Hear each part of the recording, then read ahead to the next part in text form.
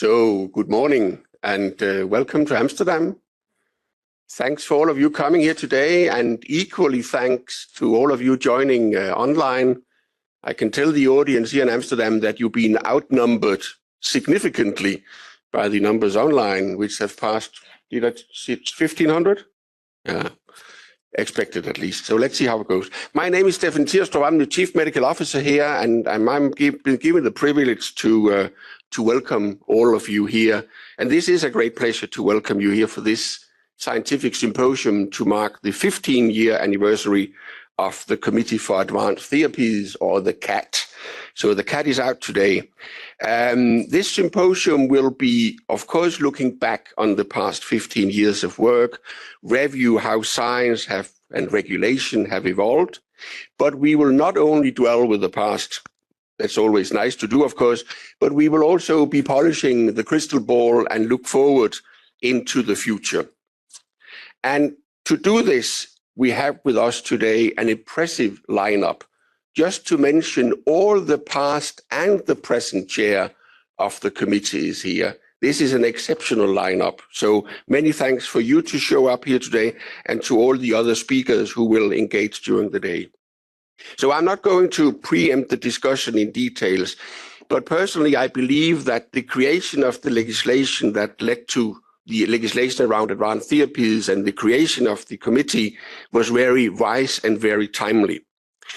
I was myself a member of the CHMP before CAT was created, and I had the pleasure to be the first joint CHMP CAT member as well.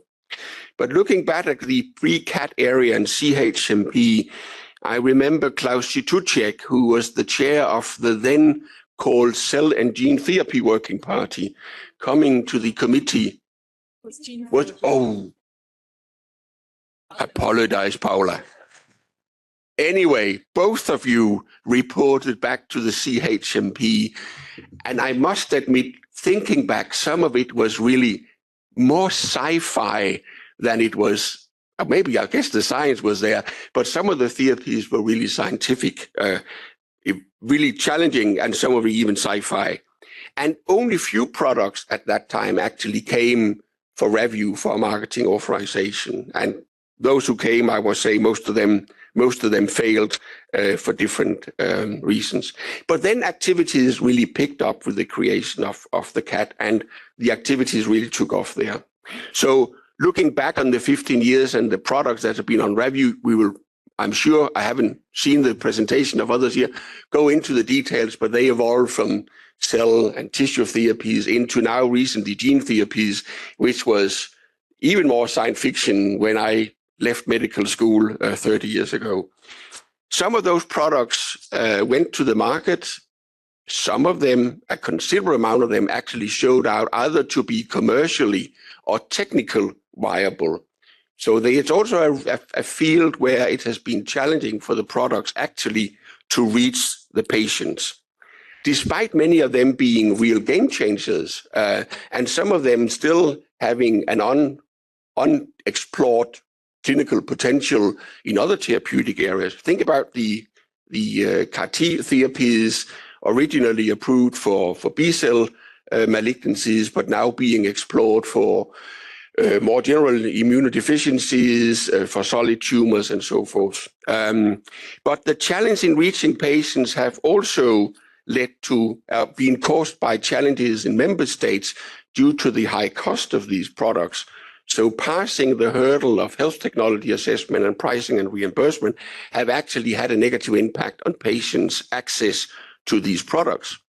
And this has challenged some healthcare systems to start making ATMPs under the hospital exemption, and some member states to a level where it's more than an exemption, I would say. And this is, of course, a challenge, also a challenge with the new SOHO, or substance of human organ legislation, coming into force.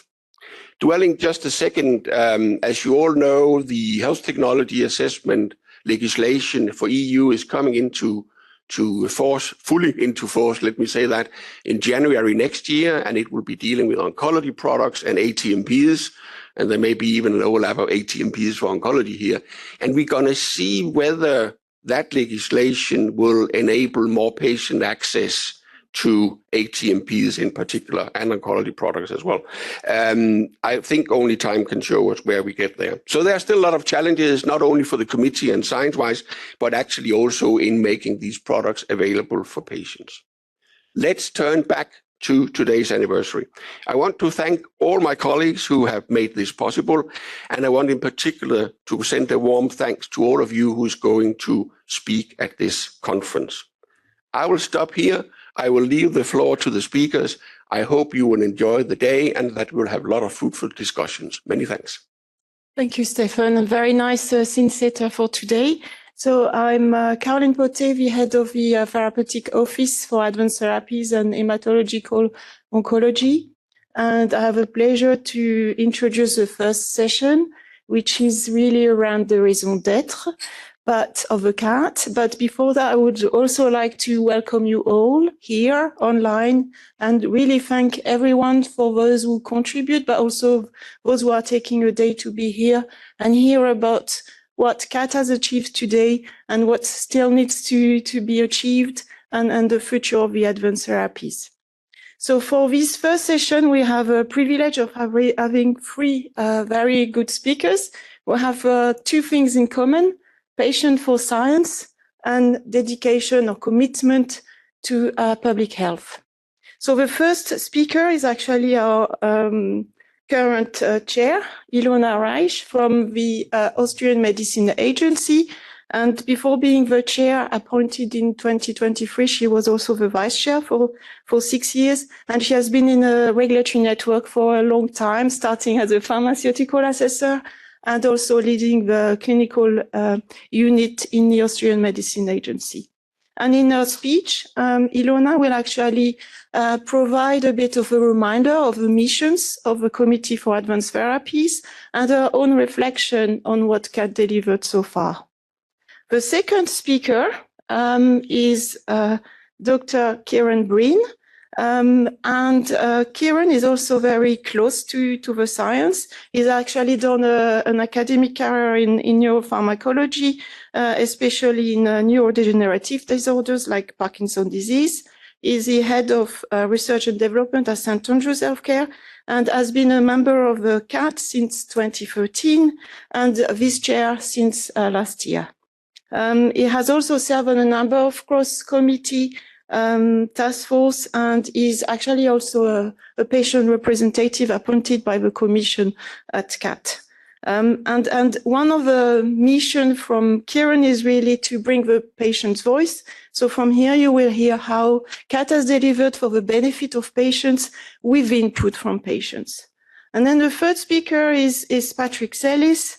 Patrick, I would say, spent most of his work life to date with advanced therapies, starting from the beginning. Is the scientific lead for the Committee of Advanced Therapies at the European Medicine Agency. And before that, he's held a number of different functions and starting also as a pharmaceutical assessor in the Belgium Medicine Agency. And Patrick's reflection will be actually to give you a bit of an overview on CAT's footprint within the international landscape. So without further ado, I would like to give the floor to the first speaker, Ilona. Thanks. Thank you very much, and a warm welcome to all of you, also from my part. I will try to give an introduction, as you already heard. And I think the way to look at these 15 years is it's been a journey. It's been a journey of the field. It's been a journey of the committee. It's been a journey of individuals. And I think it was alluded to that I and some others have been in this for a long time. So rather than saying we are dinosaurs and we are too old or old because we've been in this so long, it's a journey. And it's wonderful if you're dealing with ATMPs because nothing ever stays the same. You're constantly challenged on all your scientific expertise. The framework is also constantly changing, adapting, improving. And I think this is probably one of the most exciting aspects for the ATMPs. How do I change the slides? Oh, thank you. So the three keywords, contribution, evolution, revolution, are actually meant to reflect those 3 points. the current, the contribution of the CAT to the field so far, the evolution of the field and the products, and what to expect for the future. So next slide. I will briefly glance over this. The point of birth for the CAT was the ATMP regulation. And if we go further, I just want to emphasize what the tasks of the CAT are. Next slide, please. The reason it was established is because of the novelty, complexity, and technical specificity of ATMPs, and the need for very specific expertise in evaluating them, but also the need for complementary expertise. And for those of you who've heard me speak, I always say that the challenges facing the ATMPs are not all unique, but it's the multitude that applies to them at the same time that makes them specifically challenging. And therefore, the composition of the CAT from the get-go was set up as a very multidisciplinary field, and from the get-go also involved patient representatives and healthcare providers. And I think we are particularly lucky to have a patient representative also as a vice chair. So that just reflects our daily work and our daily discussions, which are very multi-level and therefore all the more challenging and interesting. Next slide. The reason I bring up the tasks of the CAT is also to illustrate that we are a scientific committee. We are not the policymakers. We are not the ones writing the legal texts. We are a scientific committee, and our opinions are scientific and need to be scientific. And in that context, we provide draft opinions on marketing authorizations. We provide advice. And I want to emphasize that when today we talk about the CAT, it always needs to be recognized that the CAT is part of the network. We are never on our own. We are supported by colleagues throughout. We are supported and we are contributing to working groups within EMA, to committees within EMA. And it's always dangerous to single out single groups, but for example, the Biologics Working Party for the quality aspects of the ATMPs, the CHMP, obviously, but there are also many more working groups and experts that contribute to specific questions, and that should never be forgotten, even though the rest of the meeting probably has the CAT in its focus. So we contribute to the scientific advice. We assist scientifically whenever there are topics discussed that touch upon ATMPs. We are also trying to bring in discussions that arise in other fields to test for their applicability to ATMPs, and if anything needs to be specifically done or adapted because of that additional level of complexity. Next slide. This is also further the list, but you can see that in pretty much every bullet point, what is stressed is the science. And so talking about the tasks of the CAT as the scientific contribution, I just wanted to go briefly in some of the numbers of what we have done in the past 15 years. Next slide, please. And if you haven't seen those numbers yet, the CAT does publish quarterly statistics, which you can find on the webpage that is dedicated to the CAT on the EMA webpage. So that's where the numbers are from. So we've had 28 marketing authorization submissions or negatives, 10 withdrawals, 28 positive marketing authorizations, 4 negative, 10 withdrawals, and 7 ongoing procedures. We've had 227 type 2 variations, particularly with the ATMPs. There's a lot of post-marketing authorization activity, so that is not surprising. We have had 673 classifications submitted, out of which we had 665 adopted positions. We have contributed to 650 scientific advice procedures. And I think most recently, we talk about prime products. We've had 65 granted procedures. And next slide, please. What you can also see, and we will go in more detail in the following presentations, therefore I'm just not going to pick out any specific details, but you can clearly see that there is an increasing crowding towards the right side of the slide, which reflects the number of authorization procedures that have come in. And so there are luckily more and more products that make it to the marketing authorization stage. Next slide. Talking about the prime products, high unmet medical need. Prime has been established for all procedures, but as you see here, the ATMPs are a significant part of them. We currently have 65 ongoing prime procedures, and the number is not going down. If anything, there are more and more applications coming in, which again puts an additional resource drain on the committee and the rapporteurs, which need to be coped with. And these are the current figures. Right? You might have seen previous versions of this in the 5-year report by EMA. These are the numbers as of, I believe, as of September. Next slide, please. Oh, yes. That's even better. So this is something nobody in the room has seen before. We had a publication on ATMP clinical trials in 2016.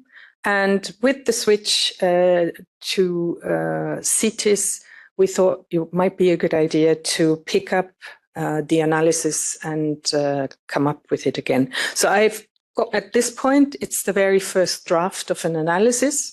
And I want to emphasize that these are not single clinical trials. These are, as it is with the old legislation, these are single member state approvals, right? So it's not, on the other hand, what you see on the right side is in how many member states a certain UDRUG number was approved. So what you can see is that the majority of the trials we've had in Europe are actually mononational. And then the next one is 2 member states, but very few clinical trials covering more than 2 member states. So then if you know that most of the trials are mononational, the numbers on the left become more relevant in a way.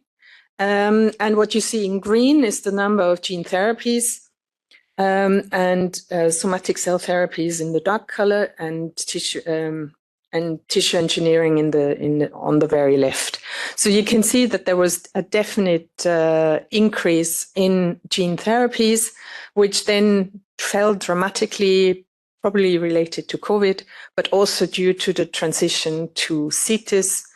This analysis is from EudraCT, but for the last 2 years, it does also incorporate trials that have been submitted via CITES. So it's not excluding the CITES studies. So we will try to follow this up, and you will probably hear from us more. So those were the procedures. The procedures are easy to count, but of course there's been a lot of additional activity. Whether a guideline was placed in the gene therapy or genetically modified or cell-based, some of the guidances apply to more than one field. But overall, 7 guidelines for gene therapies and genetically modified cells, 3 reflection papers, 2 Q&As. For the cell-based, 1 guideline, 3 reflection papers, 4 Q&As, and then additional guidances. Again, a lot of them have not been done in isolation. We have had colleagues contributing from the network, but also we have contributed to guidance outside the CAT, which would include the GMP, the GLP, and the GCP for ATMPs, for example. Workshops and meetings. The first EMA workshop was in 2009. And I tried to come up with numbers, but really it is virtually impossible because you cannot really discriminate between CAT organized events and events where CAT members participated. Usually when they participate in their role as national assessors. So there have been a large number of such events. For example, with the ESGCT, has been a dedicated session by the CAT for a couple of years now. But even beyond that, CAT contribution to conferences has been significant by CAT members as their personal activities as well.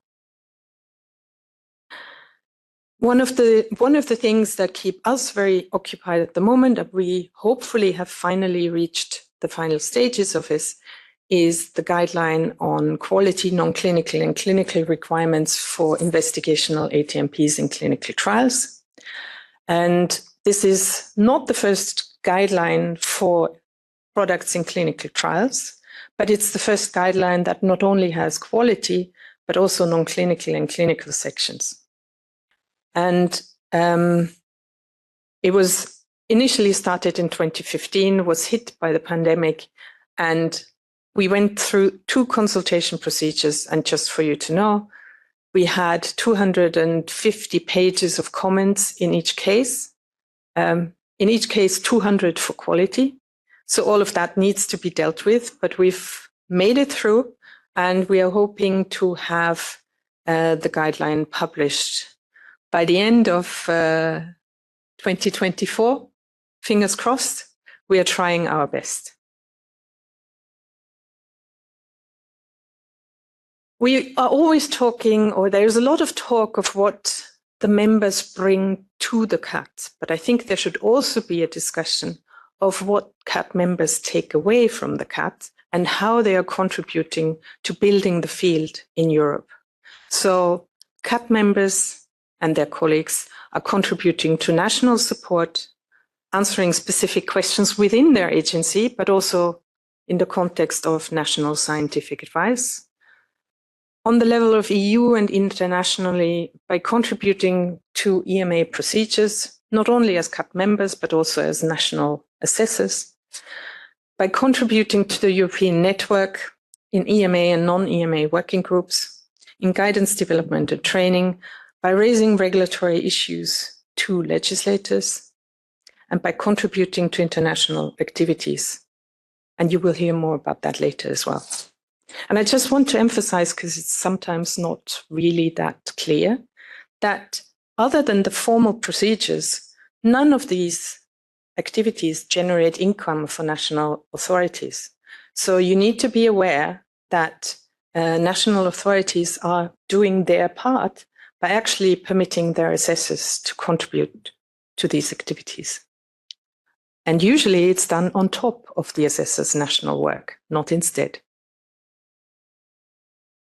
And that brings me right to the challenges for national competent authorities. One of the main ones being, and you've heard this before, is when we have marketing authorization submissions, we need to plan for a team to be available. And therefore, any deviation from planned submission dates is a huge resource issue for national agencies. The assessors are not just sitting there twiddling their thumbs till the marketing authorizations come in. They are involved in multiple procedures. In addition, obviously, the ATMP procedures are complex, usually take more time, and that therefore comparatively bring a lower income. And I already mentioned the overall number of ATMP experts per national authority is not endless. And therefore, their resources need to be planned as well. And usually it's the same, they're in the same pool of assessors that would be asked for any biologics assessment. So you have a competition between biologic marketing authorization and ATMP marketing authorization. And usually there are additional and new regulatory issues coming up, so you need these resources as well for international harmonization activities. I think we will hear more about international convergence. We're all for it, but you need to realize that, again, this is a resource drain. And finally, ATMP assessors are in high demand, and exactly so also the CAT members. And you can see a couple in the room who've been recruited by industry, so to speak. So therefore, it is a very important point for both national agencies and also for the CAT to have a concept of succession planning in order to be able to maintain the knowledge that we have. So what are my personal lessons learned from fostering ATMP development? Well, ATMPs are a medicinal product. Quality and safety and efficacy needs to be demonstrated, has to be demonstrated, and yes, it's possible. So therefore, that is best suited in the medicines framework. Second, the field can only mature when robust and reproducible data are generated. That means good science, good documentation, and sufficient follow-up. That means conducting clinical trials in the clinical trial framework.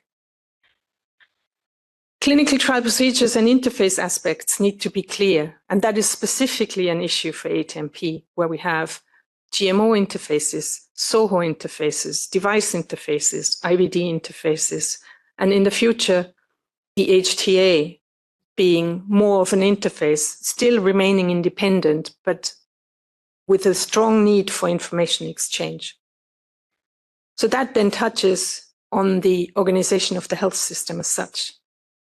And at the same time also, I think we need to be aware that when there is a push for more flexible legislation, there is another side to the coin. If the legislation is too flexible, that means that enforcement becomes impossible. So we need to find the right balance between a framework that allows for reasonable adaptation, but also allows enforcement to function properly. And finally, good science and regulatory compliance has its costs. And that means that the funding needs to be appropriate if we want Europe to be an innovation hub for ATMPs. So are we all done? Well, the ATMP regulation referenced the novelty, complexity, and technical specificity of ATMPs. Nowadays, we hear voices occasionally that ATMPs are mainstream and nothing special. Usually that's the same people that in their presentations then illustrate the novelty of their product and the groundbreaking aspects of it. So I think there's a bit of a divergence. Technological advance has made ATMP manufacture more accessible. That means we're dealing with novel manufacturers. We still have scientific questions. Innovation is very rapid and brings new questions and complexity all the time. And I do think there needs to be a forum to discuss this, whether it's genome editing, whether it's device components, whether it's companion diagnostics. And then there are areas with a need for intensified input, and that's, for example, the health technology, but also in the future AI. And the CAT is currently serving as a forum to bring these issues, these ATMP-related issues forward for expert discussion. So in conclusion, I hope you agree with me that the CAT has fulfilled the tasks dictated by the ATMP regulation. It has facilitated the coming together of European ATMP experts. It has served as a platform and source of knowledge for European experts and the field. And it has served as a contact point for ATMP developers. And whatever the future structures will be, they will need to serve these needs. And the momentum needs to be maintained. So with that, thank you very much to our 3 former chairs, to our dedicated AMA support team that we have, very luckily, to our engaged current and past CAT members, specifically also to the patients and physicians representatives. And thank you very much to all contributing colleagues from the EU network. Thank you. Thank you, Ilona, for a very nice overview of the missions of CAT, and also I think the reflection that advanced therapies ecosystem is well beyond the committee and require really like this contribution from many assessors, developers within the European Union and beyond. And part of this ecosystem also, I guess we'll hear from the second talk, its patients' involvement. But maybe before we go to the next presentation, is there any burning issue or question that the audience would like to raise? I can't see so I think, okay. Okay, Dimitris, could you go ahead with your question or remark? It shows that speaking, but we can't hear. Okay. Maybe try Pierre? Yeah, let's go with the second one. I'm being told it's Pierre. Okay, I think we might have some technical difficulty. So what I suggest, maybe we go to a next speaker and then we get some technical support in the meantime. And in the meantime, if possible, if it's not too long, could you put your question in the chat just to make sure we don't lose the question? So Kieran, please. Okay, well, thank you for inviting me to speak, and thank you, Alona, for setting the scene for the CAT. And what I would like to do is to give you an overview of the role of patient involvement in the CAT. And this will be sort of a broad overview, but also a sort of a personal journey, I guess, as it were, of my role as a patient-nominated member of the CAT. And I've been a member now for over 11 years, having joined the CAT in 2012. So patients have a number of roles at the EMA, right from the management board to a number of committees, the CAT, PDCO, PRAC and COMP. Number of working groups such as working on registries, drafting groups, expert groups, the Patients and Consumers Working Party, scientific advisory groups such as SAGs, and I'll mention those in a few moments, and also ad hoc advisory groups, and there may be many more that I've omitted here. But this, I think, gives you a flavour of the importance of the role of patients within the EMA. And I think it's probably something that's probably overlooked, maybe not sort of overlooked, but maybe misunderstood, that patients are really at the heart of the EMA. Because we need to understand, and we really need to underline the fact that at the end of the day, medicines are being produced, are being approved, are being registered for patients.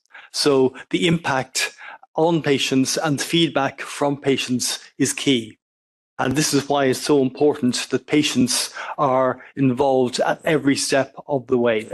And I think this is one of the key aspects of the CAT, that patients are involved within the committee. And the CAT is a committee that is involved in the approval of medicines. So here we have the CAT. It has members from, it was 27, it's now 26 member states, plus Norway, Iceland, and Liechtenstein. There are 2 patient representatives and 2 physician representatives and alternates. So total of 66 members, that's 33 plus 33, and with multidisciplinary expertise. Of these, then, the CAT assesses marketing authorization applications and makes draft opinion. This is then goes to the CHMP, the Committee for Human Medicines Products, and which gives a final opinion. And ultimately, this is goes to the European Commission, which makes a final decision on whether or not the ACMP is marketed in the European Union. So that's the ultimate process for medicines approval within the Commission. So obviously the patients have a key role to play at the level of the CAT, although patients aren't directly involved in CHMP, but they are involved in the CAT. So patient representatives on CAT, this is the sort of the official line. So patient representatives have full membership of the committee. They're not there as observers. They're not there just to be, shall we say, speak when you're spoken to, but they have full membership. They can vote on all products, procedures. They can stand for chair and vice chair. And from my own personal perspective, I was appointed. I was honored to be appointed as vice chair in September 2023. They can be rapporteur, co-rapporteur, or peer reviewer on any procedures or products.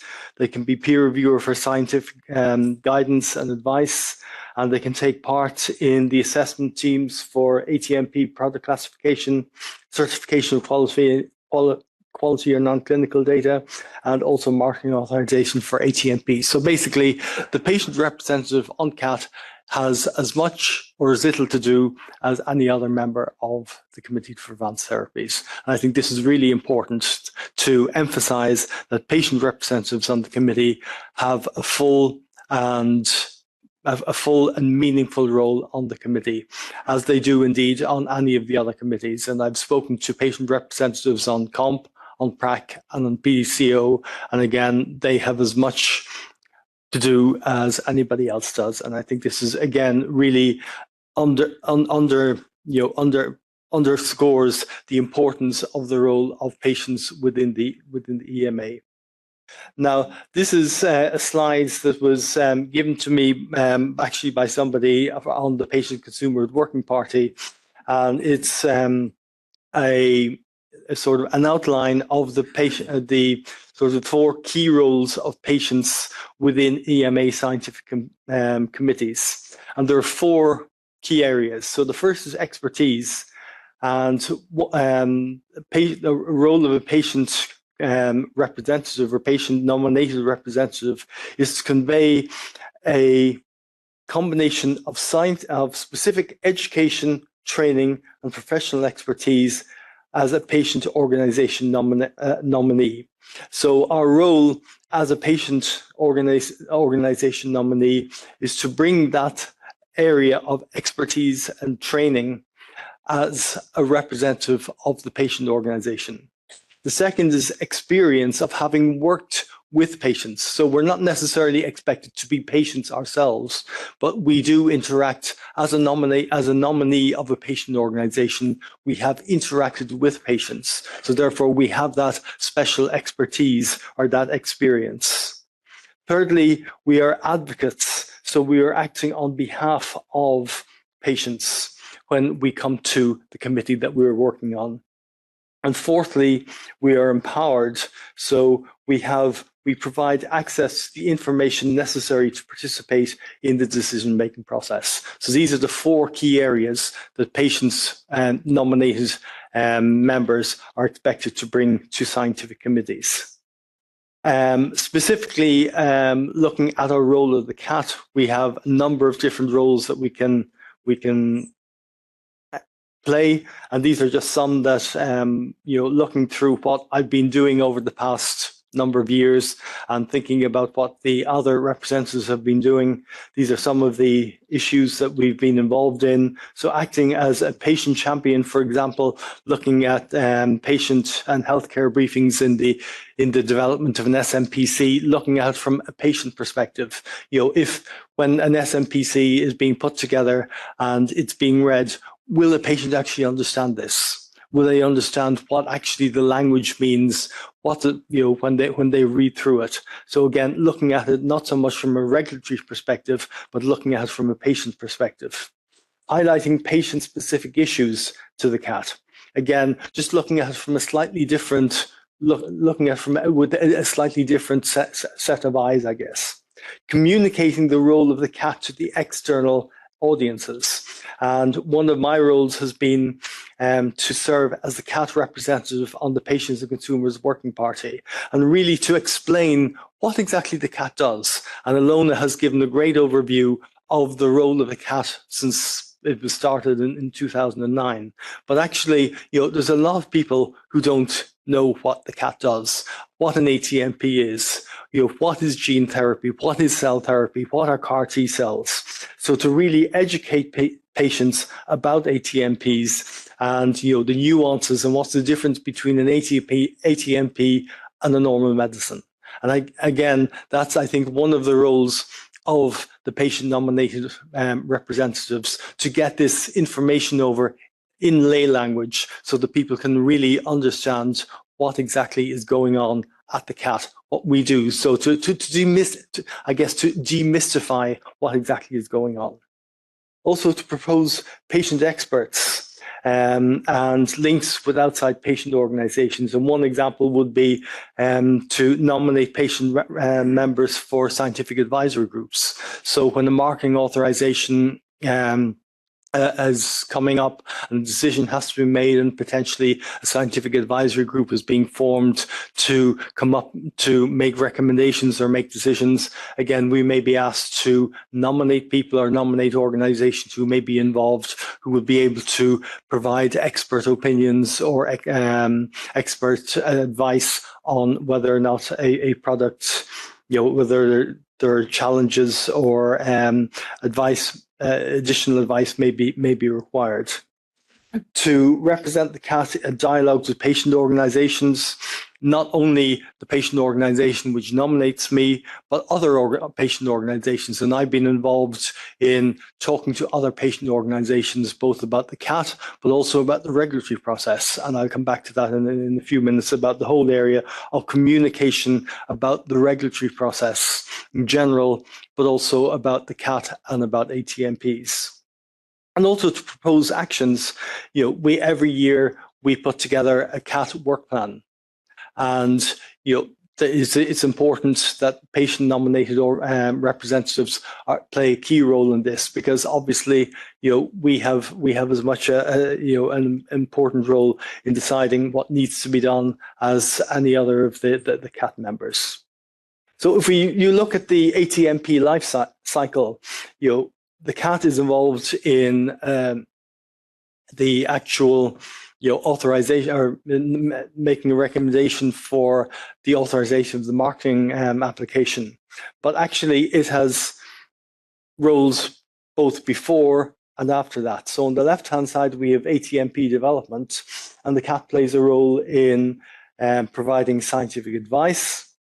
Then you have the marketing authorization, but then in the post-approval life cycle, you have things like collecting data, real-world data, registries, patient access, and the patient registries can feed back to the CAT in post-authorization data. And again, the patient organizations and the patient members can play a key role in all of these processes.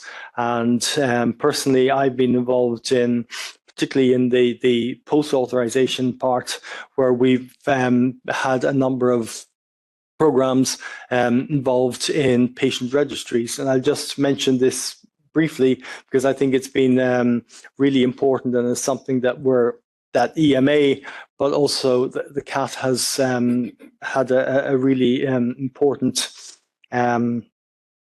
role to play. So patient registries are a collection of data which can be collected by a clinician or a patient consumer group, and it's collected over time, which can be used then for evaluating or monitoring medicines for the benefit of patients. And the EMA had a patient registry initiative, which was set up probably back in about 2015, and I was the CAT member who was nominated to be involved with this, and for two reasons. First, because I had an interest in patient registries, but also because of my role as a patient, because of the patient organization that I was involved in had been involved in the development of registries. So in that way, the two worked very well together. And from a CAT perspective, what we did back about 2-3 years ago was we developed a registry study looking at SMA. And what we wanted to find out was, could we use the registries throughout Europe to look at the natural history of spinal muscular atrophy. And to cut a long story short, basically what we did was we looked at 6 registries in 9 European countries to follow the natural history of patients with SMA who had been treated with disease-modifying therapies. And essentially, there were a lot of lessons learned. We found that we could use these, and potentially they could be used in the future to map disease progression, and also to monitor to monitor the impact of therapies. But there were a lot of shortfalls, one of which was the lack of data, and also the problems with data quality. But one of the positive outcomes was that the use of registries is possible, but also one of the key challenges was the lack of patient reported outcome measures with these registries. So again, this is a good example of where patient organizations working with registries, working with the regulator, can all come together to give a really meaningful input. I mentioned the Patient Consumers Working Party. One of the key roles there as a member of the CAT, sitting on the Patient Consumers Working Party, was really to let the patient organizations know about the role of the CAT and also about new advances. And one of the advanced meetings I remember going to was when we had the first CAR T cells, which were approved back in 2018, and just explaining to people exactly what is a CAR T cell and why do we need to regulate for CAR T cells as opposed to, just people, just going to a hospital and under hospital exemption, for example. So why is it so important that we need to regulate for these things? And also, we produced a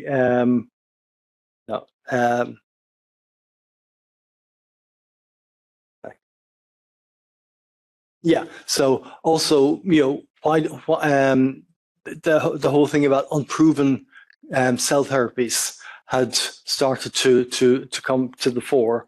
And again, it was my role as patient representative on the CAT to explain to other patient organizations, the importance of regulation to ensure that all cell therapies had to go through the regulatory process. But one of the things I think that we probably, patient communication, I think, between patient organizations and the CAT, are key. So, the patient organizations can bring expertise and experience to the CAT.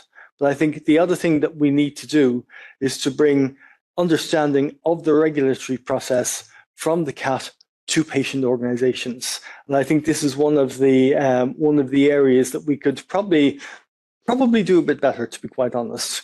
And it's not specifically the CAT I'm talking about, but probably more sort of generally about the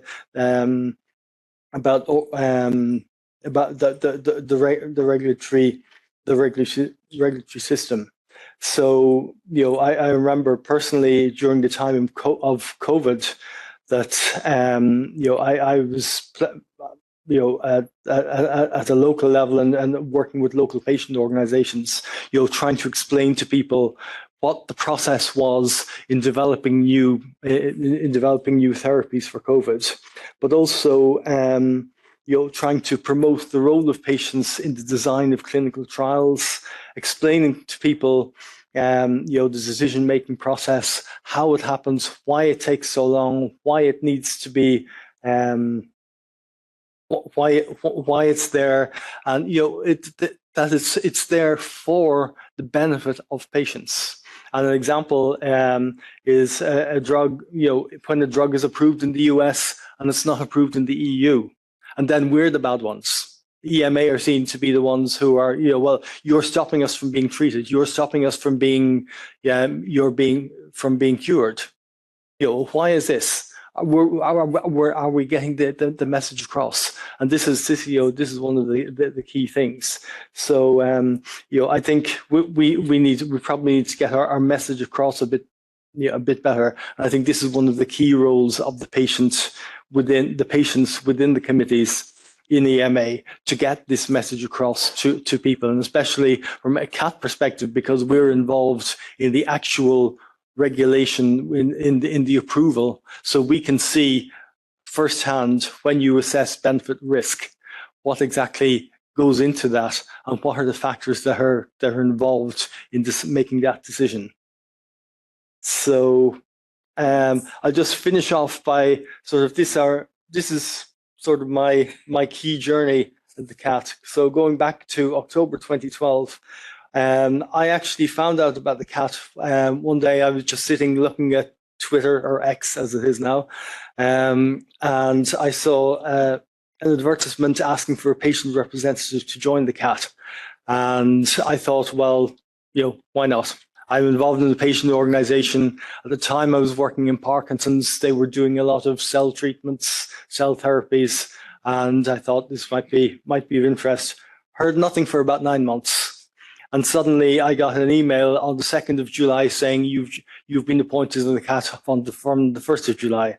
So I came along, I met Patrick, I met Christian as the chair, and there were a few other people I was inducted. Then I joined PCWP, went to a few meetings in March 2015. I'd gone to a few meetings and I thought, well, at that stage, at these days we all do ATMP classifications, but at that stage you volunteered for everything. So I thought, well, maybe I should try one of these. So I asked, would it be possible to do a classification? I was told, well, if you want to, you can. So I was paired up with Nicola from France at the time, and he mentored me to allow me to do a classification. And then I thought, well, that's it's quite interesting. So maybe I should do a scientific advice as well. So I did a scientific advice a couple of months later, and everything sort of went on from there. So all I would say is, this has been a really interesting journey for me at the CAT. And but I think sort of the key message for me is that one of the CAT has been a really interesting committee to be part of, because as Alona says, it's a scientific committee, but yet it is grounded in the fact that we are approving medicines for patients. And I think for me, it is that harmonization between science and patients that has been the key factor within the CAT.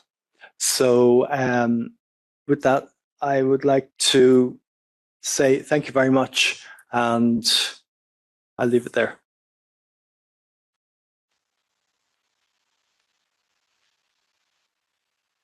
Thank you very much. So I'm seeing a number of questions, but maybe let's go to the next presentation and then we address the question at the end. But I would say that the combined one I would leave for later around the session 4 potentially, because it's more as to what is needed for the future.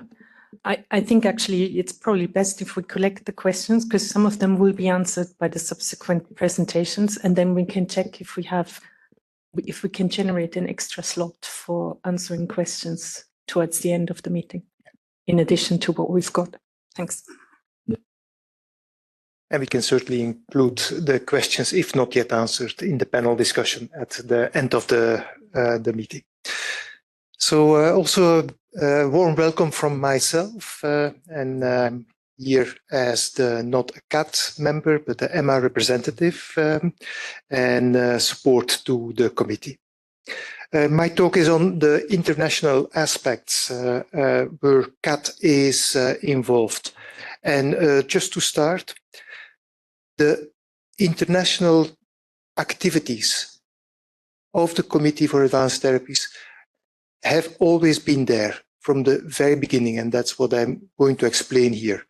And in a lot of fora, clusters, IPRP, International Pharmaceutical Regulator Program, ICH, WHO, but also very important is the bilateral interactions that CAT has with other regulators. So I pimped my presentation a little bit with a picture here, a picture of Garfield, and very few, I think even very few of the CAT members will know why I put it here. But Christian knows this is one of the first actions that the committee did, was to appoint its mascot. So that's why this little guy is here. I think it has been forgotten for a while, but let's give him also the 15-year recognition of his role. Just also to start a little bit, welcome to the Netherlands, tulips. Of course, that's because the rest of my presentation is just bullet points, so that's to make it a little bit nicer. Now to start, interaction at the level of the ATMP clusters. So you know that the agency has various clusters, and that is standardized interaction platforms with other regulators with whom we have confidentiality agreements. One of the very early clusters, I think, is the second one after the oncology cluster, was the ATMP cluster. Started already before CAT was there. So in 2008, you know, CAT started beginning 2009. And I went back into the minutes of these first meetings, and it was very small meetings. We were about 5 or 6 participants from each side. At that time, only EMA, CAT was not yet there, and FDA staff. It has increased quite a lot, not only with regards to the number of people attending, but also the regions or countries joining. So started EU, US, but then Health Canada joined in 2012 and Japan joined in 2016. Nowadays, these clusters that take place every 2 months, more or less, so 5 or 6 per year, have about 50, 60 participants, varying depending on the topics that are on the agenda. Now, the scope of discussions is large, meaning we have confidentiality agreements with the counterparts on these international telecoms, so we can share also confidential information. So it's addressing, of course, regulatory issues and guidance documents, but also products under development, products under review, and issues also with products that have been authorized. Now, product discussion was and is still very important. And even in the very first meetings, we already had a product discussion. I looked it up, December 2008. We had product discussion, and we were discussing products for cartilage repair, for which we invited experts from the network. And Martina, I don't know if you remember, you were there in that very early ATMP cluster telecom. Another activity where CAT has been very active, and one of the founding members together with FDA, was is the International Pharmaceutical Regulators Forum. This is a other context because here the interactions are with regulators worldwide, and I think we have currently 22 countries and regions joining the IPRP, but with these partners we don't have confidentiality agreements, so that limits the type of interactions to more looking at information sharing without, of course, disclosing any confidential information. So it's more on products that are either under review, mentioning which are there, and products that are authorized, where the for our site the EPAR is in the public domain, so we can talk about these type of products, but also looking at what are issues that are ripe, are ready for convergence or harmonization activities. 2 working groups were set up, cell therapy and gene therapy, and recently we merged them because the aspects discussed were becoming more and more common. This group is meeting 2 or 3 times per year. Most of the time it's virtual via telecons, but we take opportunities of international meetings also to have face-to-face meetings, not every year, but I listed here the one in New Zealand, US, London, and Canada this year. This is an opportunity of having that face-to-face interactions that helps them to facilitate the interactions over telephone, over web. The documents coming out are reflection papers, so it is not guidance, so it's not binding, but it gives you, as developer, an indication how the regulators worldwide are thinking. So we, IPRP, developed an reflection paper on follow-up of patients treated in clinical trials with cell therapy products, general considerations on raw material used in the manufacture of ATMPs, expectations for biodistribution assessment for gene therapies, and also an overview of international regulatory frameworks for gene and cell therapies. All these documents can be found on the IPRP website. Now, just before I move on, the reflection paper on biodistribution for ATMPs was the basis of the ICH concept paper for the development of the guideline S12. Now, in ICH, I have to go one step back, and this is to the gene therapy discussion group that was established already in 2002, so very early on, involving experts, gene therapy experts from EU and of course the rest of the world. And from Europe, it was then also the gene therapy expert group established that was taking part in these activities. CAT was involved from 2009 onwards via its gene therapy working group, but the ICH gene therapy discussion group was discontinued in 2011. So at that time, the ICH regions considered that there were no resources available to continue this activity. Having that said, there are a couple of key documents developed by this group that are still referred to in guidance, and this is the shedding, virus and vector shedding principles, the ICH consideration for oncolytic viruses, and the general principles to address risk of inadvertent germline integration of gene therapies. So even although the documents are quite old and perhaps quite generic, they are still relevant in a lot of aspects. CAT is involved, of course, now in the more recent ongoing activities on ICH, and that is the development of the ICH S12 guideline, where the EU rapporteurs were from CAT, and also in the recently established cell and gene therapy discussion group. A more recent activity is involvement of or the activities of WHO in the field of ATMPs, where also CAT members and experts contributed to recent initiatives to develop legal regulatory frameworks, develop a document on how to set up legal regulatory frameworks in low and medium income countries.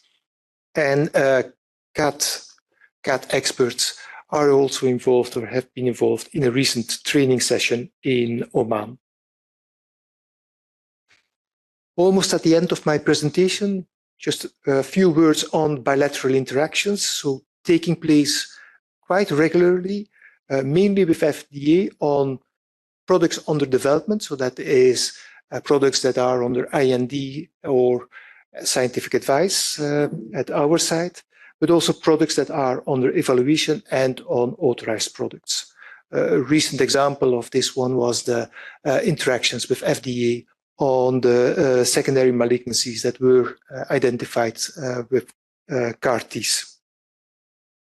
We have an active exchange of documents, which is possible within our confidentiality agreements.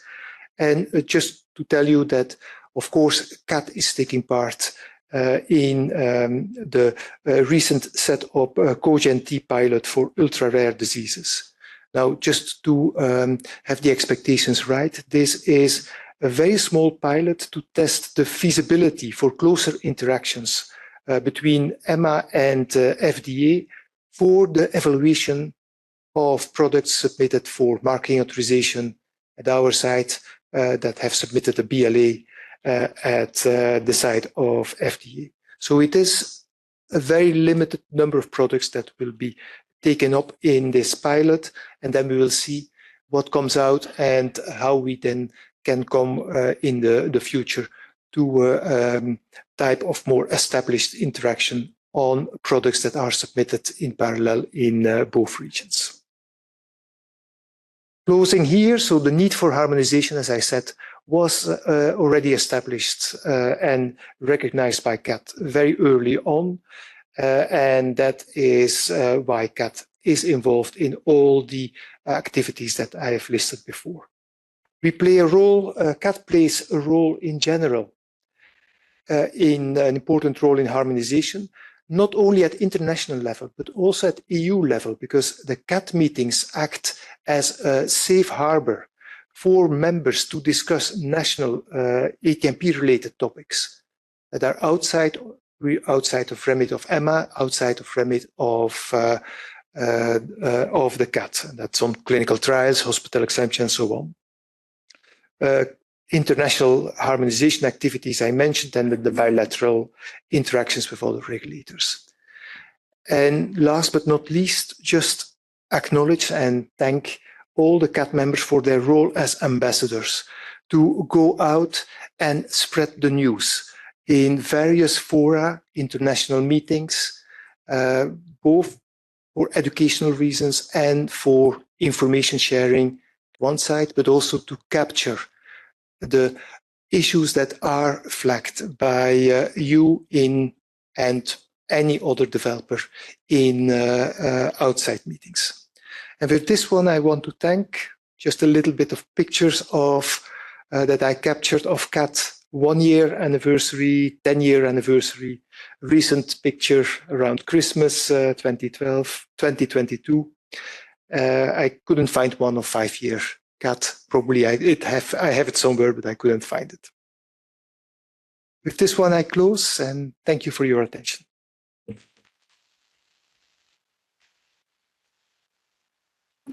Thank you, Patrick. Actually, if you can maybe address, because I was going through the question and one is very specific and I think may not come up later. So it's about the cluster and whether during the ATMP cluster TC, could you please clarify if discussion about products in review for approval can happen only when several agencies have received the application, or could they happen when only one agency is going through the review process? It is a bit open. Sometimes if it's very clear that there is only 2 agencies and it's a very specific question, it will be rather dealt in a bilateral interaction. However, often the applications are submitted in parallel in, let's say, US and in Europe, but other regions, Japan or Canada, have had interactions on that same product. So they are quite keen then to listen into a discussion between that's mainly taking place between EMA and CAT on that product. So it doesn't need, it's not restricted to products that are submitted at the same time in all 4 regions. It can be bilateral submissions and then discussions in the presence of also Canada and Japan. Thank you. And I think that's the only one we will take now, so we can start the next session on time. But we've noticed a number of questions around patients, HTA overarching framework, GMO clinical trials.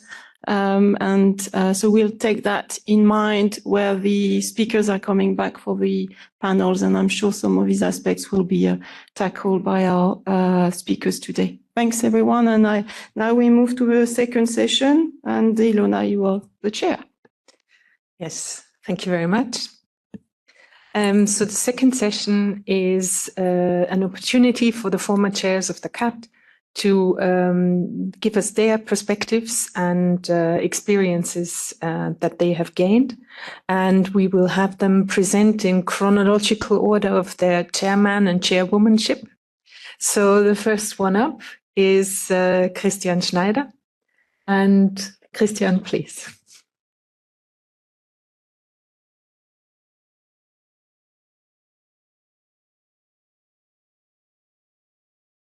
Thank you, Ilona.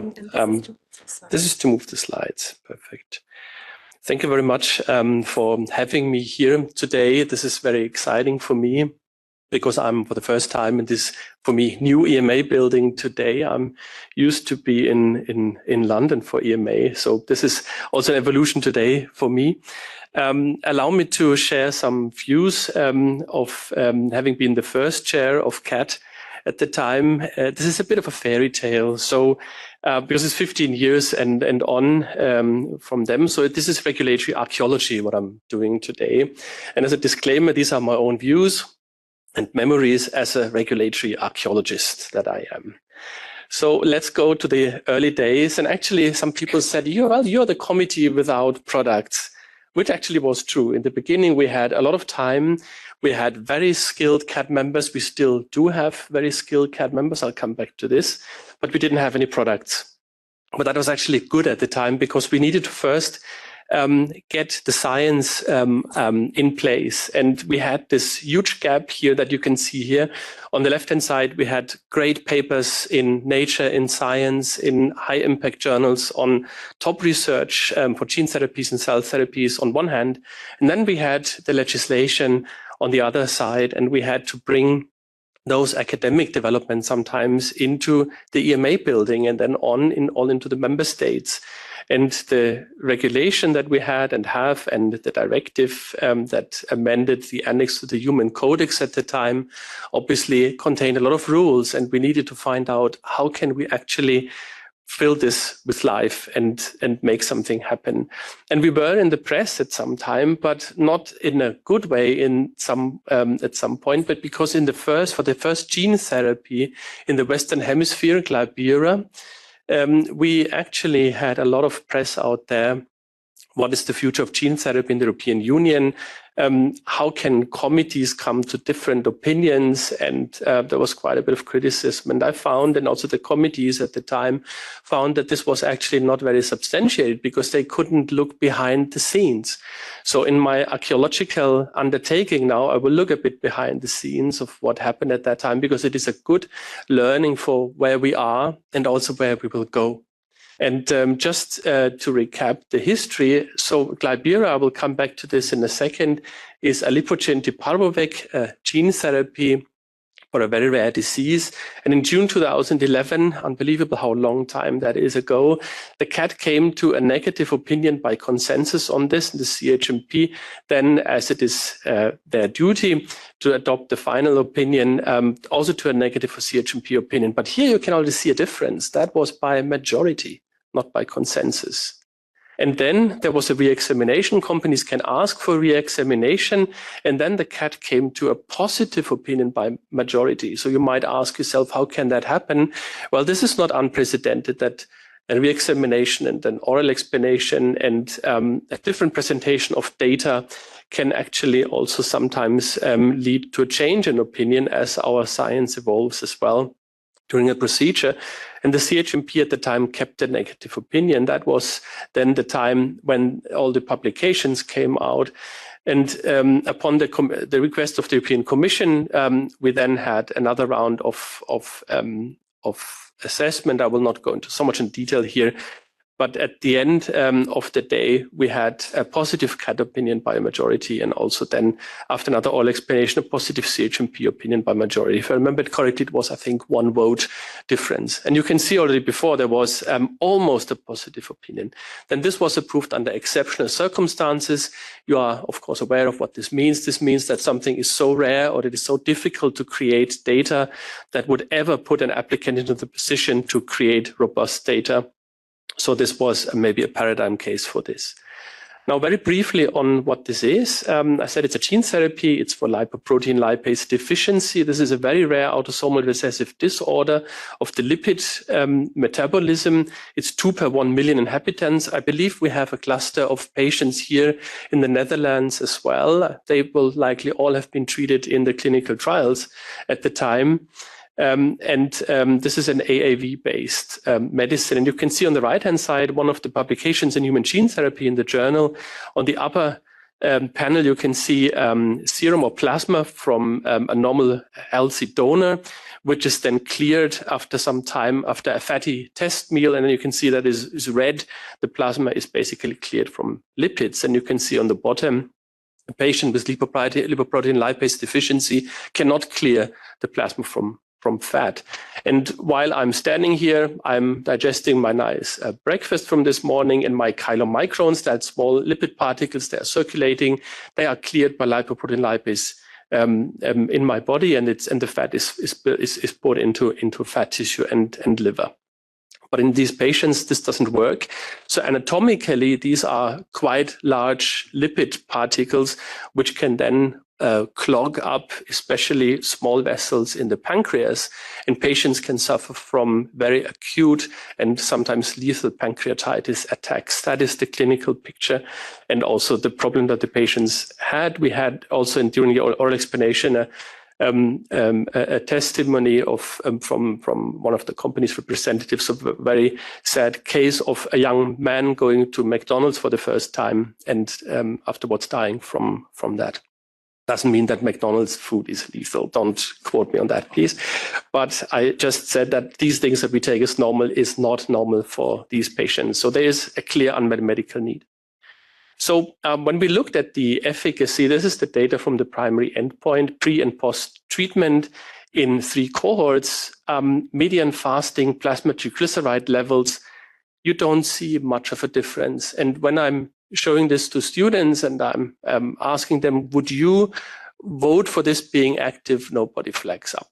And that is one of the problems that we have, our thinking of primary endpoints, and that we think we have the right primary endpoint is sometimes not correct. And we were challenged on our paradigms, one of them being, if the primary endpoint in a clinical trial is negative, forget about the clinical trial, forget about approval, because this is not going to work, whatever you come up with, because the primary endpoint has methodologically failed. However, here we are in a very difficult situation, and also because of the rarity of the disease. Now, when we look at the details, and Kat obviously needed to look at the details, at the totality of evidence, this is a bit of a complex slide. It just shows that this is one patient with a test meal. So basically they eat a certain amount of fat, and then you can see on the bottom with the closed circles, after this, if it's radioactively labeled, the chylomicrons go up and they stay up over time. It's not cleared. It's like on the picture I've shown you before with the fatty plasma samples. After gene therapy, after 14 weeks and also after 52 weeks, you can see those open circles. This is actually how it should look like. This is how it looks in healthy people, and this is how it worked actually in that particular patient, not having been reflected in the primary endpoint for likely various physiological counter-regulation mechanisms.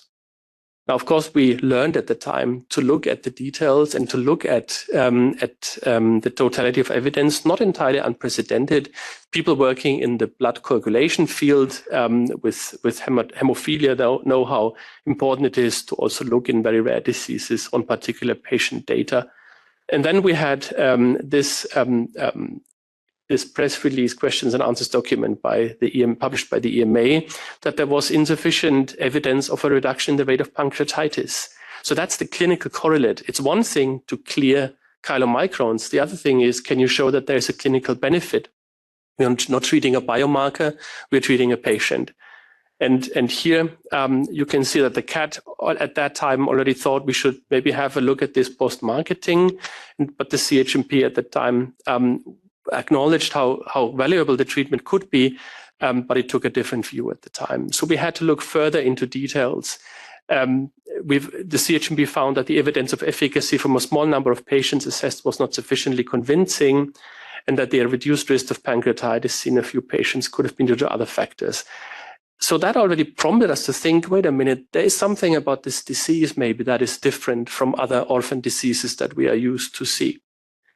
And this is a slide which is basically the entire life history of the patients. So the red dot, each line is a patient. The red dot is birth. So some of them you can see are older, some are younger.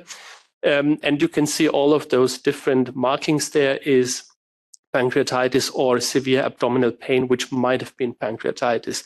It's amazing that the patients could remember, but of course, as a patient, you sometimes have a diary to do this.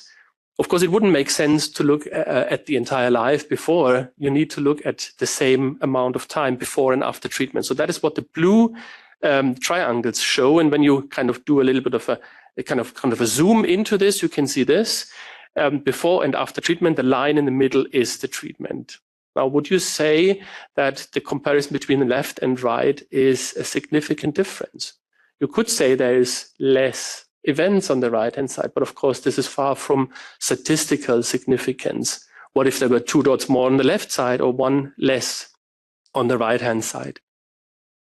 This is a very busy slide, but basically what we want to look at indeed is the patient effects and what does the gene therapy do?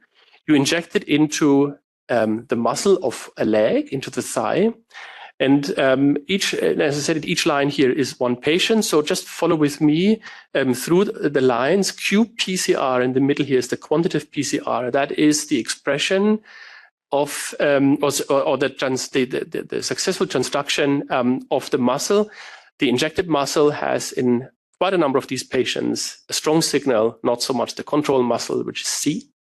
Of course, you want to see if there's protein, so LPL mass. That is also higher in the patients injected on the injected side, not in everyone, but in many of them. And then you want to see, is this not just there, but is it active? So you would look at LPL activity. That is also higher. And on the right-hand side, you can then see the immunohistochemistry and also oil red staining, which stains lipids. So you could say that indeed you would have less staining on that side, and where the control is, and a strong staining, that is what it should do. It should take the fatty chylomicrons or the triglycerides up into the muscle. So that is something actually there. And this analysis then led people to say, okay, there is an effect there in the patients when you look at the details. And I will not go too much into detail because of the lack of time, but an archaeologist needs to look sometimes into these things. So here, this is the clinical picture. And as I said, you can see in some of the patients an improvement, pre-treatment, 14 definitive pancreatitis events, post-treatment 3. And this is just taken out, and people, of course, said, well, this is a bit of data fishing. This is the nicest patient examples.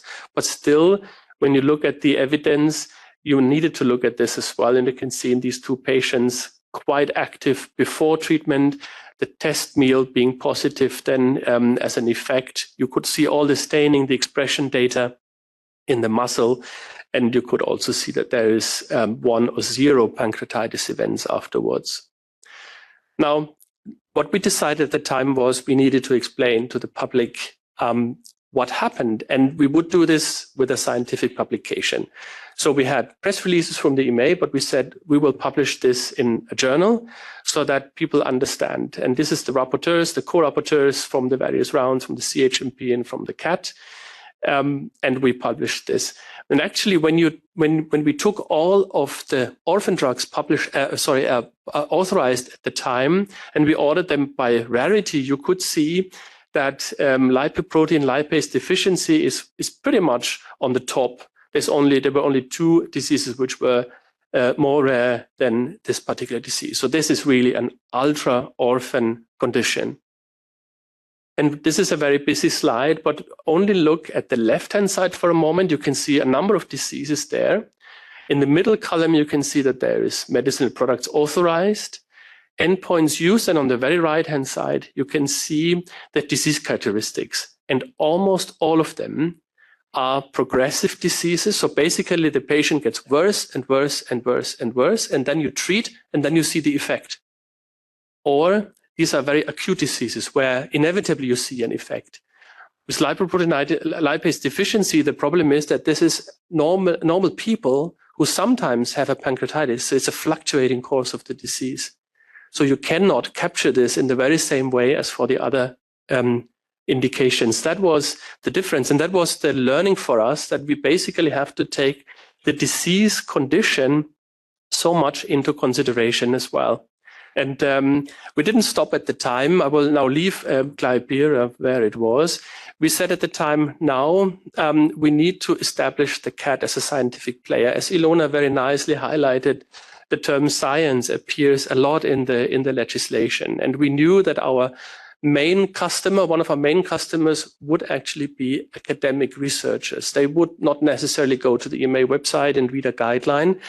They will read papers in the journals that they are used to. So the first thing we did was we published a paper on the challenges that we see with advanced therapies in Nature Reviews Drug Discovery, where we alluded on CMC issues. usually see on non-clinical considerations, some clinical as well. Kieran also mentioned the stem cell tourism, or kind of unfounded use of cell therapy. We were quite worried at the time. So we also decided to publish a paper in the Lancet about our view on this, and also to give reassurance to the community that there is a committee now for advanced therapies in Europe who would be fostering the regulated use of stem cell-based medicinal products.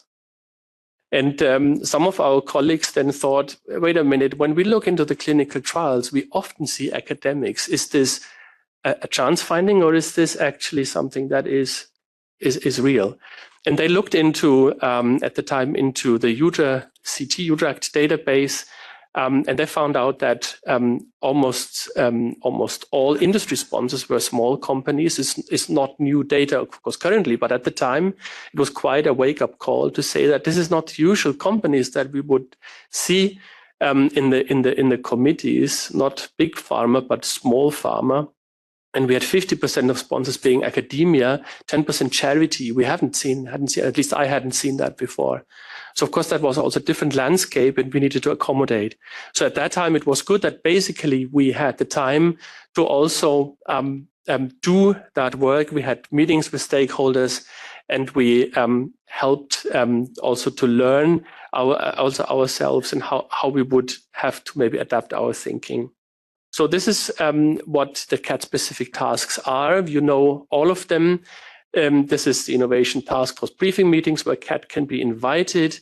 There's the classification and the certification procedure, and also scientific advice procedures. And I think that at the time we managed to fill that powerhouse of innovation with life, with our committee members. And this picture shows me not only how much time has passed, but also how important it was at the time when we then finally approved the first medicine, or recommended approval, which was Chondroselect. It was not Glybera, it was Chondroselect, a chondrocyte product for the repair of cartilage damage of the knee. Also a very important hallmark at the time, because many products actually were in hospital exemption, and it was good to see that we actually had one product now also entering the centralized procedure at the time. I think that was very important, because it showed, yes, it is possible to develop these medicines and bring them also to market in the European Union. So here at the end of my presentation, where are we? Or where were we after the first term? 3 years, we had the first HMP licensed. Yes, now, of course, we have so many. So that was really the early days, I would say. We had the first certification issued. That was an important hallmark as well. This is the only assessment procedure that you can get before marketing authorization application. So actually a very important and nice tool. It hadn't been taken up so much at the time. And I also said we had papers published, we defined the framework, we adopted a work program, which I think is still working today as the CAT works, with a very good work program that helps also define the tasks in the future. And we identified gaps. Hospital exemption was one of the hot topics. It still is, I'm sure. Minimally manipulated advanced therapies, can you regulate them? How should you regulate them? So bone marrow, for example, you inject it into the heart muscle.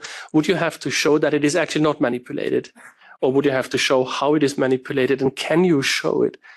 So there were a lot of questions, and I did ask Patrick actually yesterday if he ever thought of collecting the best question ever asked in CAT, because we had so many questions. We thought, oh, wait a minute, I had never thought about this. What could the answer be for that? So and then we, when I think left the chair to the next chair, we were the committee with only 2 products, but already you could see that we had a big pipeline. So no, we were the committee with the big pipeline, I would say. And what makes the CAT so special, it is multidisciplinary. I think this was very much different from the discussions that I was used to as a CHMP member, where the focus is very much on the clinical for good reasons. But we had at this time also CMC discussions. which I think was important because we could see sometimes how we could bridge some uncertainty in the CMC potency assays, for example, with the clinics, also set the expectations right. You can sometimes not correlate well enough the potency assay with clinical outcomes, especially in indications which you're studying for the first time. So sometimes it is important to see the limitations. And we had a lot of these discussions, which I think also put a lot of good perspective into this. We had decent time to discuss. That was very important, I think. It was good value for money in my mind, because it was not just a time where pharmaceutical companies made new developments, it was also where the regulators had to bring the field forward. And I believe that we are still in a phase where this is the case. Our members were trained by the discussions, including myself, a lot, assessors and others involved beyond their core disciplines. And that was a true form of scientific excellence. And I think with the CAT, that is a good example why EMA has science, medicines, health as its three hallmarks, because this is a true scientific committee. I'm not saying that other committees are not scientific. That is what I'm saying. But the CAT is clearly showing and holding the science up. And every member was active and involved. This was a true European undertaking. And it was a real pleasure and honor for me at the time to chair the CAT, which I'm still thankful for. So we became the committee with the large pipeline. And you know this famous quote from Neil Armstrong, that's one small step for a man, but one giant step for mankind. What if he would have said, but I'm not going to take it because it's too risky? We wouldn't have the famous footstep on the moon. And we dared to take the step and to say, yes, we can regulate advanced therapies, even if we think it is difficult. We would actually go and take that mandate we got from the European Commission, from the EMA seriously. And I think we delivered at the time. So thank you very much. That's the end of my presentation. I'm happy to hand over to the session chair and the next chair of CAT. Thank you very much, Christian. I mean, I knew we are multidisciplinary, but archaeology wouldn't have been on top of my list. It should be. Okay, we will include it in the future. Thank you very much, Christian. By chronological order, we now pass the speaker's desk to Paula, our second chair.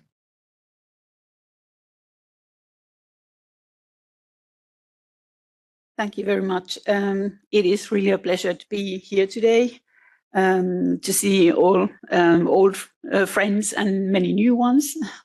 And I'm really enjoying to see this, how this field has evolved over time. But I'm switching the gears to talk about how the ATMPs have evolved over time.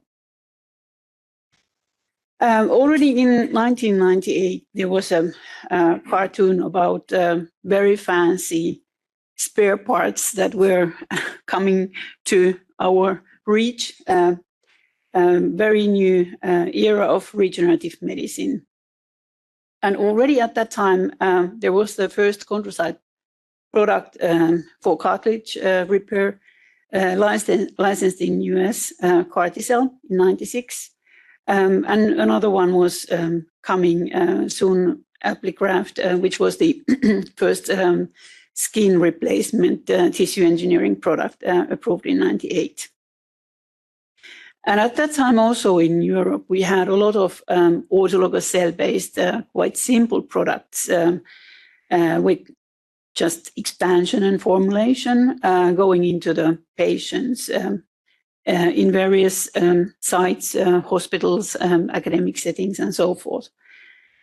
And as already mentioned by Christian, the first cell product to be really approved in the EU was ChondroSelect in 2009. So we were not fully without any products in the beginning. We had some work to do there. And then we got new applications coming in, and Provenge was the first cancer immunotherapy product that was approved in 2010 in US and 2013 in EU. We had about 50 different cell products on national markets in the EU. And the hospital exemption was identified as a tool when there was discussion in the European Commission and the member states how to bring these products into the centralized authorization. I have the pleasure, my career with the ATMPs has started in 2003 when I joined the Finnish Medicines Agency, and I was taken quite quickly to the European Commission discussion group about the regulation, and hospital exemption had really meaning to bring these products to the same level as would be the ones that come from industry. And also the requirements for the products that were generated with the legislation and further guidance, they were really focused on those quite simple products that we saw at that time. We had also a lot of other cancer immunotherapy products under development, also called cancer vaccines, but Provenge was really the only one that made it through. So it wasn't an easy task for companies or also for those that were operating under the hospital exemption to bring the products to the marketing authorization. During the discussions in the European Commission Working Group, I often saw this kind of cartoon showing that we need 3 pillars. One for the small molecules, one for the standard biologicals, and one for the ATMPs. And the ATMPs were justified by the differences in production processes. We have, of course, with biologicals, we have production cells, but with ATMPs, we are really manipulating human cells and viruses. We have very different starting materials, and the expertise required for the oversight is different.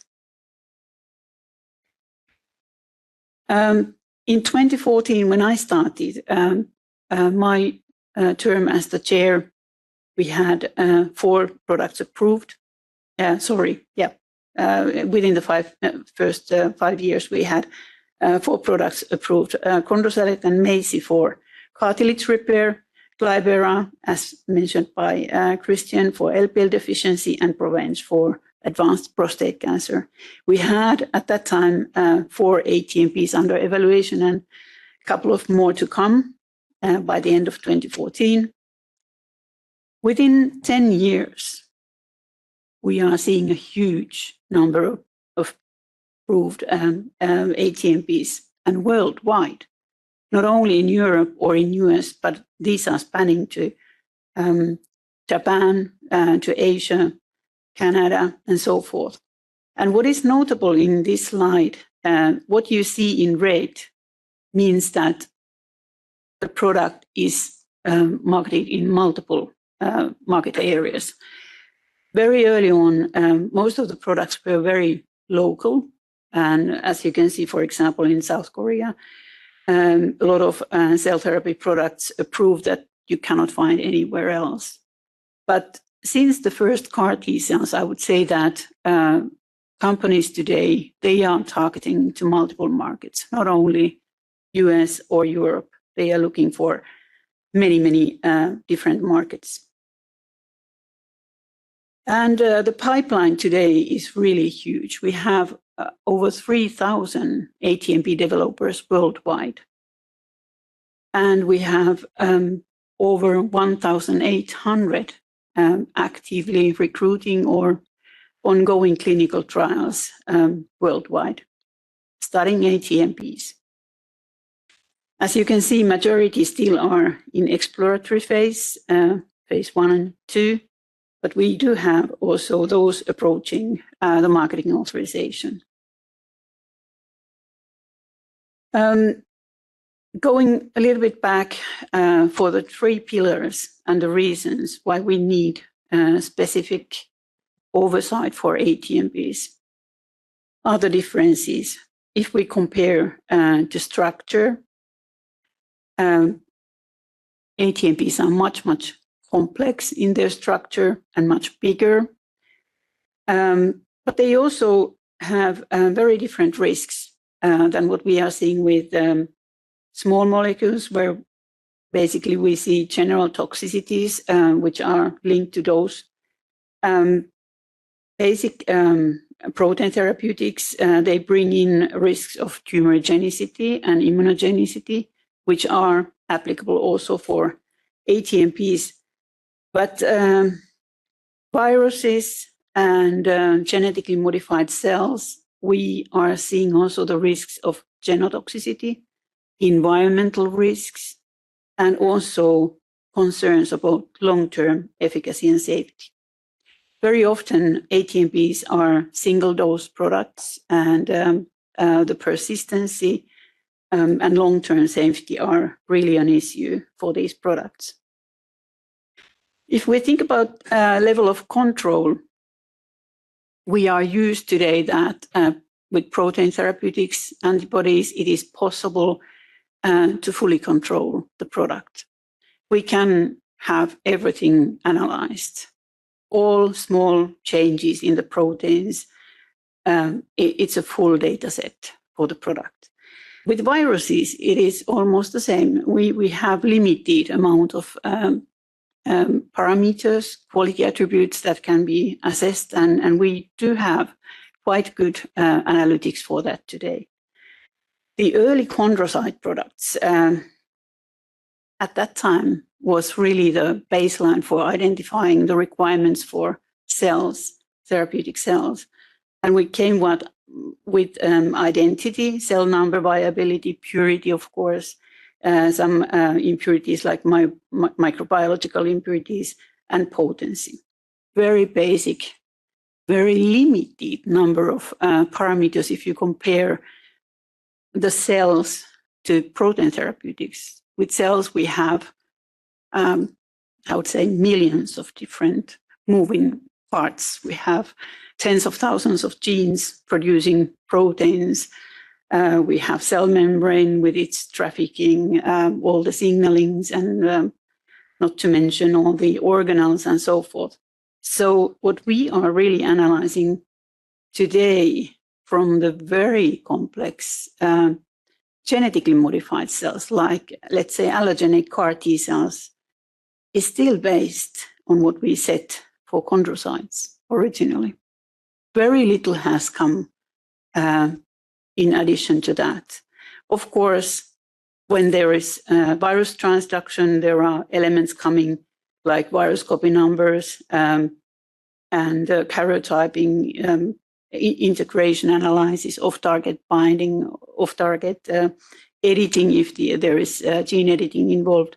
But still, I would say that 99.99% of the cell quality parameters remains untouched.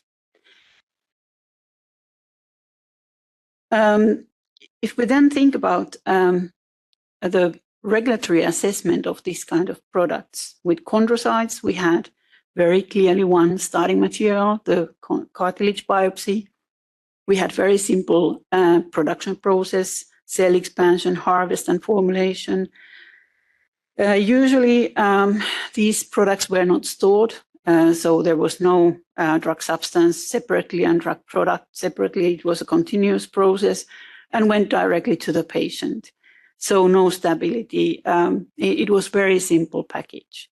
With AAVs, it is, and other viruses, it is a little bit more complex. We have, for example, 3 plasmids with a production cell line.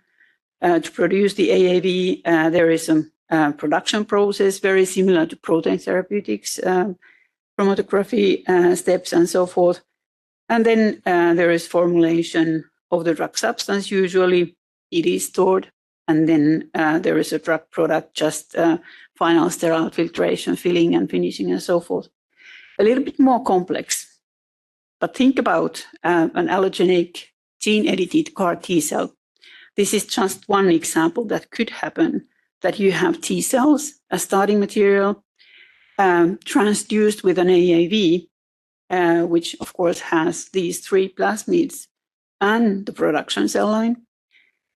There can be multiple guide RNAs,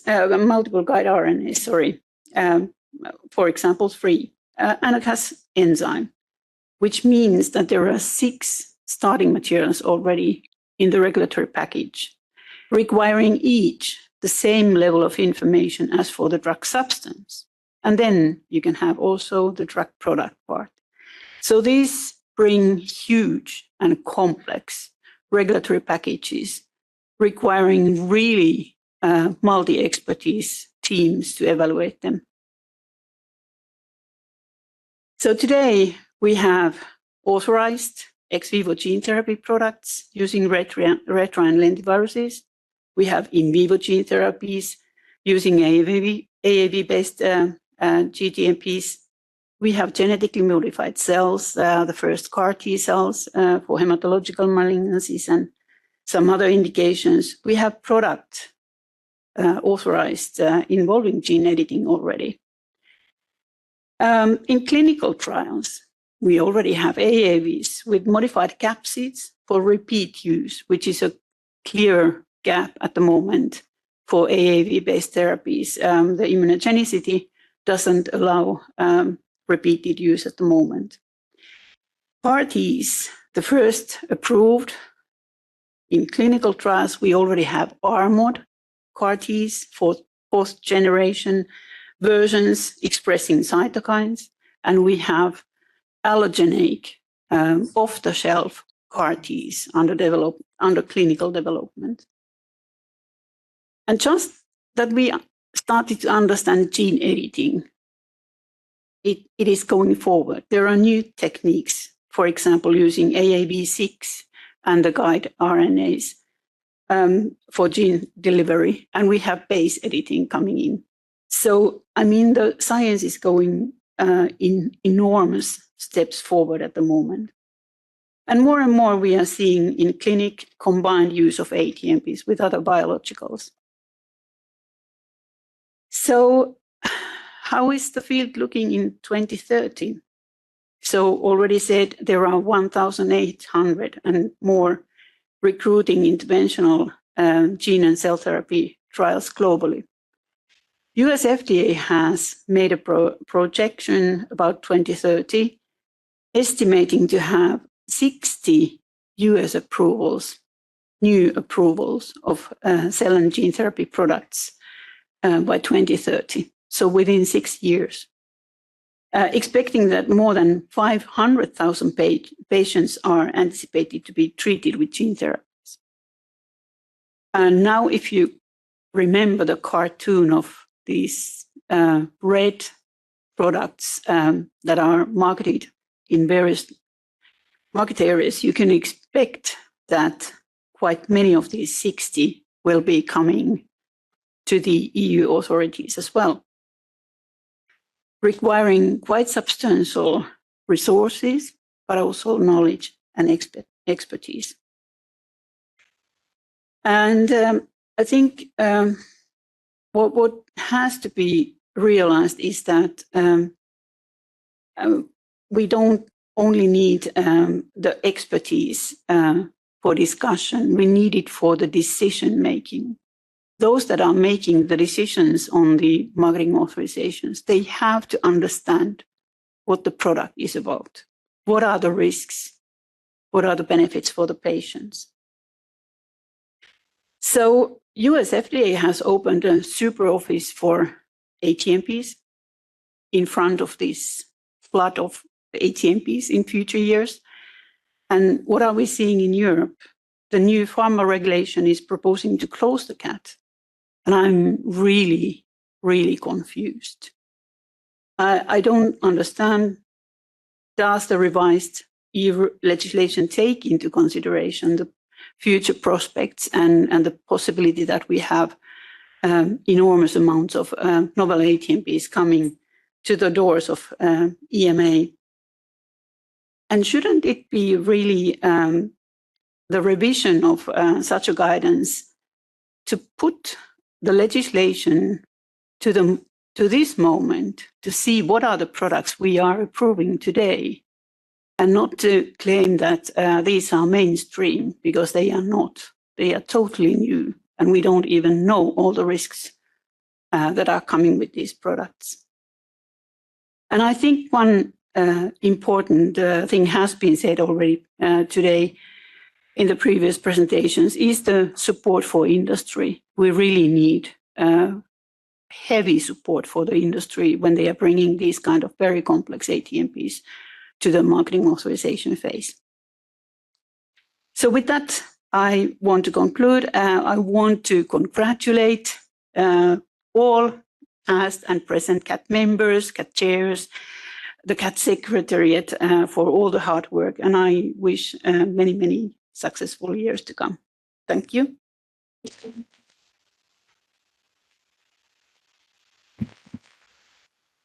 Thank you very much, Paula, for your insights. And we move on to our third chair, and that is Martina.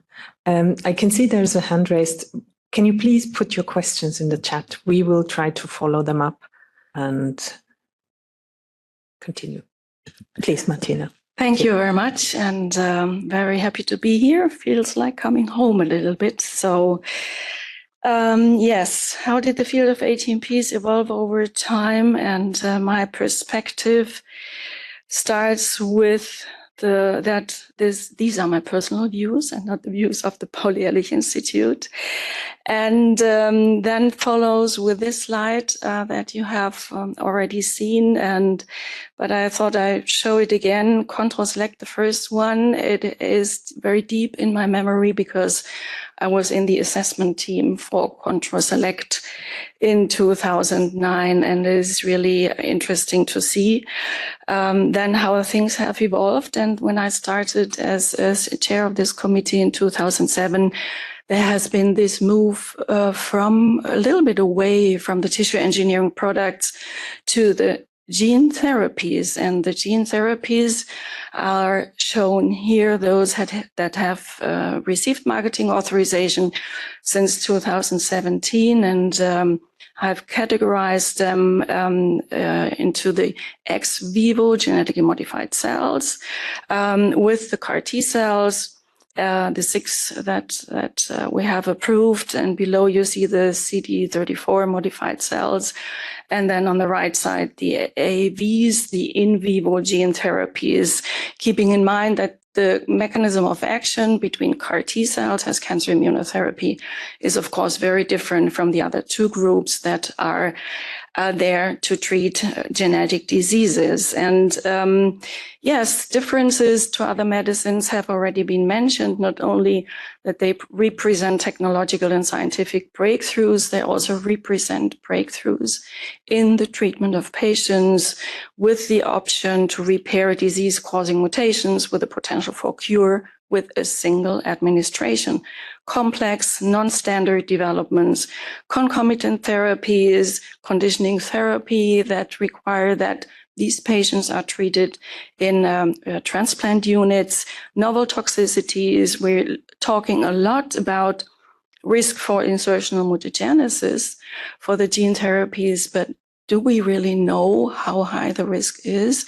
Do we really know why we have or impose the obligation for a 15-year follow-up? These are questions that I think also in this committee, and that's what we have done, we are always very eager and also asked to ask questions as we learn, as new products come in. Are our regulatory decisions adequate, and are they data-driven? And that's an important point that we've discussed very, very often in the committee. Specific post-authorization obligations to address remaining uncertainties and build knowledge, and then often no precedent cases for regulatory decision-making, because about 1/3 of the ATMPs have been first-in-class products. And you see here the life cycle of the ATMPs. That is also not really much, not substantially different from the life cycle of other medicines, with the discovery phase, the preclinical phase, the clinical evaluation, marketing authorization, and then the post-approval phase, and the whole. But I would say that there are a couple of differences. One is, of course, that for these product group, we have the Committee for Advanced Therapies as a decision-making committee, which by some is postulated to make things even more complicated in an already very complicated regulatory process. Also, the post-authorization phase is more is more important, and we have to pay more attention to that phase than for some of the other products. And then the third point, HTA assessment and the question whether the ATMP is reimbursed and whether there is patient access in Europe. And we know the numbers and the figures that we have big gaps in the European member states in terms of reimbursement and patient access. But this is, of course, not the topic of today. Now, I wanted to go with you through 5 bullet points and examples of pivotal discussions and action points where that are meant to show that we were not only assessing and doing benefit risk assessment, but that there were also many other activities. Information flow and exchange across committees, consistency in decision making, benefit risk assessment and limited clinical evidence-based analysis, population and indication wording, and post-authorization knowledge building and real-world data collection are some of the points that I would like to address. And starting with information flow and exchange across committees, yes, the European centralized authorization is seen as complex. And the approval process and the interaction with so many committees is complex. And we thought it was very important to contribute by streamlining and by a better or an increased even flow of information and exchange. And flow of information between committees and transparencies across committees we thought was very important, because the least that you want to have is that the committees work in silos and do not exchange science and data. Avoid gaps in knowledge base that may lead to different conclusions in the benefit risk assessment. We have seen the Liberia example. Appreciate scientific background and the specificities of the ATMPs and avoid surprises. And the tools that we implemented was to invite CHMP PRAC members to cut milestone discussions. We had regular exchange between the committee chairs. CUT members and CUT chair were always part or in attending the CHMP discussions. And we took care that if there were oral explanations from companies, they were in front of the CUT, and that companies didn't have to do 2 oral explanations. Second point, consistency in decision making. And you have seen that in the slide where I showed you the gene therapies approvals, 16 approvals.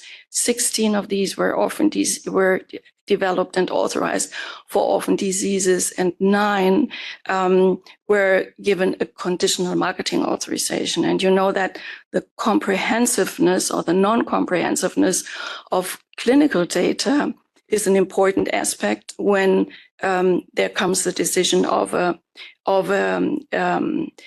full versus unconditional marketing authorization. So what is a comprehensive clinical database or versus a non-comprehensive clinical data package?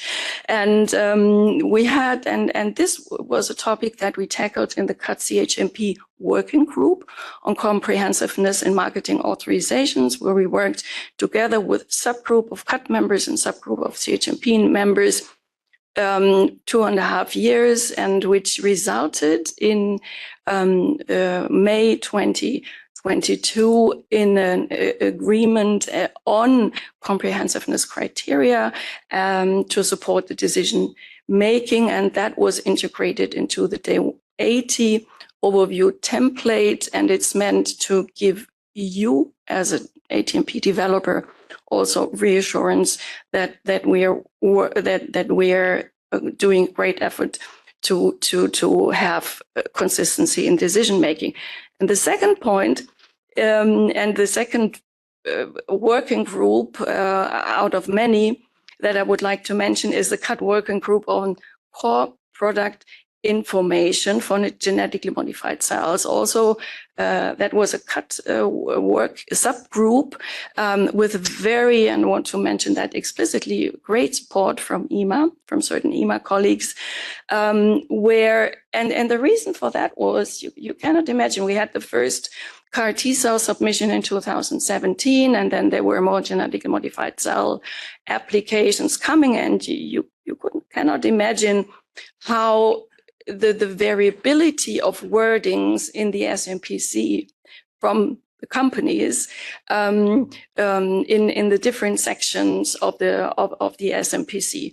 And so we thought that we have to do something. We have to streamline and find and develop a template for the US developer and for us, of course, to make our life easier. And finally the result was this guideline of core product information for genetically modified cells that is published on the EMA homepage, and that includes a template which for example says that the strengths should be expressed on the basis of the general term cells. I'm not going into CUT discussions on what is a cell, but then, for example, for the strength for CAR T cells are the total number of viable transduced cells, while this is different for CD34 modified cells. And it also says that the specific cell type contributing to the therapeutic effect should be specified in section 2 of the SMPC, and so on. So I think it really gives good guidance. And since that guideline was published, we see much less heterogeneity in wording in the SMPC that the applicants are submitting to us. The third point is that I would like to make is benefit risk assessment and limited clinical evidence based. You've seen the 16 gene therapies. They were by majority, the data that we received, the clinical data, were single arm trials. And still we need robust clinical evidence at marketing authorization. So it is clear and it is standard that, yes, randomized controlled trials are the standard for providing robust and confirmatory evidence, and that there is this word of statistically compelling and clinically relevant. And of course, the same principles apply to the ATMPs. And we have put that on paper in the revision of the guideline for genetically modified cells, which has an annex on CAR T cells where this is explained, randomized control design, also in late stage refractory disease, and so on. And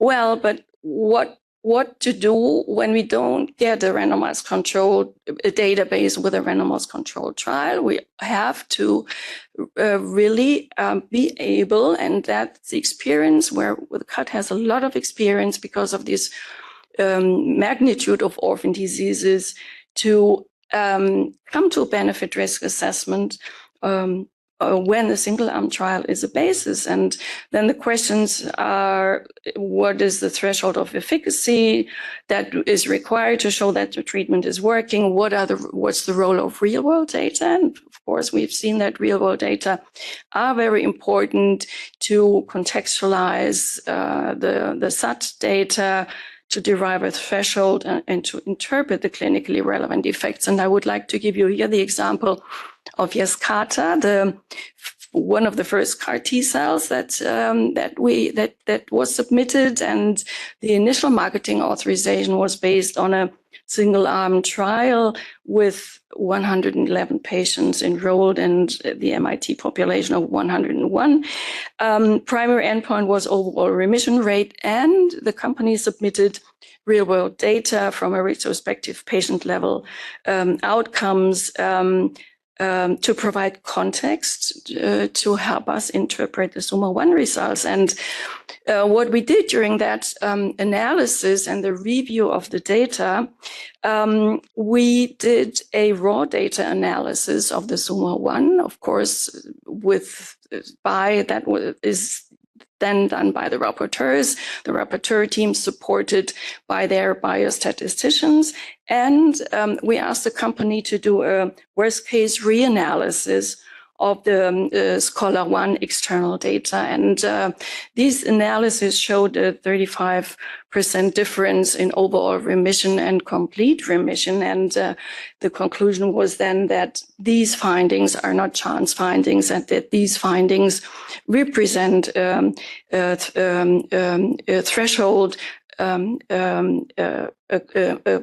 relevant threshold of efficacy. And that was one of the aspects then that led us to a positive benefit risk assessment for this product. The fourth point, analysis population and indication wording in ultra-rare diseases. This is not a cut specific topic that leads to a lot of discussions, but can be quite challenging when you have a very limited database. And so the options are that the result is a positive benefit risk for the studied patient population, that there is a positive benefit risk for a subset of the studied patient population, which is not so rare that the applicant will finds the applicant is more inclined to, of course, apply for a broad indication, that at the end, the resultant indication wording is a restriction of what was submitted. Cases where broader than the studied patient population comes then in the indication is probably rare. But so these are the general considerations. But as I will show you in one example, there are also regulatory or legal provisions that we have, that the committees have to take into account, and may dictate indication wording that you may not consider really data-based or clinical data-based. And one example I would like to give you here is the example of Libmeldi, this genetically modified cell product for treatment of children with metachromatic leukodystrophy, and where we had an analysis population of 20 subjects with a biallelic mutation in a single-arm trial supported by external data from a longitudinal observational study. And the conclusion was that about the clinically relevant effects was that for the younger children, the late infantile and early juvenile children that had been enrolled in the trial that were pre-symptomatic, had not yet symptoms, but had been diagnosed, for example, with a disease, because, for example, the sibling had the disease, and then they did a screening for the disease.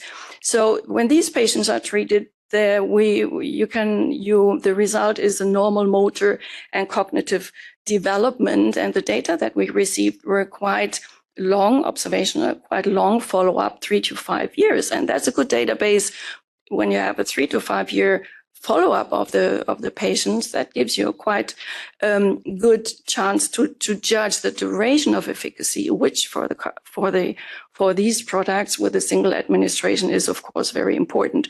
And then the early juvenile patients that had already symptoms, there, the magnitude of effect was less evident.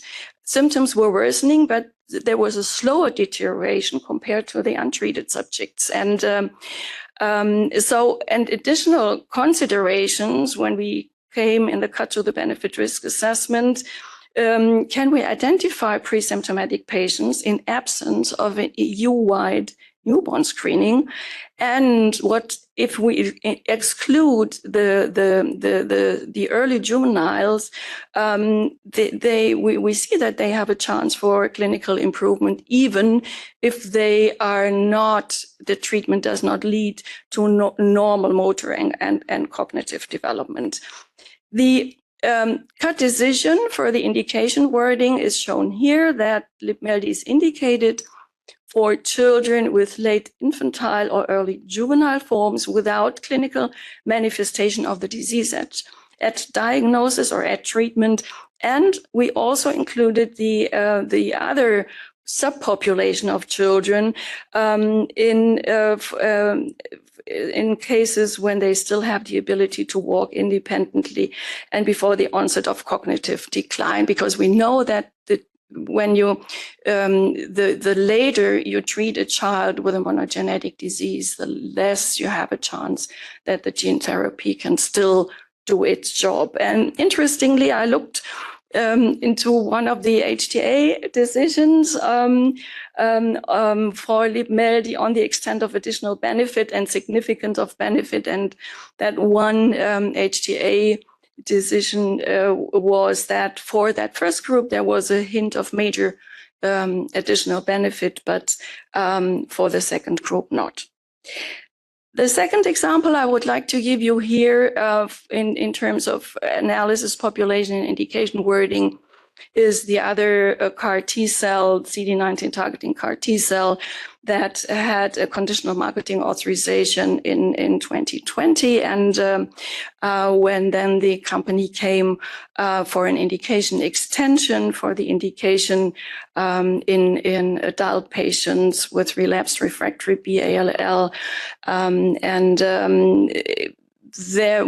the data showed clinically relevant effects. We involved a scientific advisory, the scientific advisory group oncology, because the database was quite limited, and the SAG recommended that broad indication for adult patients would be justified.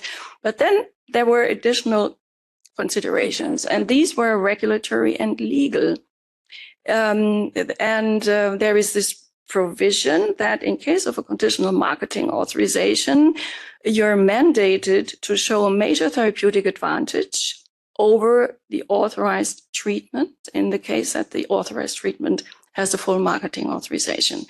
So the database and the company was mandated to show major therapeutic advantage over available treatments. And yes, major therapeutic advantage over certain anti-BALL medicinal products could be shown, but no major therapeutic advantage over another CAR T-cell product with an indication in pediatric and young adult patients up to 25 years of age.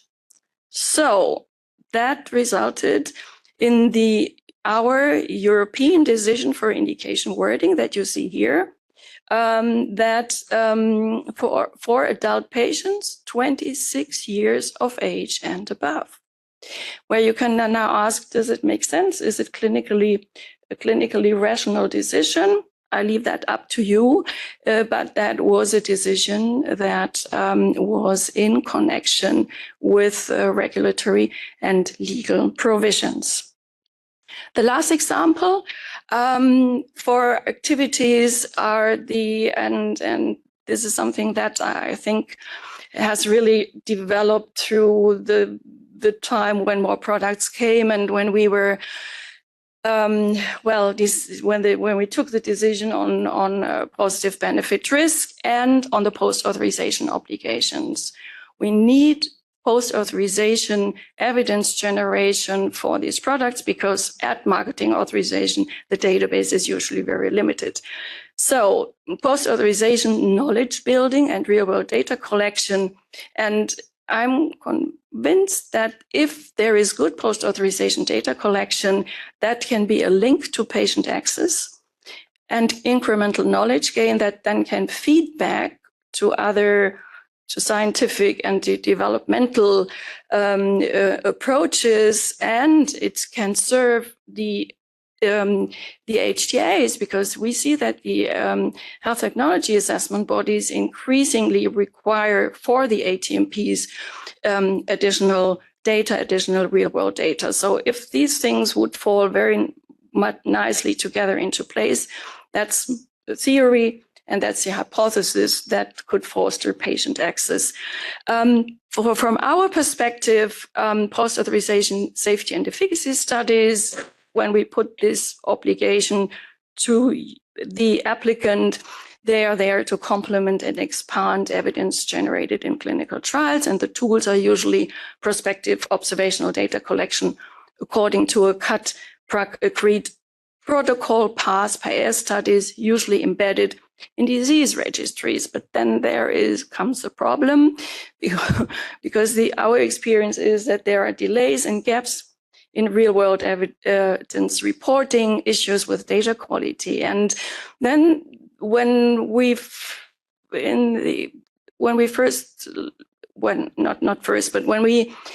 gathered that experience, the question came up, do we have EU-wide registries? Ideally, these would serve their purpose, but do we have maybe national registries that are well set up? And for example, in the case of CAR T cells, where we have up to 45 treatment centers per member state, and where we have a substantial number of patients that are treated with a commercial product in a member state, a well set up national registry for CAR T cells or for these type of products could also serve the purpose.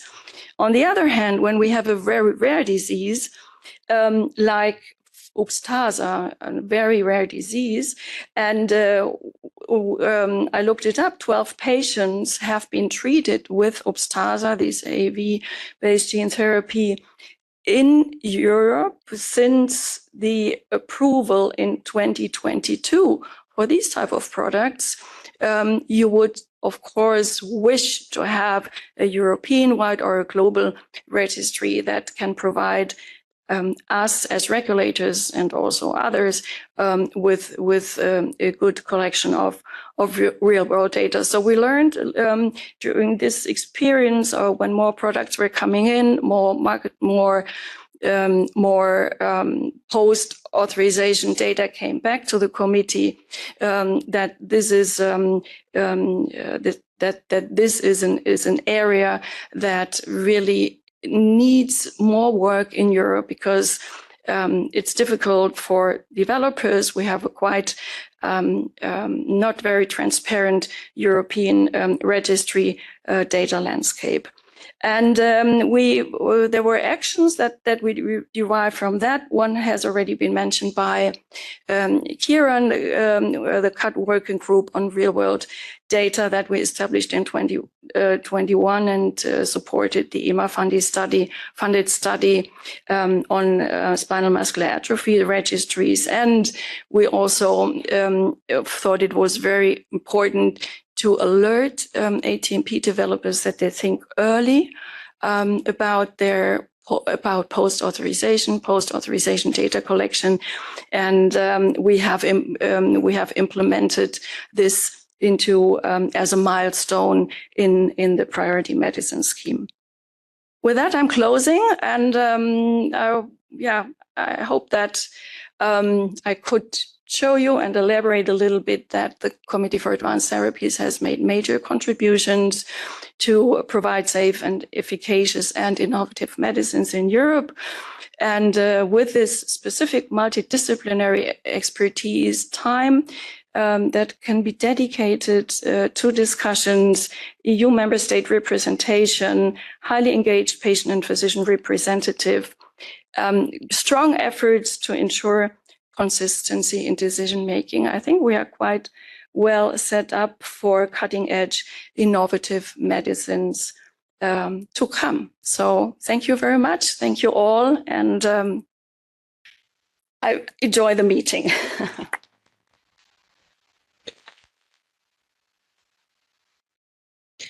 Thank you very much, Martina. And if your head is spinning by now, you will be relieved to hear that we're going to have a coffee break. And I hand over to Patrick to tell us the timing. Okay, so we're running a little bit over, so we're giving also a little bit more time for the coffee. Coming back at 5 minutes past 12 for the fireside chat with the chairs prior to the lunch break. So 5 past 12, we're back.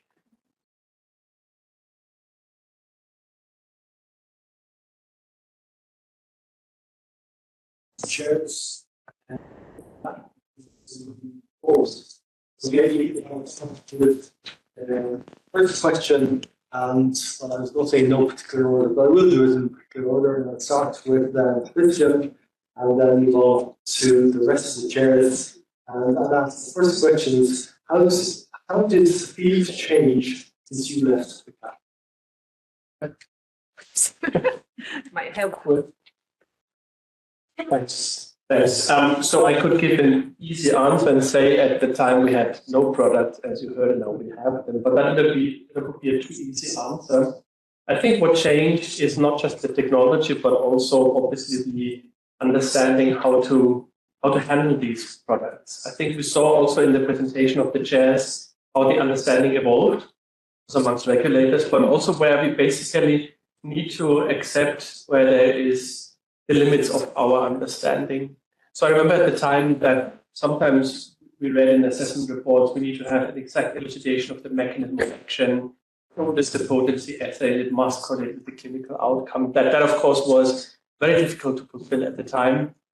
To understand the mechanism of action of some of the conventional medicines is already something for the Nobel Prize. So this is sometimes, well, we need to accept the limitations. And I think that this understanding and this balance has evolved very well over time.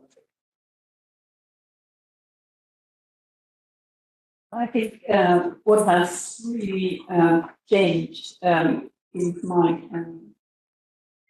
was that gene editing and the technology for CAR-Ts slowly developing, I would say, and made it really complex. With the CAR-Ts, we saw really bad side effect toxicity, but very quickly the scientific community and developers were able to find also solutions for these toxicities, which, in my opinion, was a real learning curve for everyone, for regulators, but also for the developers, that you really have to take these kind of risks seriously. And hopefully those are more in-depth looked into before going even into the clinical trials. But really, like I said in my presentation, the field is going more and more complex, requiring a lot of understanding. Not only the questions is difficult because it's just 1.5 years. So, I mean, let's see, evolvement of the field, but again, rather what is now coming where you see all these technological innovations in the area of gene editing, where the challenge is probably even higher.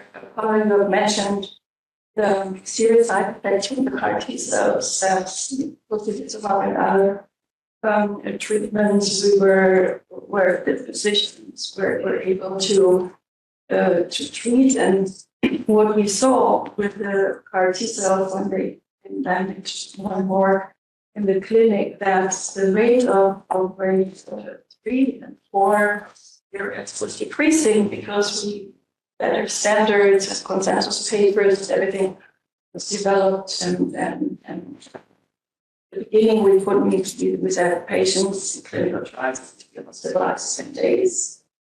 Now this is no longer a requirement. So in that area things have become easier, better understood, clinical management, everything. But then when we look at the gene editing products, there is again this, let's say,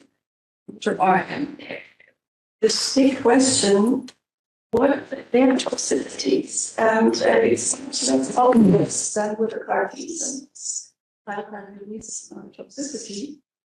And for these products, there are this non-clinical characterization, tumor and back and forth, but what does it mean for the clinic? And I think that's another challenge that we have already with the usual product, but also with upcoming gene editing products to set them, but to judge what is reasonable in terms of risk mitigation? How long should the risk mitigation be? How extensive should it be? Do we as regulators put additional burden?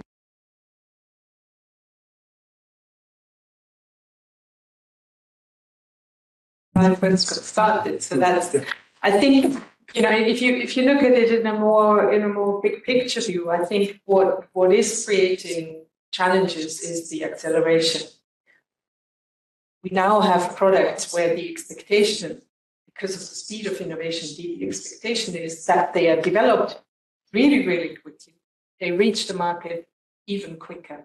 And so that puts pressure on the development of the manufacturing process, the comparabilities. How do you even bring it all together by having the non-clinical match the quality, match the clinical data? I think the overall pressure has increased tremendously. And it's quite difficult when we talk about the quality of data to maintain that quality and to generate that quality of data. So we have a technical problem. People online cannot hear you talking. So I propose that it's linked. Propose that you sit over there and take the mics over there, because otherwise it's a pity for the audience. With chairs?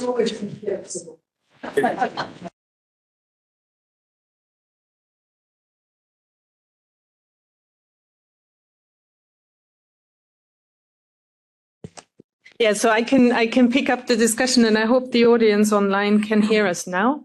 So it's a bit weird because we have audience on both sides, so it's very difficult not to turn our backs to either side.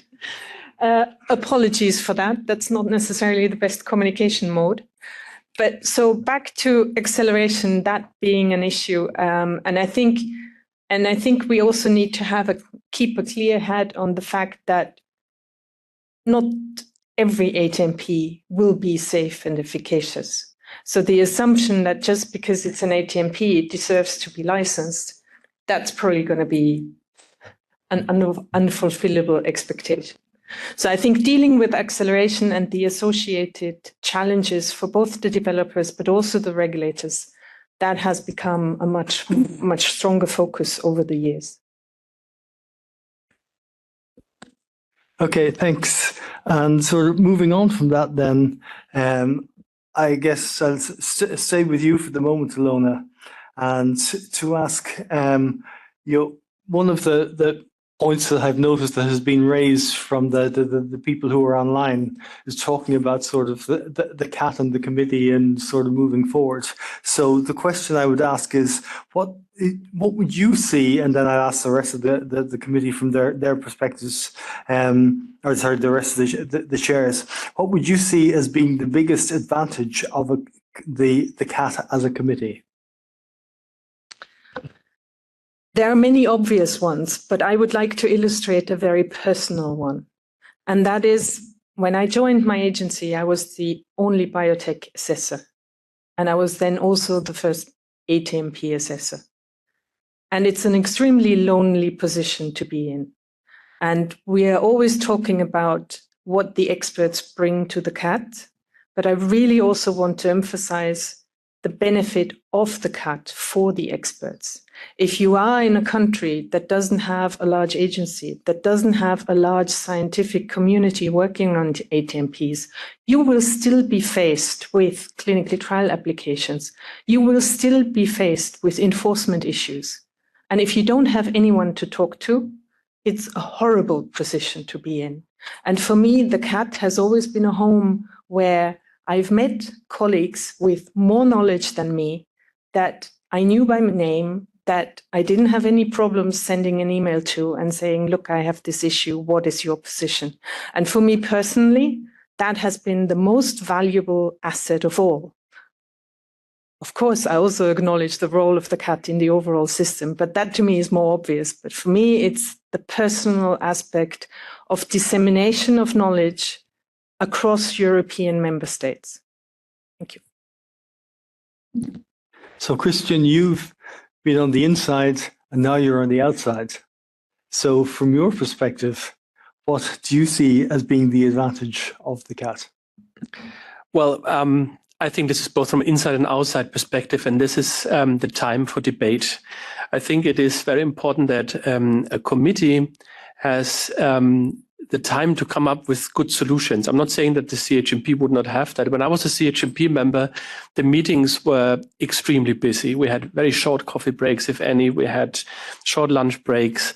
I cannot imagine that this has changed. I would think that this is still the same. And I think that for some medicines where there is so much to discuss and also to find common ground, you know how it is when you solve a problem. You find better solutions in a team. You find better solutions when you talk about things. And I think that this is one of the benefits that I see the CAT committee has, and also that it is a committee, because in a committee you have the mindset to come to a good decision at the end. And I think that this is really one of the points that I would stress.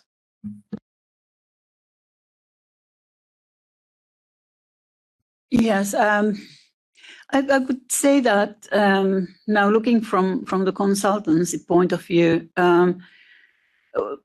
CAT has two extraordinary tasks, in my opinion, in addition to the others. I'm not saying that those are not important, but I think extremely important tasks are the classification and certification of data. Especially for innovative early developers, this kind of guiding to the right route is extremely important. And classification, as we saw the figures, has really served the purpose. Certification, to my understanding, has been less used, but I believe that it's getting lifted up because companies start to realize how important it is to check that the CMC and non-clinical data are appropriate, for example, before important milestones like first in human or phase 3. So I think in addition to the marketing authorization reviews and support for scientific advice, I would say that these two elements are mandatory for the future if we want to keep also ATMP development in EU running. And I wonder if such big changes are coming that CAT would not exist, which body would be doing that? I mean, you mentioned, Christian, the busy schedules of the CHMP. Where are the resources for this kind of very, very important work?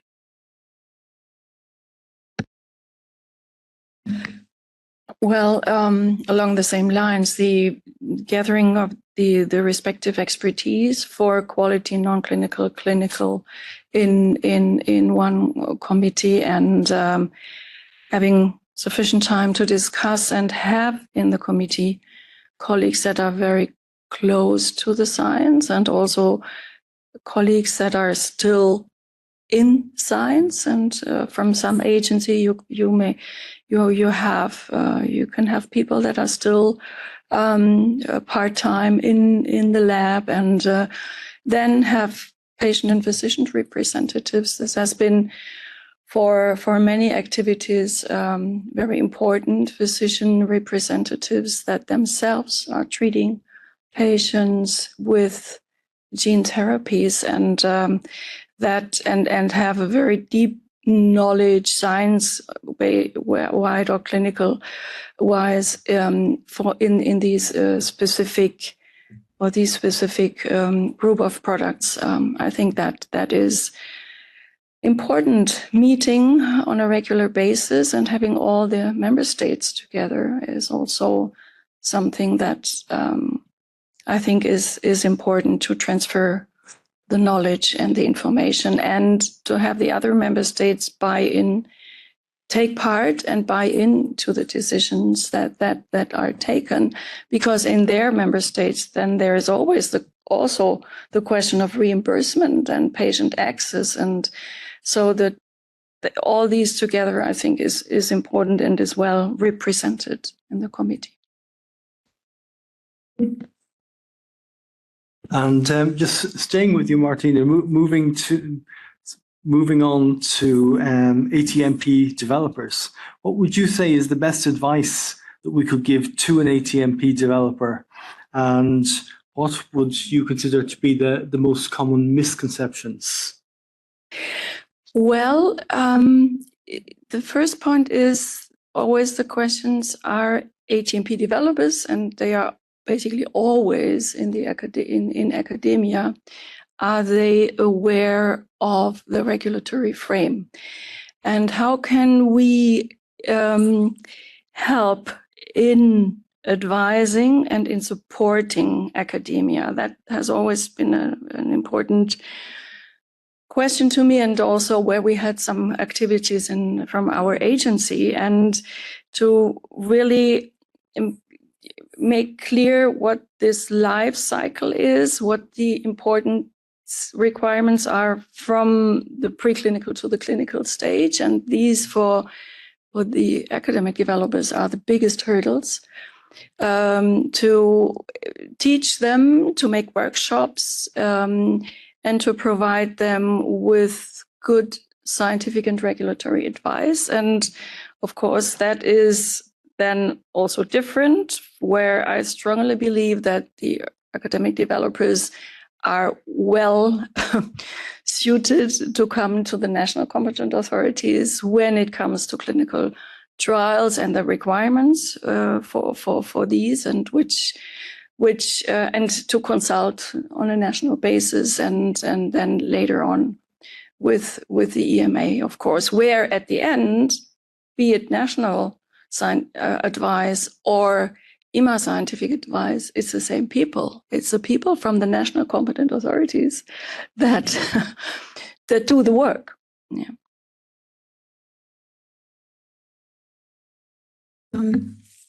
I think the companies, well, I'm talking about companies. Of course, a lot of development is happening in academia, but a lot of development is taking place also in companies in US. And I still see the same kind of rush in the development with very early phase products immediately to clinical trials with minimum non-clinical data. Often it is not even feasible to conduct. And that is leading to failures, leading to extra work, unsolved questions. And I would really hope that the regulatory community could generate some kind of common platform to teach these early phase developers somehow. And I also think that we need still more harmonization across the market areas. It's really tedious for example, US companies, if they go first for US submissions, the INDs have to be converted into IMPDs in Europe. We have different requirements, GMO legislation they are not aware of. And all these kind of aspects are delaying access of the European patients, I would say. So I would push for very strong harmonization from European point of view. And the first ICH guideline on the non-clinical biodistribution is a good achievement, but the regulatory field should go much further with the ICH guidelines, in my opinion, because that will nail down US, EU, Japan, many other market areas, especially for those products that have been on the market and similar coming along. I think there could be guidelines provided.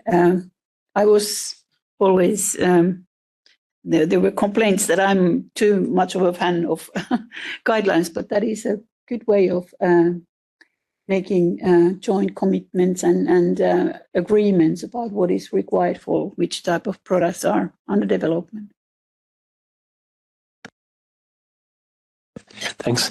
Well, I would think companies should invest time and effort in a smart way but still do that in order to know their product very well from early on, to characterize it, to treat it badly, so to speak, so that they know how it behaves, so that they know how to later on justify when they have to upgrade the manufacturing process, for example, that the data are still relevant that they obtained. And one big thing as well is when FDA accepts something, don't assume that Europe accepts it, or other way around. If Europe accepts it, don't think that FDA automatically accepts it. So to talk to the regulators from early on, when you look at the EMA homepage, this is an invitation to talk from early on. There's so many tools there, which I think should be used.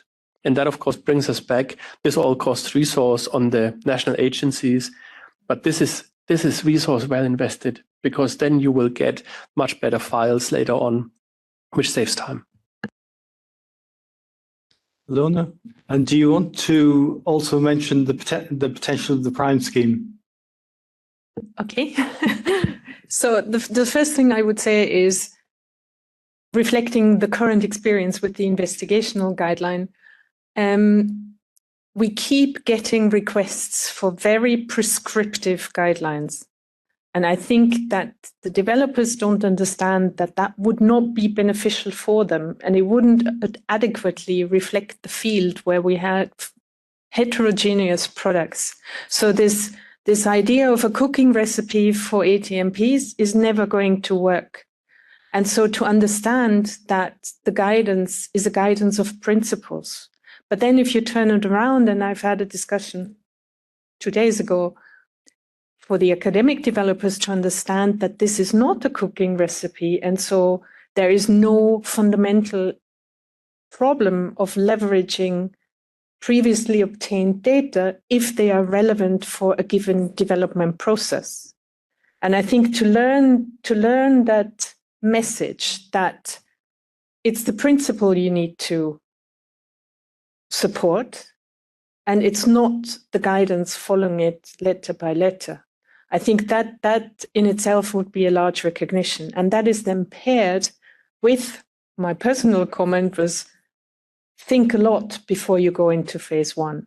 Because especially with the accelerated developments in rare disease, you will have to satisfy, obviously, the clinical trial approval, but also the data generation for marketing authorization and the reimbursement issues.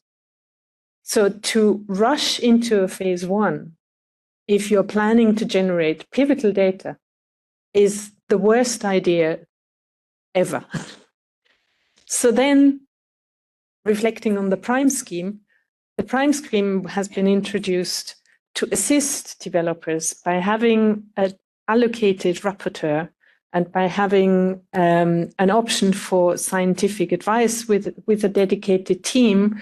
And I think especially the Prime kickoff meeting serves the purpose of identifying blind spots. So the idea is that a developer comes along and presents the package as it stands, the ideas for the future, and more often than not, you identify areas that have not been looked at or that are recommended for scientific advice because they are maybe not at the forefront of the developer's idea, or maybe reflect regulatory issues that haven't been sufficiently appreciated. And so the fact that we have almost 50% of the primes as ATMPs is a reflection of the high unmet need, the promises these products provide, and also the dedication of the system to assist in the development of these products. And of course, that all takes time. So. Okay, so obviously the point of convergence between international authorities has been brought up. I was just wondering what the panel feels, how well we're coming on this, or how we could improve, because obviously, ATMPs aren't European or American or Asian. So I don't know, Paula, do you want to start with this? Yes, we are trying to advocate the international collaboration and also the international available guidelines to the developers. But I see still obstacles somehow, which I would really like to be solved, like the GMO issue in Europe, which is in US you can go up to phase 3 clinical, or actually up to the BLA phase without any environmental risk assessment for genetically modified cells, because it's taken that these don't multiply, these don't bring, and if you have a proper assay for showing that there are no residual viruses, whereas in Europe you have to, and in different member states still you need different applications, and that makes conduct of clinical trials in Europe extremely cumbersome for genetically modified cells and for other ATMPs as well. And if EU wants to enhance the access of these kind of products, we should have something done on these issues. All those bottlenecks that are somehow hampering of the companies to come for EU clinical trials and submissions.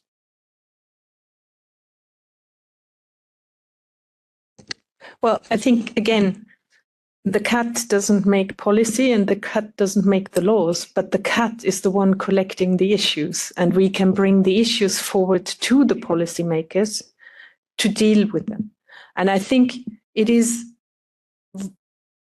that there are a couple of points. First of all, I think what's not sufficiently recognized is that Europe has been dealing with convergence since the early 2000s.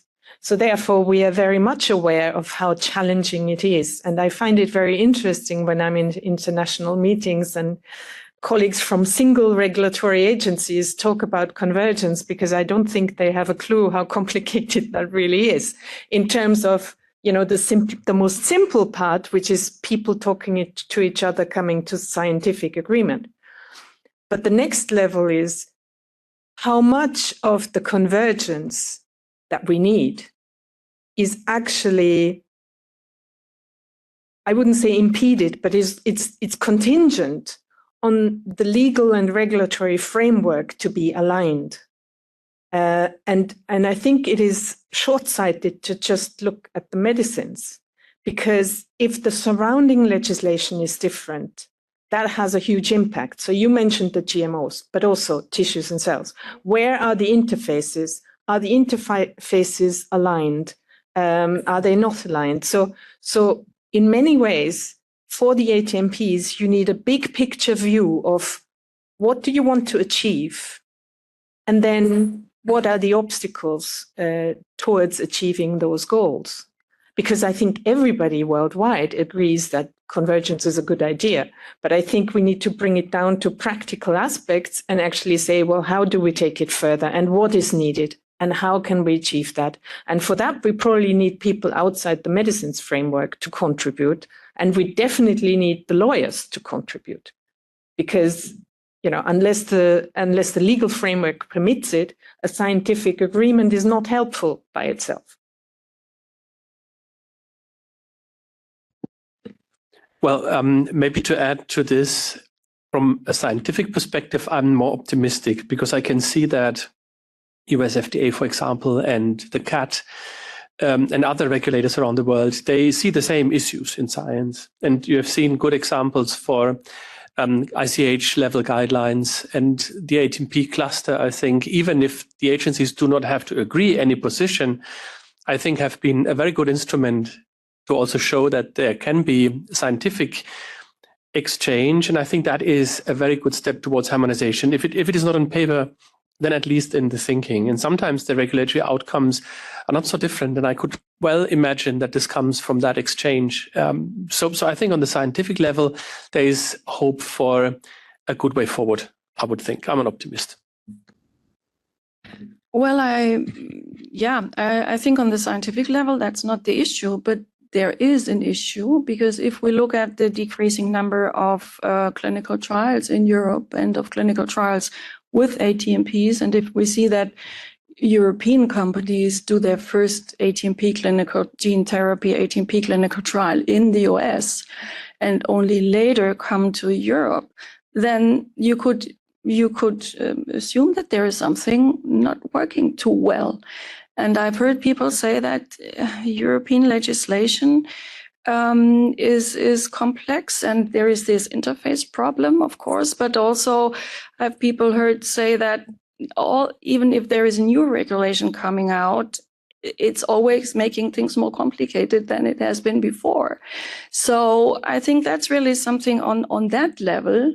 GMO is one thing where we've been working in the cut really and have made very strong statements through EMA to the Commission on that problem. But then with the Act EU and all this, we need better and faster clinical trial approvals. We received the answer that there are so few ATMPs, the GMO is not a priority. And so you can look at it from different levels, but at the end, there is a feeling that Europe is falling back and something has to be done, I think. Sorry to be negative about that aspect. Okay, I have a few more questions, but I think at this stage, if there are any questions in the room, first of all.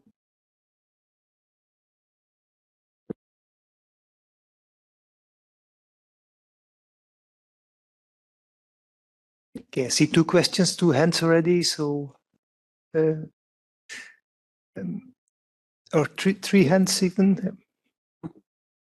Whose turn? Okay, who starts?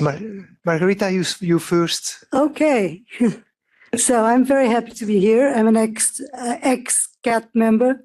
So I'm really preoccupied with the new pharma proposal and the finishing the role of the CAT. I think CAT is really one of the important committees that enable also the work at the member state level. So it's a good interface to integrate assessments from the non-clinical, quality non-clinical and clinical, and to have this type of discussions and cross-talk with the different aspects that are fully required for the ATMPs. So how is this going to happen within a CHMP that has no time even for lunch? How are they going to handle the difficulties of dealing with the interface between quality, safety, and efficacy, and the discussions that go along with the mechanism of action, for example, that needs input from all these areas, and this type of discussions that were held at the CAT that really should be kept along the development of this type of approaches.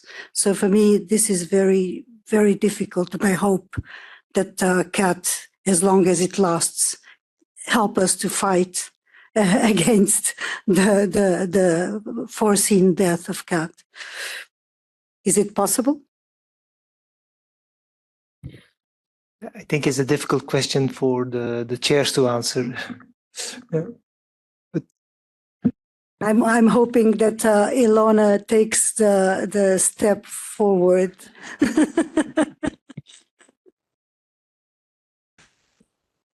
Okay, There's always one for the easy tasks, right?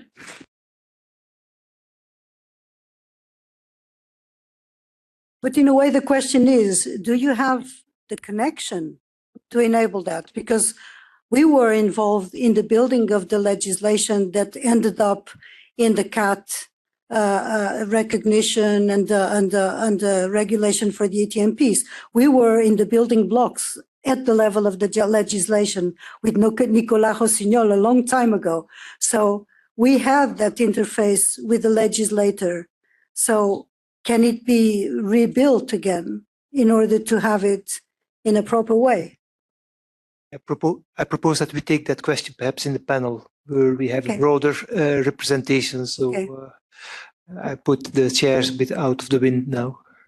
I have another question, my left to right. Yeah, the lady in the second row.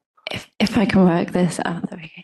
Hi, I'm Claire Leve. I'm a Regeneron Genetics Medicines Director for Regulatory Affairs. I've heard quite a bit, and thank you firstly, sorry for everything you've done and the great presentations today, but I heard in the presentations the collaboration between the different committees, so CHMP, CAT and COMP, but I haven't heard much about the collaboration with PDCO. And I just wondered what advice you'd give developers in developing an ATMP, a gene therapy perhaps, that affects a condition for adults and children where, you know, most of these disorders are congenital and you want to access that patient population as quick as possible. But sometimes it can be challenging to know who to go to for advice. How do you go to the PDCO? Do you go to the CAT? How can you work with the committees? So I just wondered if you may be able to provide some comments on that aspect.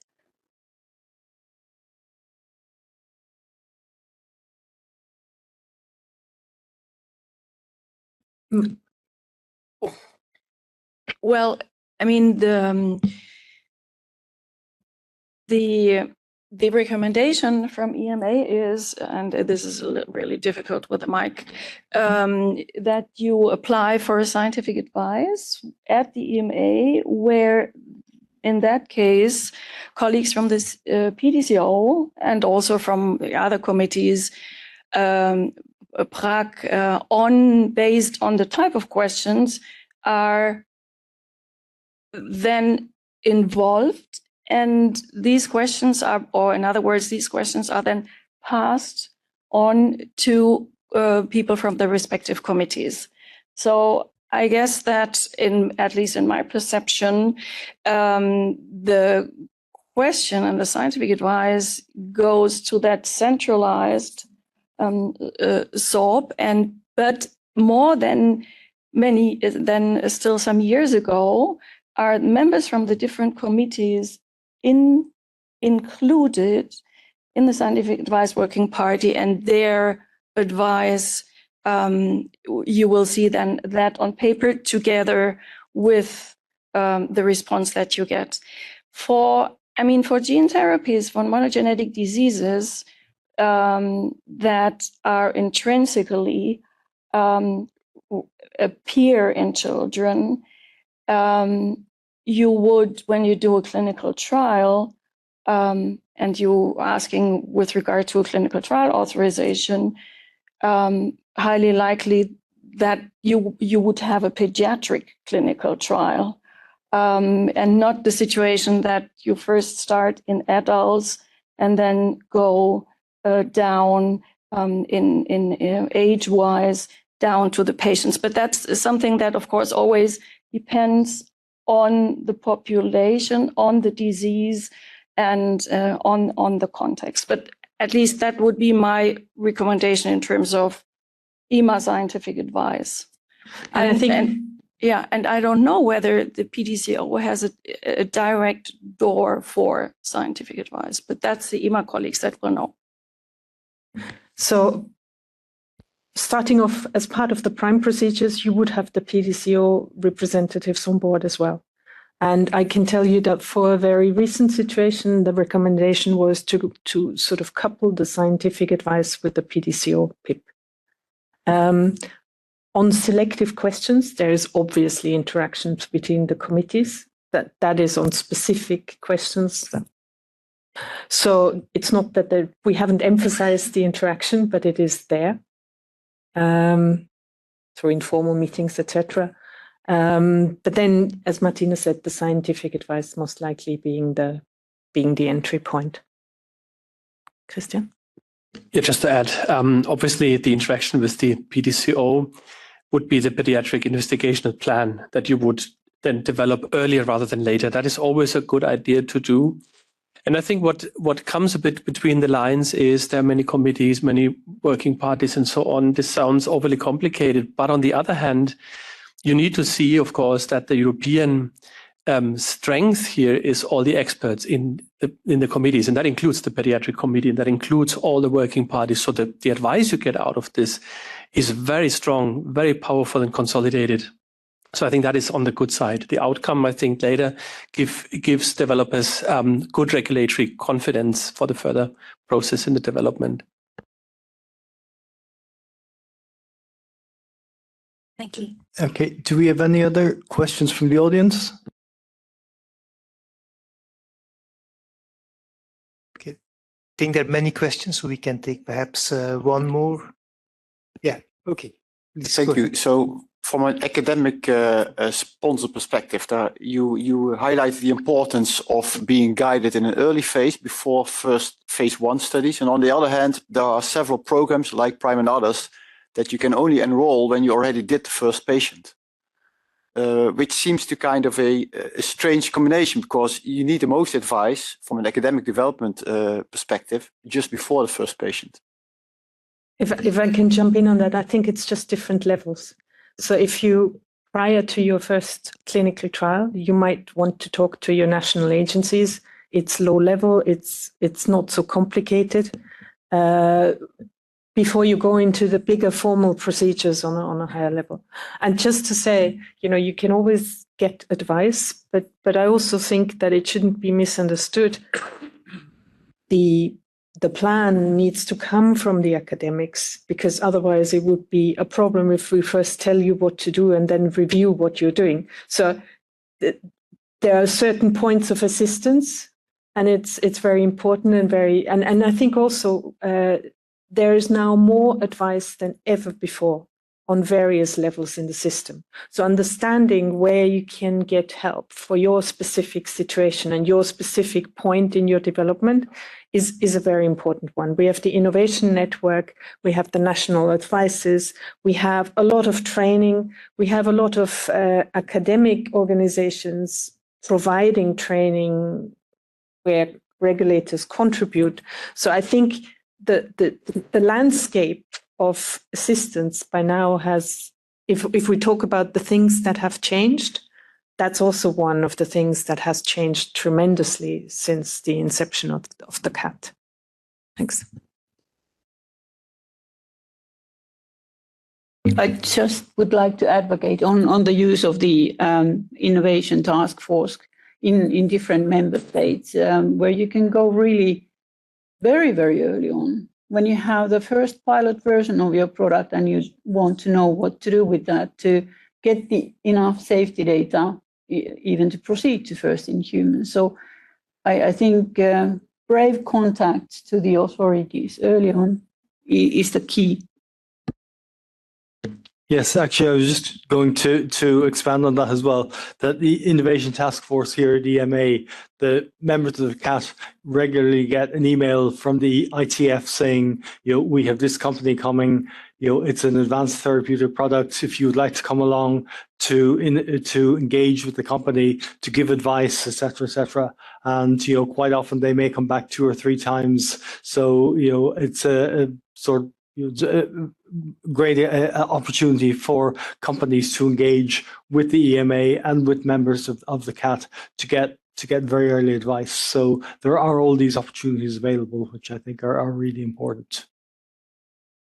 So I've just we're coming close to lunch, so I'd like to just finish off with a couple of questions, sort of moving forward. So if I move first to Christian and Paula, who have, shall we say, left the regulatory scene, shall we say, and ask you. So you've moved from the regulatory agency to a consultant position. What recommendations can you give looking forward from the other side? Well, recommendations. I think to companies, we had quite a number here, but I think what a recommendation would be, now that I see companies also struggling with early developments, having limited funding, having a great idea, which is high risk, high promise. When I was a regulator, I left all of the cost aspect and everything out of my equation because I needed to see the data and what was compliant and so on. But I can see now that sometimes it is difficult to generate data, especially in an early development. So you have to do it in a smart way, but also there needs to be a certain awareness of this, I think, with the authorities. Sometimes I was thinking, how can company X come as a regulator? How can company X come to marketing authorization at this point? It's immature, or to scientific advice, it's immature and so on. It is because they have no choice. They have to come so that they basically get another round of funding and so on. And I think we need to know this.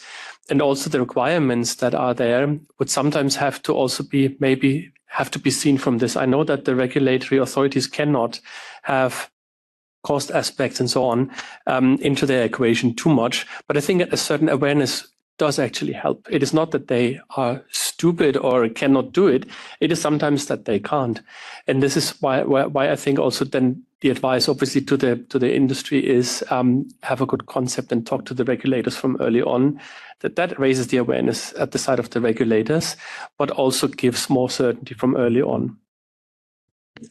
And before I come to you, Paula, if you were to give some advice to us as a CAT on how can we do things better? So looking at us from the outside.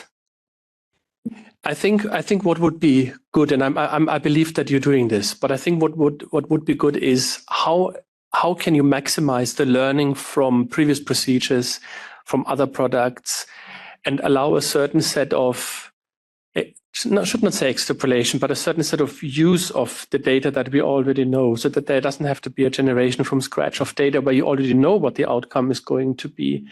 And I think to put questions and requirements in relation to the benefit risk that is at hand to be decided, I think is one of the other recommendations I would have.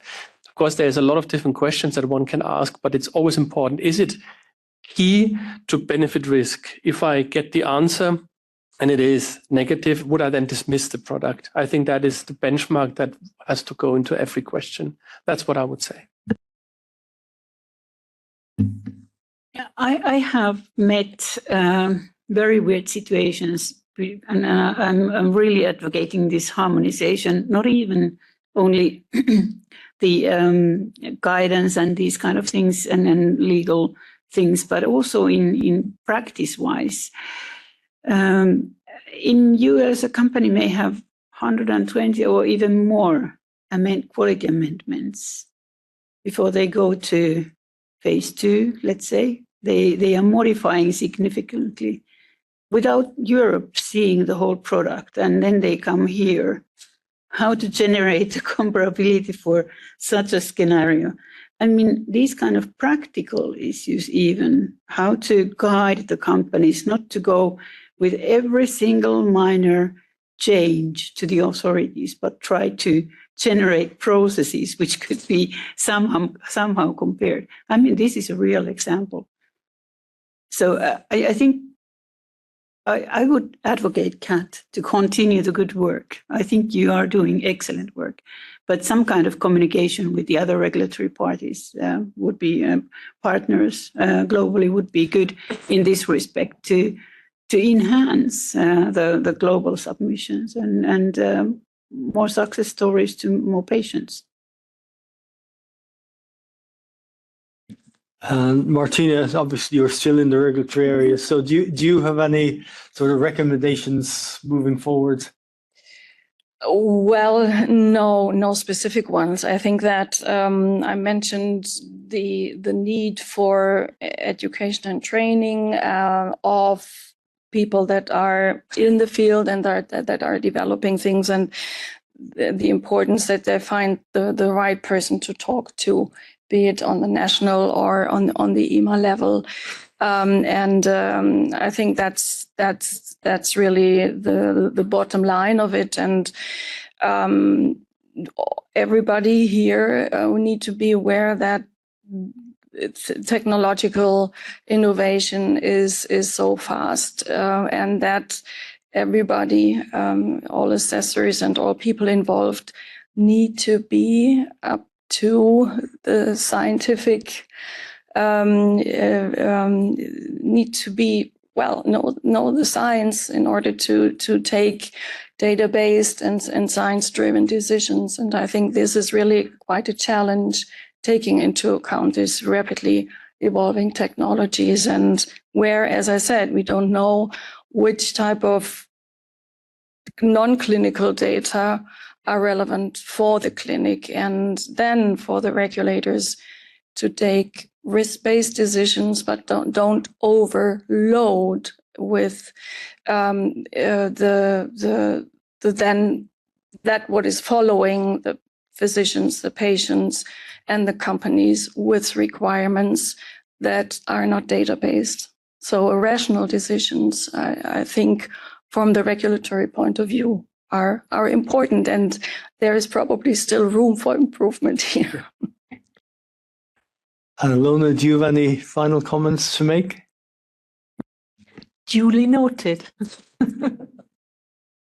Okay, with Okay, this statement, I think I can thank you all for this interesting fireside chat. Technically, it worked not that well because you were having to twist towards the audience or look at this side. But nevertheless, I hope it was interesting for everyone. Big thanks. Okay, so practically lunch is served downstairs. So you will be escorted up and down. Around 2:00, we will bring you up to the meeting room here again, and we will start as soon as possible after 2:00, perhaps giving a couple of minutes more time because we overrun a little bit now. So we'll be escorted back by around 2:00. For those online, please do not disconnect because I'm not so sure if you'll be able to reconnect. So if you can stay in line for that hour of lunch, we appreciate it. Thank you very much. Yeah. All the speakers to stay. Can I perhaps ask the speakers to stay here so that we can make a photograph of all of you?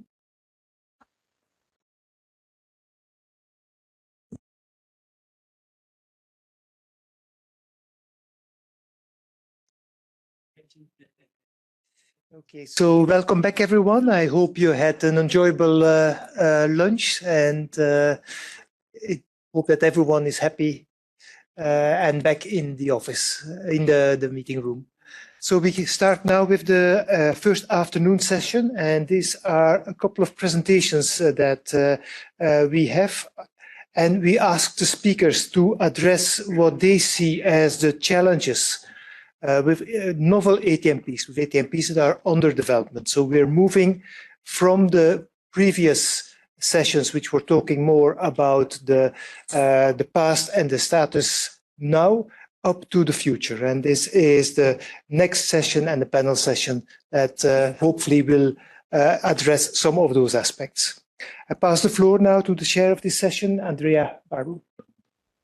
Yes, hello everybody, and welcome to the session number 4 of this day. Thank you for putting together this. Is really interesting, and I think this session is going to be at least as interesting as the other ones.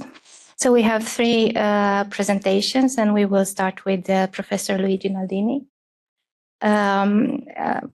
He's a professor of cell and tissue biology and of gene and cell therapy at the San Raffaele University School of Medicine and scientific director at the San Raffaele Teleton Institute for Gene Therapy in Milan. For the last 30 years, he has pioneered the development and application of lentiviral vectors for gene therapy and contributed to the advance of the use of artificial nucleases for targeted genome editing in cell and gene therapy. He has received many distinctions and awards, and he is also a co-founder of 3 innovative biotech startup companies. So Professor Naldini will guide us through an academic viewpoint of the challenges foreseen for ATAPs under development, please. Thank you very much for the kind invitation and presentation. I'm happy to be here, of course, and certainly appreciate the hard work that the CAT has been doing, supporting our effort to develop new treatment for severe diseases. So this is on my disclosure. I think you already mentioned some of that.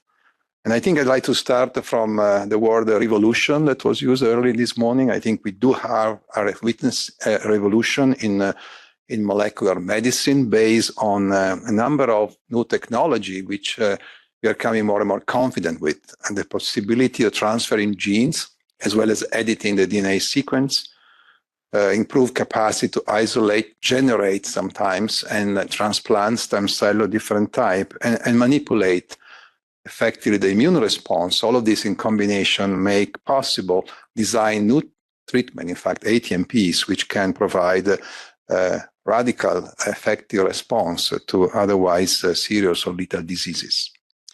Now, there's a number of established treatment now that are very familiar with this audience. I don't need to go through both through ex vivo and in vivo strategies. I will a little bit concentrate more on the ex vivo, not only because, of course, I'm more familiar with, but also because of time. We can discuss some of the in vivo if you want later on. And in particular, using both hematopoietic stem and progenitor cell or T cell, we have a number of effective treatment, both for rare genetic diseases as well as cancer. And I think the two topics, stem cell-based approach and I will mostly focus on, I know the next speaker will discuss more of the CAR-T. Stem cell treatment essentially today, I think leverage on the successful clinical experience with bone marrow transplantation and essentially introducing ex vivo manipulation through either gene transfer or more recently gene editing. And we have a substantial number of disease for which this approach provides an effective treatment. Some of this, as well known to this audience, has reached a market approval, but there are many, many more in the area of primary immunodeficiency, storage disease, hemoglobinopathies, and stem cell disease base, for which there are significant indication from ongoing early phase trials. And of course, gene editing as well has entered the clinical arena with this application and already reached approval quite remarkably in a relatively short time. So lentiviral vector are the main tool today for most of these applications, and I will briefly say that overall, we have now learned a lot more about the biology of this vector and the transduced cell. We do have a substantial number of patients treated, probably reaching more than 500 for the stem cell application, and certainly several thousand, 10, probably 20 or more thousand for the CAR-T application using Lenti platform. It's clear that integration, which is the main property, integration into the genome of this vector is the key properties allowing stable and gene transfer into a proliferating cell and transmission of that genetic information to its progeny. Of course, this is a double-faced word because at the same time, integration is per se a significant mutation in the genome and may have adverse effect. The design of the vector, in particular lentiviral vector, which came after early experience with gamma retroviral vector, has addressed substantially the risk of genotoxicity by the vector design and also leveraging on the biology of the virus. Most of this, however, has been now verified in clinical trial. And so what we have learned is coming from, as I will mention, also the molecular follow-up of patients treated successfully with this application. I think the initial significant concern from a vector derived from a highly pathogenic virus also has been alleviated substantially, again, by vector design and, of course, by the extensive clinical use of batches of vector in which never has been reported a breakout of a replication-competent virus, as expected, if you want, from the design of the strategy. Briefly, just to mention an example of was already made this morning of a drug approved here in Europe first for the treatment of leukodystrophy. This is a dramatic disease of childhood in which children have a very short life expectancy. and provided that they have treated early, at early stage, either pre-symptomatic or not symptomatic, you can see the molecular, the clinical follow-up of patient.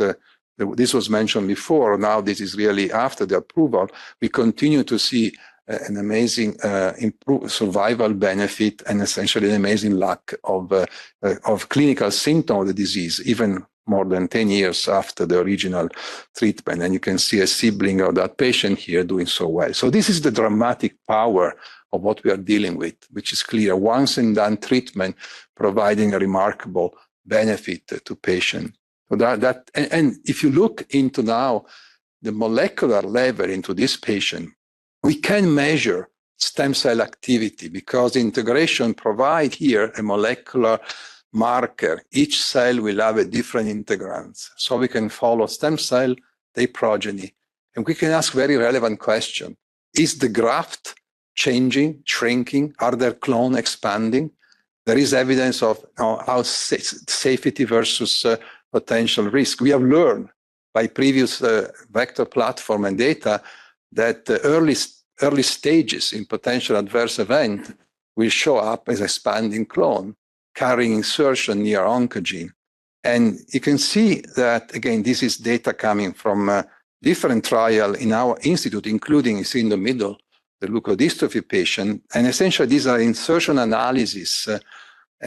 What we can see, again, without going to many detail here, is that the molecular composition, the clonal composition of this graft remain extremely high, polyclonal, throughout the follow-up. There's no evidence today that there is either diminishing of the marking, you can see on the top left, but also diminishing of the complexity and the clonality. We can even try to enumerate the number of stem cells which are active into this patient. It's very reassuring to us to see that there's no indication there is a shrinking in stem cell pool into this patient. And then when we try to enumerate the number of stem cells which are active, we reach remarkably a number of stem cells which is fall between the 20 and 50% of what is considered today the normal number of stem cells in an individual. So, and again, some of these data are just coming from very recent data try to enumerate clonality by tracking somatic mutation in normal patients. So it looks like we have been able to substantially engineer hematopoiesis, reaching, however, a complexity in terms of polyclonality and stability, which would predict continued safety for the future. Of course, that's what we have to see. A word about genotoxicity, which of course, as you know, this was one of the biggest concerns emerging from early attempt of stem cell gene therapy, despite early successes. The vast majority of genotoxicity translating into development of leukemia into treated patient through clones which harbor vector was really occurred in patients with gamma retroviral vector. And now we have an understanding of why that difference between gamma and lenti, because as I said, of vector design and virus biology. There has been only one case till now, one application in which lenti has shown a substantial level of genotoxicity and emergence of malignancies where vector has been clearly implicated. And the current understanding of that, and this is the case of adrenoleukodystrophy, there is actually a paper in New England these days coming out, there is a unique design, which unfortunately was used in that trial against, I would say, the opinion of many of our scientists, which use a very strong gamma retroviral promoter into a lenti vector. So in a way, jeopardizing some of the property of the lenti design, bringing a very powerful enhancer function. And that occurrence of malignancy, unfortunately, was predicted by many of the scientists because when early data on the clonal composition of the transplant in those patients reported expanding clones, carrying integrants near oncogene, we knew that that was going to happen. Some of these clones would have eventually, and of course not all of them, but some of them would progress to malignancy. So I would say paradoxically, again, we are learning from this. Even the exception in a way confirming the rule rather than the opposite. This is not causing confusion. This is causing clarification in the risk-benefit analysis. what this treatment can do, if you look prospectively, these stem cell therapy are available to every patient because we use patient own cell. They can replace allogeneic transplant, and the risk graft versus host associated with allogeneic transplant, if we continue to prove their long-term safety. They may provide better quality of therapeutic benefit because we can, for instance, in case of storage disease, overexpress the lysosomal enzyme and allow cross-correction throughout different tissues in the body, as it was the case for metachromatic leukodystrophy now for several mucopolysaccharidosis. So we expect to see more application coming along this line. It's also possible that some of the strategy will eventually be tuned into delivery strategy for non-genetic diseases, using the progeny of those modified stem cells as carrier smart vehicle of gene therapy to specific site, whether tumor or degenerative tissues. Of course, there's still work we can do. We may still improve the process. We may better understand what is, now we have to maintain not only quality, but also a number of stem cells during the process. The shorter, the less harmful the process is, the better it is. And of course, we would like to work, as many are doing, to relieve the toxic conditioning regimen that are required for ex vivo transplantation. We will continue to monitor, I think along the line that I showed you, in the follow-up the patient, the genotoxic risk.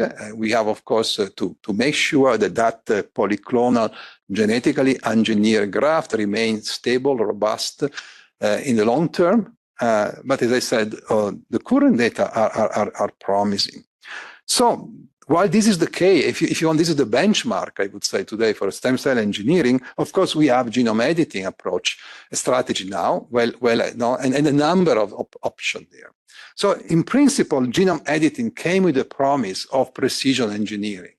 Rather than targeting potentially the whole genome by a random insertion of the vector, we could target a selected this specific site, whether by modify that sequence or introducing specifically a gene into that sequence. So precision of even target engineering.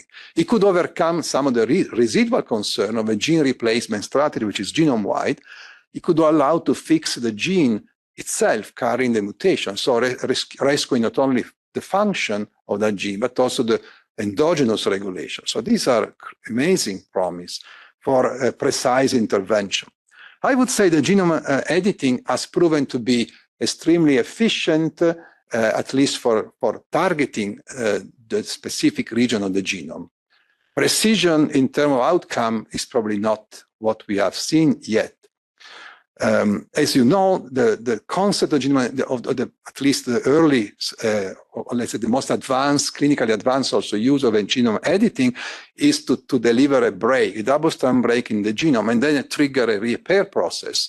That repair process may bring in some errors during the repair by non-homologous enjoining and disrupting a gene, which has some clinical uses, for instance, to rescue like fetal globin by suppressing its suppressor itself.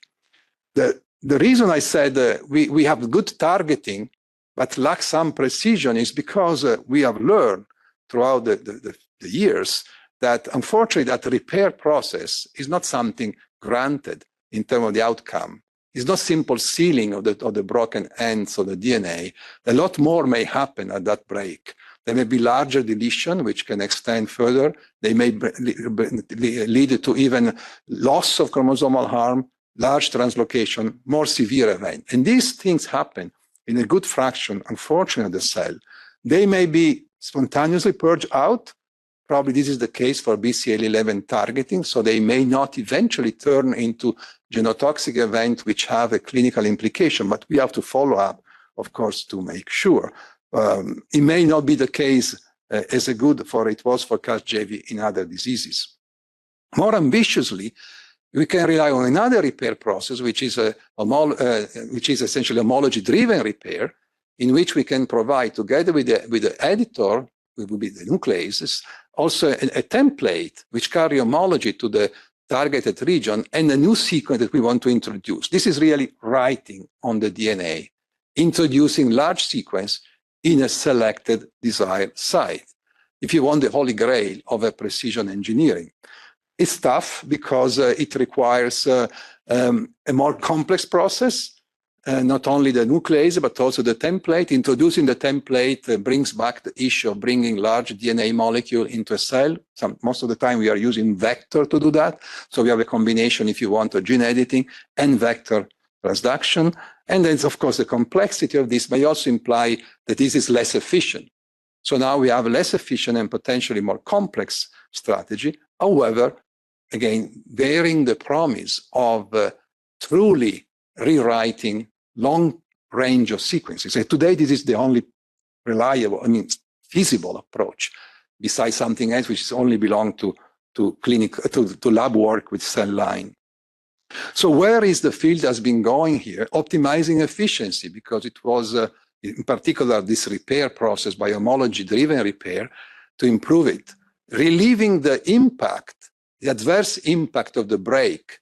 A DNA break is a serious wound for a cell that would trigger p53 activation, would in many cases bring the cell to apoptosis if it is not controlled. So we have to monitor that. And as I said, assessing the heterogeneity of the genetic outcome of the target site, which is far more heterogeneous than it was originally thought.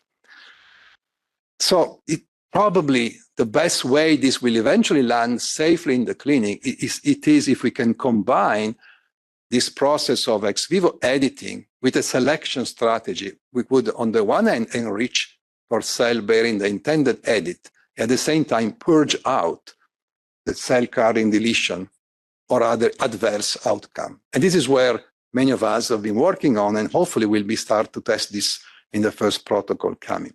There are, of course, a lot of hype and enthusiasm for editing without DNA double-strand break.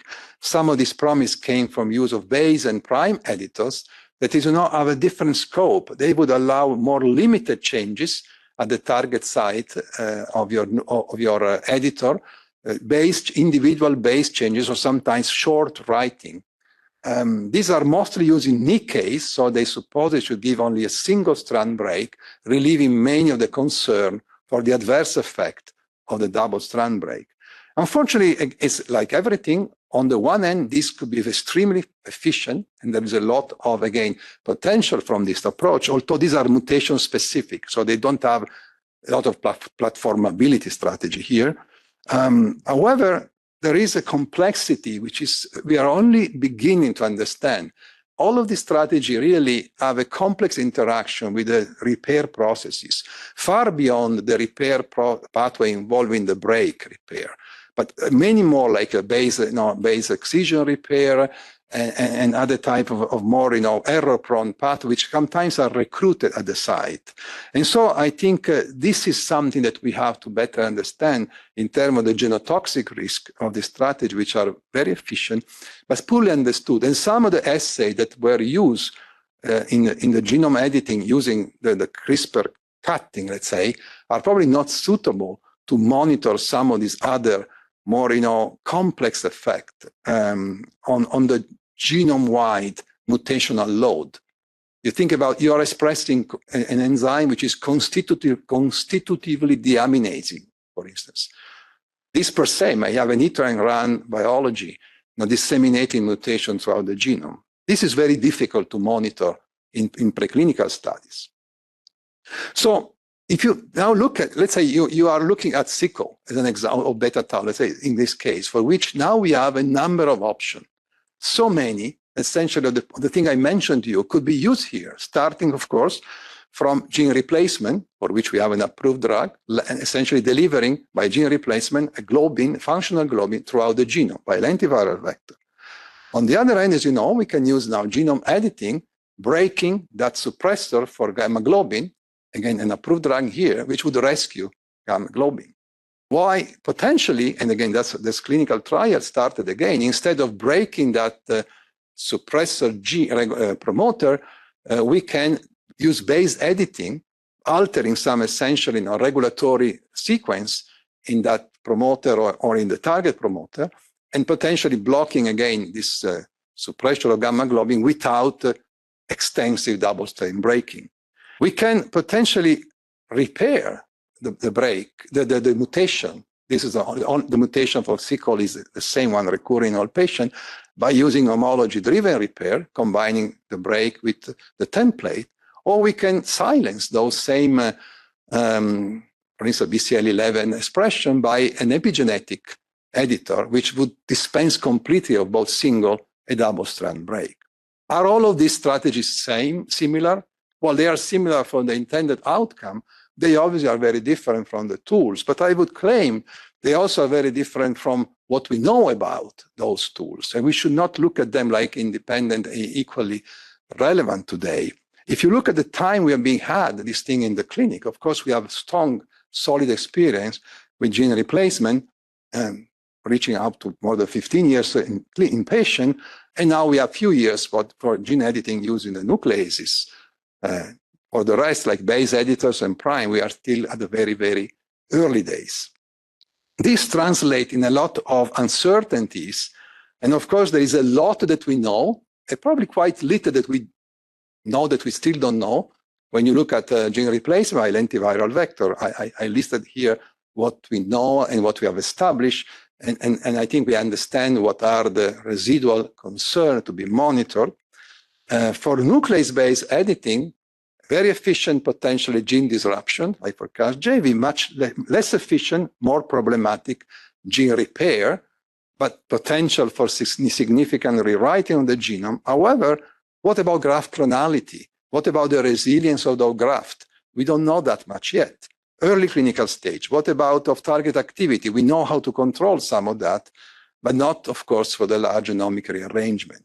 And then if you move into this new technology, I think there is much less that we know, much more that we know that we don't know, maybe something even that we don't know that we don't know, because this is very complex approaches that are impinging, as I said, on some of these strategies. And I think here is where scientists have to really come up, and of course, in collaboration with the regulator, but this is really, I think it's on us to prove that this strategy, despite being potentially so elegant, they also are as safe as some of what we have been already testing. So ATMP are transformative, and you know very well, extremely complex, once and done treatment, dramatic potential, lifelong benefits, potentially lifelong also adverse effects if they come up, fully personalized in case of ex vivo approach with cell, which is really, of course, challenging in terms of the sustainability, in terms of the cost. They are disruptive because they really require a learning process for all of us, not only for the regulators, but certainly for the clinician.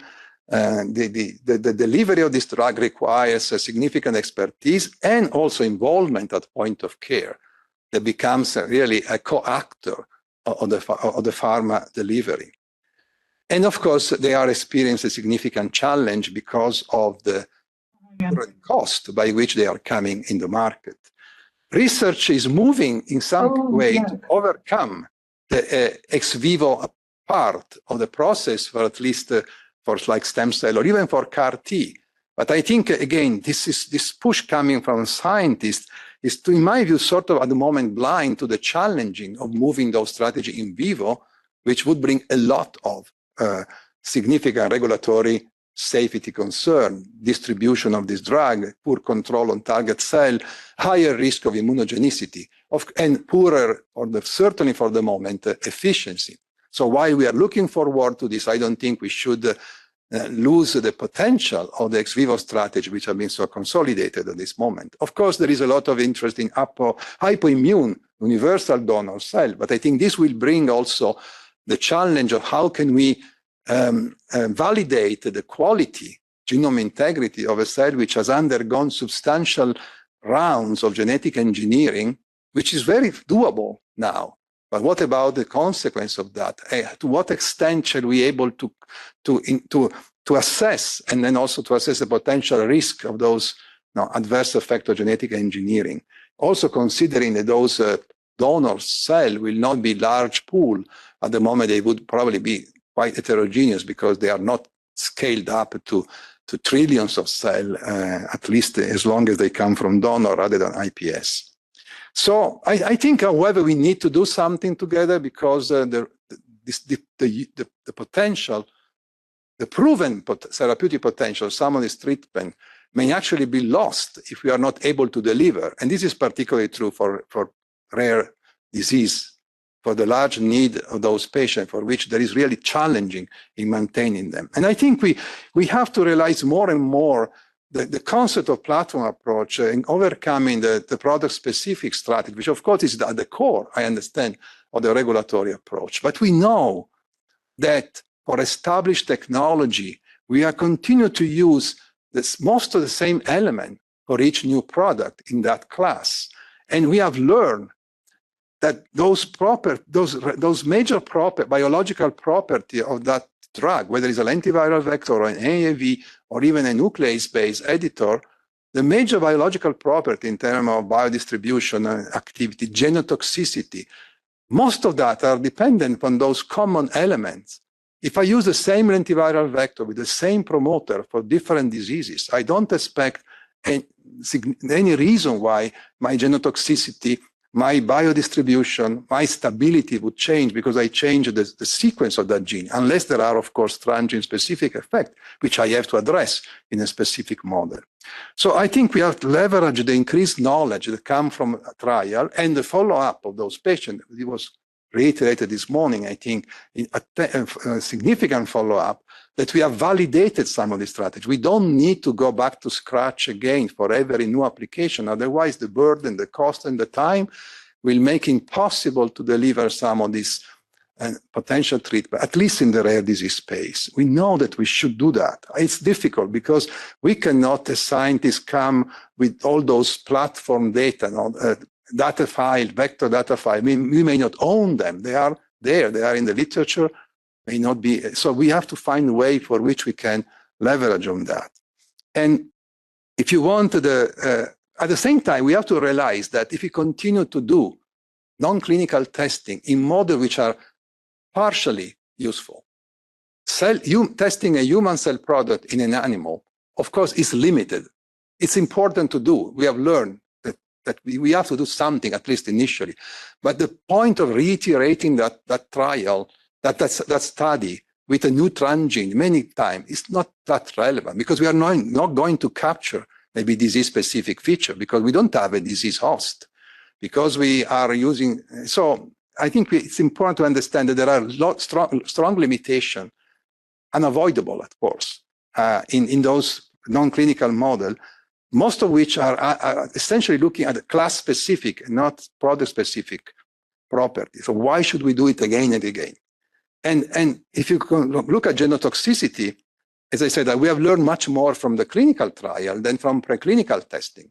We have proven the improved safety of lenti, not on a conventional genotoxicity assay. We had to use, for instance, tumor-prone mouse model, other forced modeling in which were not conventional non-clinical testing, even conventional non-conventional for ATMPs. But then the biggest validation came from the molecular follow-up of the patient. And I think now we have understood that there's a lot of component into that genotoxicity, where vector design, of course, is a prime example, but the process as well. And we have learned that, for instance, early product which had poorer or less optimized production with a limited number of viable cells were much more prone to trigger genotoxic events, selecting out those cells which had a gain of function. And more we are learning the relevance of disease background. Of course, we are all familiar with the emergence of some malignancies, both in stem cell therapy, beside adrenoleukodystrophy, also in the case of sickle cell disease, as well, of course, CAR-T, it also mentioned now. Now, again, we have tools to understand as much as possible where the origin of those events, when we have, of course, full data available, including molecular data. And we have learned that if there is a genotoxic event ascribed to the vector treatment, we need to find the vector, we need to find an insertion next to an oncogene, and oncogene has to be changing in transcription. And this was not found in the majority of the cases reported. Well, there were few in the 3 cases reported for sickle, and in most of the cases for the CAR-T as well. There is vector, but there's no clear indication that there is that insertion. However, what we have learned what is probably there driving those events is the fact that we are not using healthy cells. We are using cells from patients who have been treated before, maybe with different drugs, already carrying mutation. Sickle cell patients may have pre-existing clonal hematopoiesis at a low level. Unfortunately, this becomes a risk factor because during the process of ex vivo manipulation, we may select out to a certain extent pre-existing mutation. So that's another thing we have learned in the clinic. Is probably going to instruct way to address that, de-risking patients which maybe have or not those levels. It would be very difficult, would have been very difficult to capture that risk in preclinical model where there is no such a thing as a pre-existing unhealthy cell treated by that specific drug for that disease.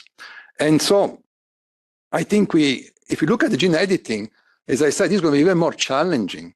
Again, most of the approach to genome editing testing is that there's no point in testing genome editing tools in a non-human model because of course they are designed to address a specific human sequence. This is fair in part, but again, there are non-sequence dependent events, maybe more like platform dependent, depending on the type of enzyme activity. They could have been tested differently. And I think we realize again the limitation, but there is a significant here also issue. How do we design specifically? And I think we have to be aware that we need to design proper assay, at least for the new technology, maybe not the genome breaking one, but base editing, prime editing. We have to be careful not to be looking under the lamppost, as you all know. Of course, we may not see anything because we don't look in the proper place.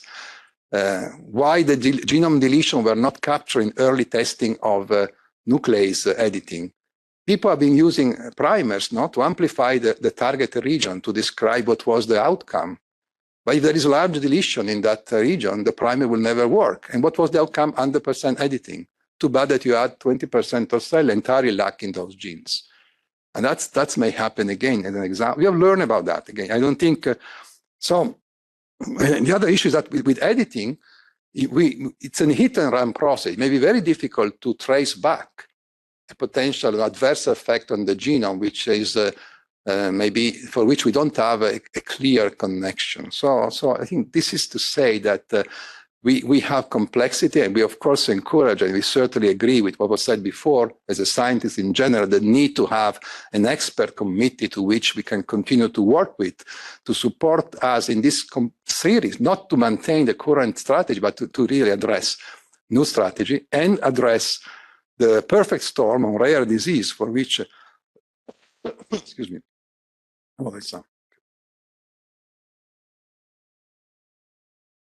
as I said, despite the rare disease being really where we developed the first gene therapy, but obviously because we could validate, we knew what was the target, and so they have been our testing ground. Now we have treatment, at least for some, of course few, but there are potential for new one. We have to deliver. We have to keep them on the market, or we keep them available, if not on the market. And we have seen, unfortunately, some of the treatment that you also had approved were returned to us as an academia, as a charity, because the company who had asked for approval did not pursue further, a maintenance on the market because of purely commercial sustainability. How can we deal with that? Well, I think it's a common challenge. There's many patient associations here work with us and health stakeholder. And I think we have to come with solution. Hospital exemption may not be the ideal solution. I think it's very heterogeneously used. I think there's some potential there, but it may not be what we really are looking at. What we are looking at is a pathway for still, high quality manufacturing, not necessarily to the level of a commercial product. The use of those strategies that I mentioned, platform approach, master data files, which would decrease the burden for a new product development, the support, of course, by public funding, and also realizing that having this type of effort will continue to help us society because of providing education, training, and also foster innovation, because it can be very difficult to bring innovation in some of those approved drugs by large company, which would be inhibited by bringing some, let's say, platform improvement to an established approved product because of the potential cost of changing that. While instead, if we could prove that there are some incremental advantage of a new change in the platform, and then we could show that in the clinic, then this could be translated. So I will finish, and again, not going into the detail. We have published some of these. There are, of course, potential tools that may alleviate some of this concern. There's a lot I think it can be done in terms of production and management, CMCs. I think as long as this remains in the hand of small company, they don't have the power or the resource to invest on that. But of course, if you think of CAR-T and big pharma, I'm sure there's a lot of development there. There's bottleneck in the regulatory approval. You talked about harmonization. You talk about cross dialogue to help us. Cost benefit analysis also be very relevant as well. And of course, affordability and sustainability. With that, I thank you for listening. I hope I've been putting up some concept and ideas. Thank you.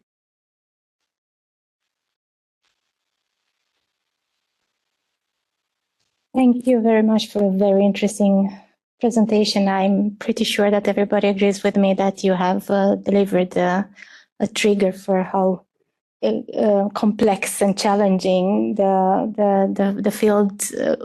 I wouldn't say will be, because it's here. It's already here. So I don't know if we have time for any immediate questions from the audience, or should we save for Patrick? What do you think? Let me check if there's any direct question on the presentation. Seemingly not. It was super interesting, but also super clear. Many thanks for that. Thank you. We will take, of course, more general questions in the panel discussion after the afternoon coffee break.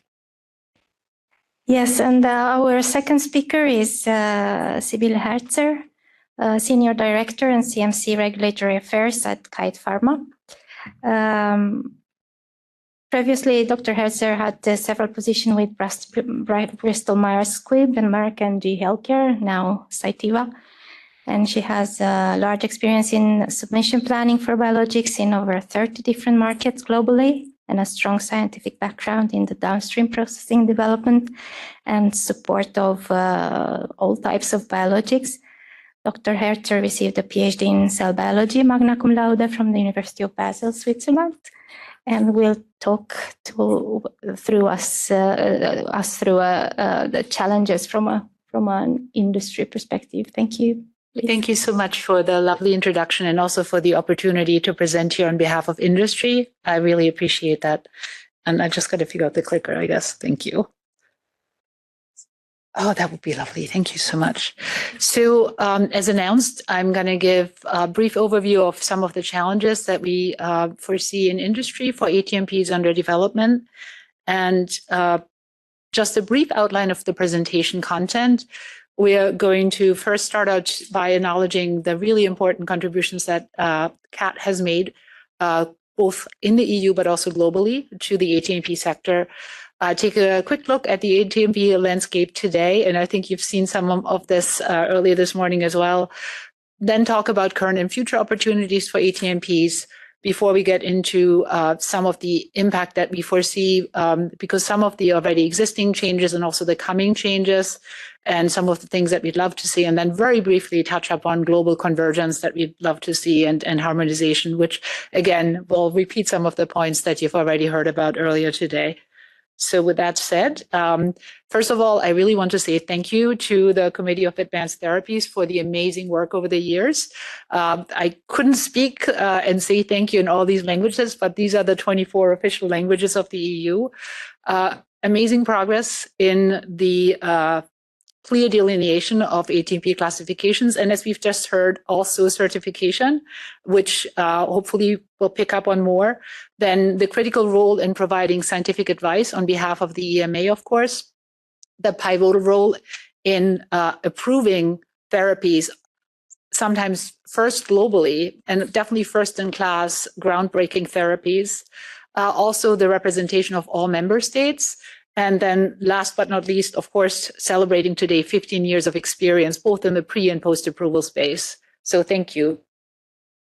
Then with that, oops, I went the wrong way. With that, I'm stealing one of the resources that was already leveraged earlier today, which is a publication from 2024, where they're giving an overview of what has actually gone on in the EU from a marketing authorization approval. And I think that's a really great way to look at where we are today, what has actually managed to gain marketing authorization approval. And as already alluded to by many of the speakers today, what is dominating today are lentiviral vector-based therapies and adeno-associated vector-based therapies. And you can see a couple of other treatments in there, but they're really dominant today. And I think the next discussion or session will really get into this a little bit more. Where is this actually moving to? And it was really, I keep hitting the wrong button. It was really lovely to hear the great presentation that went before this, that really gave a wonderful overview of what we really understand well today and where we're going potentially next. Thank you so much. So next, I'm leveraging a resource from the Alliance of Regenerative Medicine from earlier this year as well. And it gives you a pretty good overview of the breakdown of clinical trials, but also developers, as well as money spent in the development.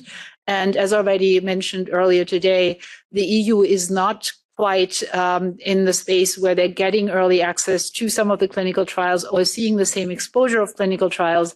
And then if you look at what is presented on the right-hand side of the panel, the promise of ATMPs in terms of offering better solutions compared to some of the other work streams, such as small molecules and biologics, then really also means that patients don't have the early access necessarily as in other markets. So with that said, hopefully I hit the right button. Yes.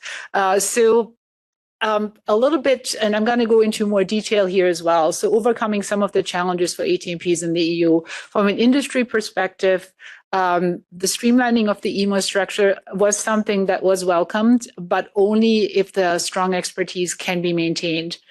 That's really critical. Then, and I'm going to go into this in a couple of slides. Then also the clinical trial design, the evidence generation, including long-term follow-up, scientific advice. I'll have a couple of words to say on that. Also, a little bit on HTA. It was a bit unfortunate that the HTA speaker that was on the agenda couldn't make it. I think it would have been a really interesting topic for ATMPs in particular, because there are some requirements written into the legislation that don't work so well for us. So I have a few words on that. And then also really what has also been touched upon, the fact that we have a fragmented regulatory framework that disproportionately impacts ATMPs because we touch up on so many of the different components of it.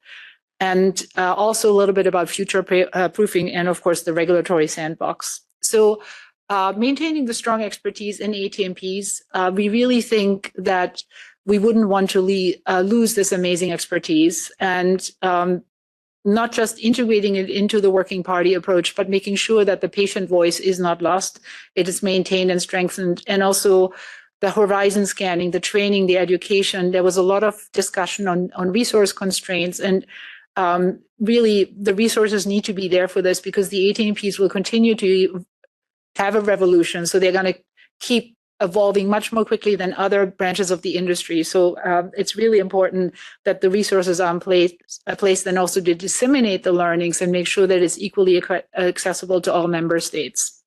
With that said, if you think about the current and future opportunities, I'm leveraging another ARM publication from earlier this year, where they really looked together with a consultancy as to what could be the potential next emergent technologies in ATMPs. And I'm not going to belabor this. Hopefully the slides will be made accessible to all of you, and the links are actually clickable, so you can take a look at some of the publications. What I think is also interesting to see is sort of the breakdown, which is shown on the right-hand side, where you see a breakdown on what is actually in the pipeline when you look at clinical trials. I also have to say, thinking about some of the numbers that we saw on the earlier slides in terms of clinical trials in the EU and also here, I really, as a scientist, would love to see what the difference was in data sources, because they didn't quite match.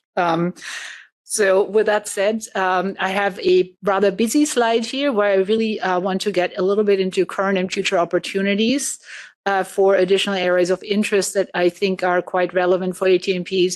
So we got a great question from the audience early this morning on the clinical aspects for pediatric development, and of course the congenital diseases, where maybe that would be something where you would want to have advice and also consistent advice, and we'll get into that a little bit later. Then also validated endpoints and biomarkers, which again touches up on the complexity of the framework, because now you're touching up on in vitro diagnostics, the immunogenicity control as well. And then from a non-clinical perspective, if you have an animal model, to the point that was made before, what is a good model that you should and could pick? And also, how would you translate any dosing findings from that model into the human dosing? Also, pharmacodynamics can be something that can be a challenge for developers. And then CMC, that's my area of expertise. So of course, these are near and dear to me. So obviously analytical procedures, very rarely compendial, oftentimes changing as you go through development, as you're trying to find something that is a better assessment of potency that somehow has more correlation with what you see in the clinic. Then also complex testing requirements, often necessary. If you are in that challenging situation that you haven't been able to figure out a way to stabilize your process, or you really have to treat the process with fresh cells, then also what can you do for parametric release, or what can you do for rapid testing, where you then have to carefully balance risk-benefit. And then statistically, a complex assays, really maybe more guidances, more information. And yes, we're not asking for something that's really restrictive, but that is informative, that tells us what are some of the things that you're really looking for in the statistical assessment for comparability. And I think comparability, especially on the CMC side, not just for analytical procedures, but also for the manufacturing process, and also to some extent for raw materials, especially if it's a critical raw material, that would be really helpful to have a bit more framework around this. Also, when it comes to raw materials, a bit more standardization on what are the requirements, and maybe being able to leverage the quality master file. This was something that we're definitely excited about. I think that could be a real boon for us, because not only do we have similarities in vector backbones, but if the manufacturing process is very similar, and we are just tweaking here and there, then to just drop these references in there could be quite helpful. Then, of course, point of care, it would be wonderful to have more definitions around this, and a little bit more clarity of what some of the requirements are for this as well. And then last but not least, because, and as a former developer of biologics, where we really froze our FIH process and we would rarely ever touch it, I can vouch for the fact that doesn't happen very often for ATMPs. And that makes it very challenging to keep up with the speed of development. It is also challenging for regulators, I fully acknowledge this, but sometimes you really get outpaced by the tweaks that you have to make once you start to treat patients. And so the manufacturing process speed of development, we really are looking for some innovative tools to engage more quickly with regulators and to get some help there. We touched upon scientific advice a few times today, and the different options were discussed. The national scientific advice, the simultaneous national scientific advice, and of course, the scientific advice that you can get through the EMA. And it was emphasized that you speak to the same people. But I think the experience in industry has been that if you speak to individual health authorities, or even just a couple of health authorities, you don't necessarily get the same feedback that you would get from the full consensus, or at least majority decision. And that can lead to some fragmentation and also derailment. And so it would be really great to have a red thread sort of run through this. That would be helpful. And also we would love, especially for the more complex programs, to have a bit more face-to-face time, more dynamic interactions. Oftentimes advice can only be in writing. And we appreciate that this is really a resource constraint issue yet again, but not being able to have that dialogue, to use active listening skills and also make sure that you're not interpreting some feedback incorrectly, that would be very helpful. So I think this is what I wanted to say on scientific advice. I have a very simple slide on the complexity of the legislative framework that really just shows where the ATMP developer sits smack in the middle between all these different regulations, some of them nationally regulated, at least until you enter the commercial space. some of them always nationally regulated, and to have more clarity and actually to have more convergence here would be so beneficial. So we were super excited to see that with advocacy from all kinds of different groups, and of course feedback also, thankfully, from CAT and through EMA, that the GMO legislation was really creating barriers, that this is now really converging, and in the future CHMP is going to do the assessment. That's really great news. We would love to see more of this for some of the other for some of the other nationally legislated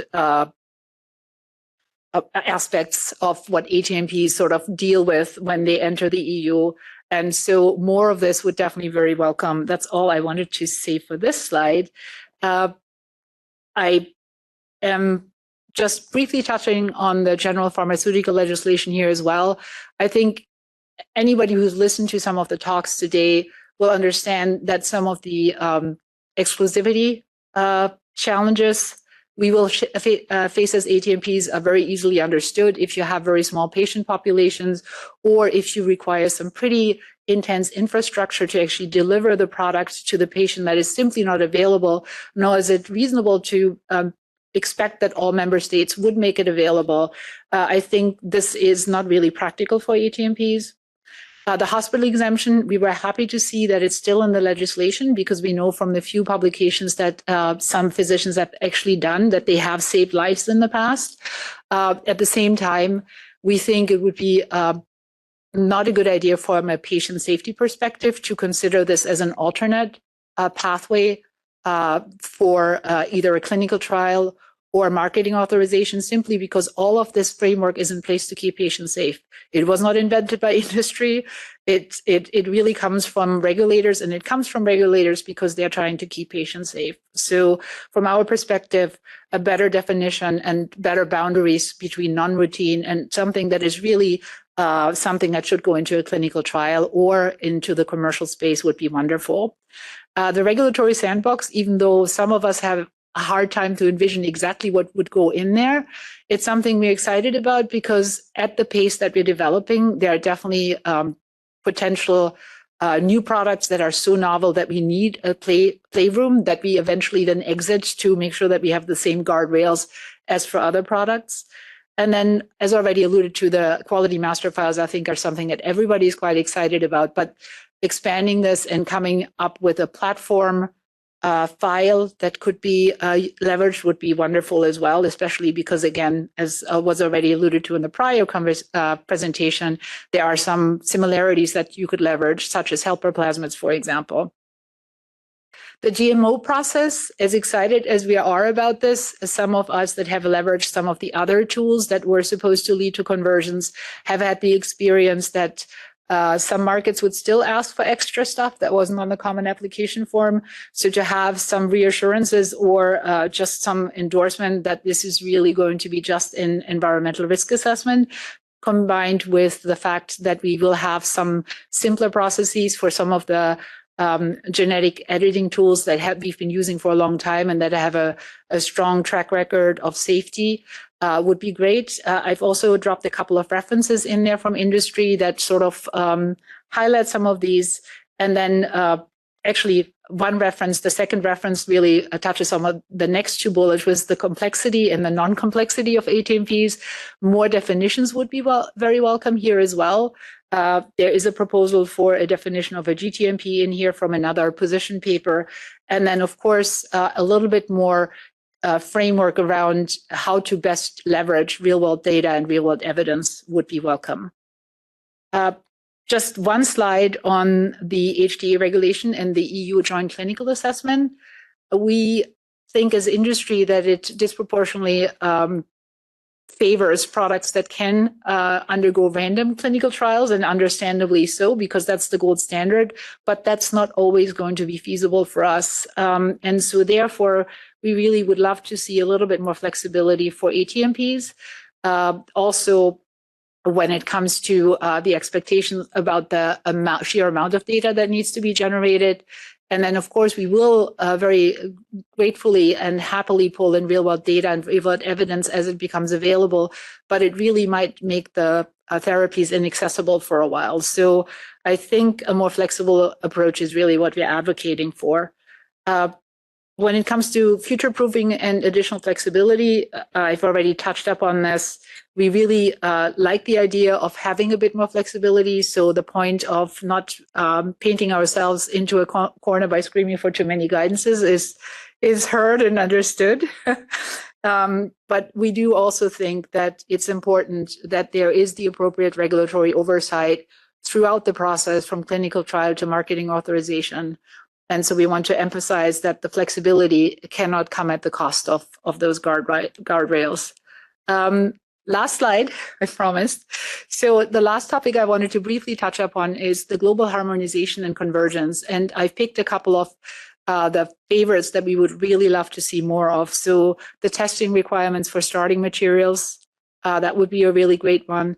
Harmonizing and recognizing classifications, the reliance. There is not just disparity across the EU, there's also disparity globally in the level of knowledge, in the level of guidances that are available. Some markets have none, they barely have any for biologics, so they really struggle. So having more of a reliance approach and more recognition and collaboration, and it was really great to hear everything that's already ongoing. I think there might be more globally countries that could be brought into the fold.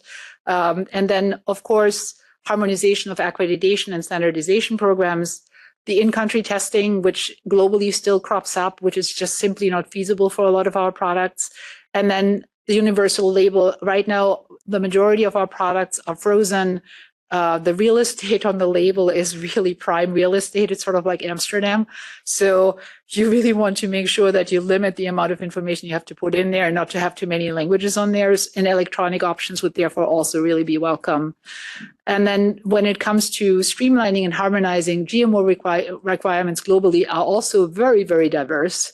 And we're not advocating that all of those are packed into one harmonized guidance, but to have a core that everybody sort of agrees to where you have GMO regulations. That would be really helpful because I think many of us that go to other markets reformat the same content and then just add extra bits, and it's not necessarily the most value added activity. And then also harmonization of requirements for long-term follow-ups. I know that was my last slide. I forgot to add a thank you slide, but I would like to thank you all one more time very much. And I know we probably won't have time for questions, but happy to answer any questions later on. Thank you.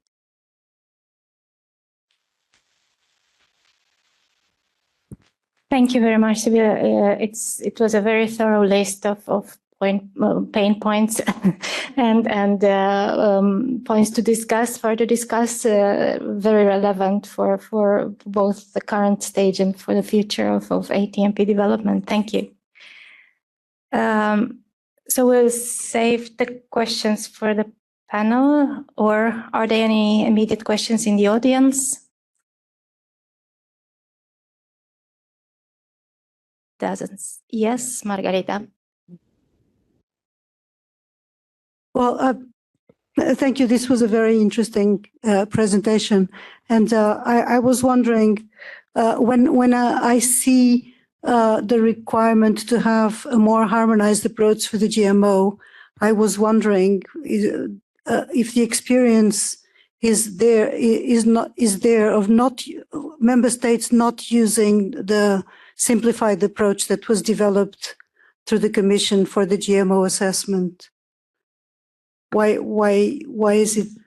Because this was a big effort, and it was very important to have somehow tools for a harmonized approach. And I'm surprised to see that maybe it is not so well harmonized.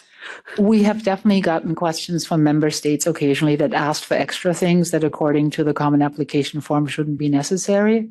So it has been industry experience that not all member states necessarily wanted to have the same meal as everybody else. And then in answering the questions, most of the time we've been successful to sort of remind them that they've signed off on this and this was no longer a requirement. But it still takes time to answer the question. And depending on who it is, you also still have to translate your answer. So it is not always been 100% successful, which is why we advocated for making sure that this would be a more seamless experience and it would really be accepted. Thank you for the question.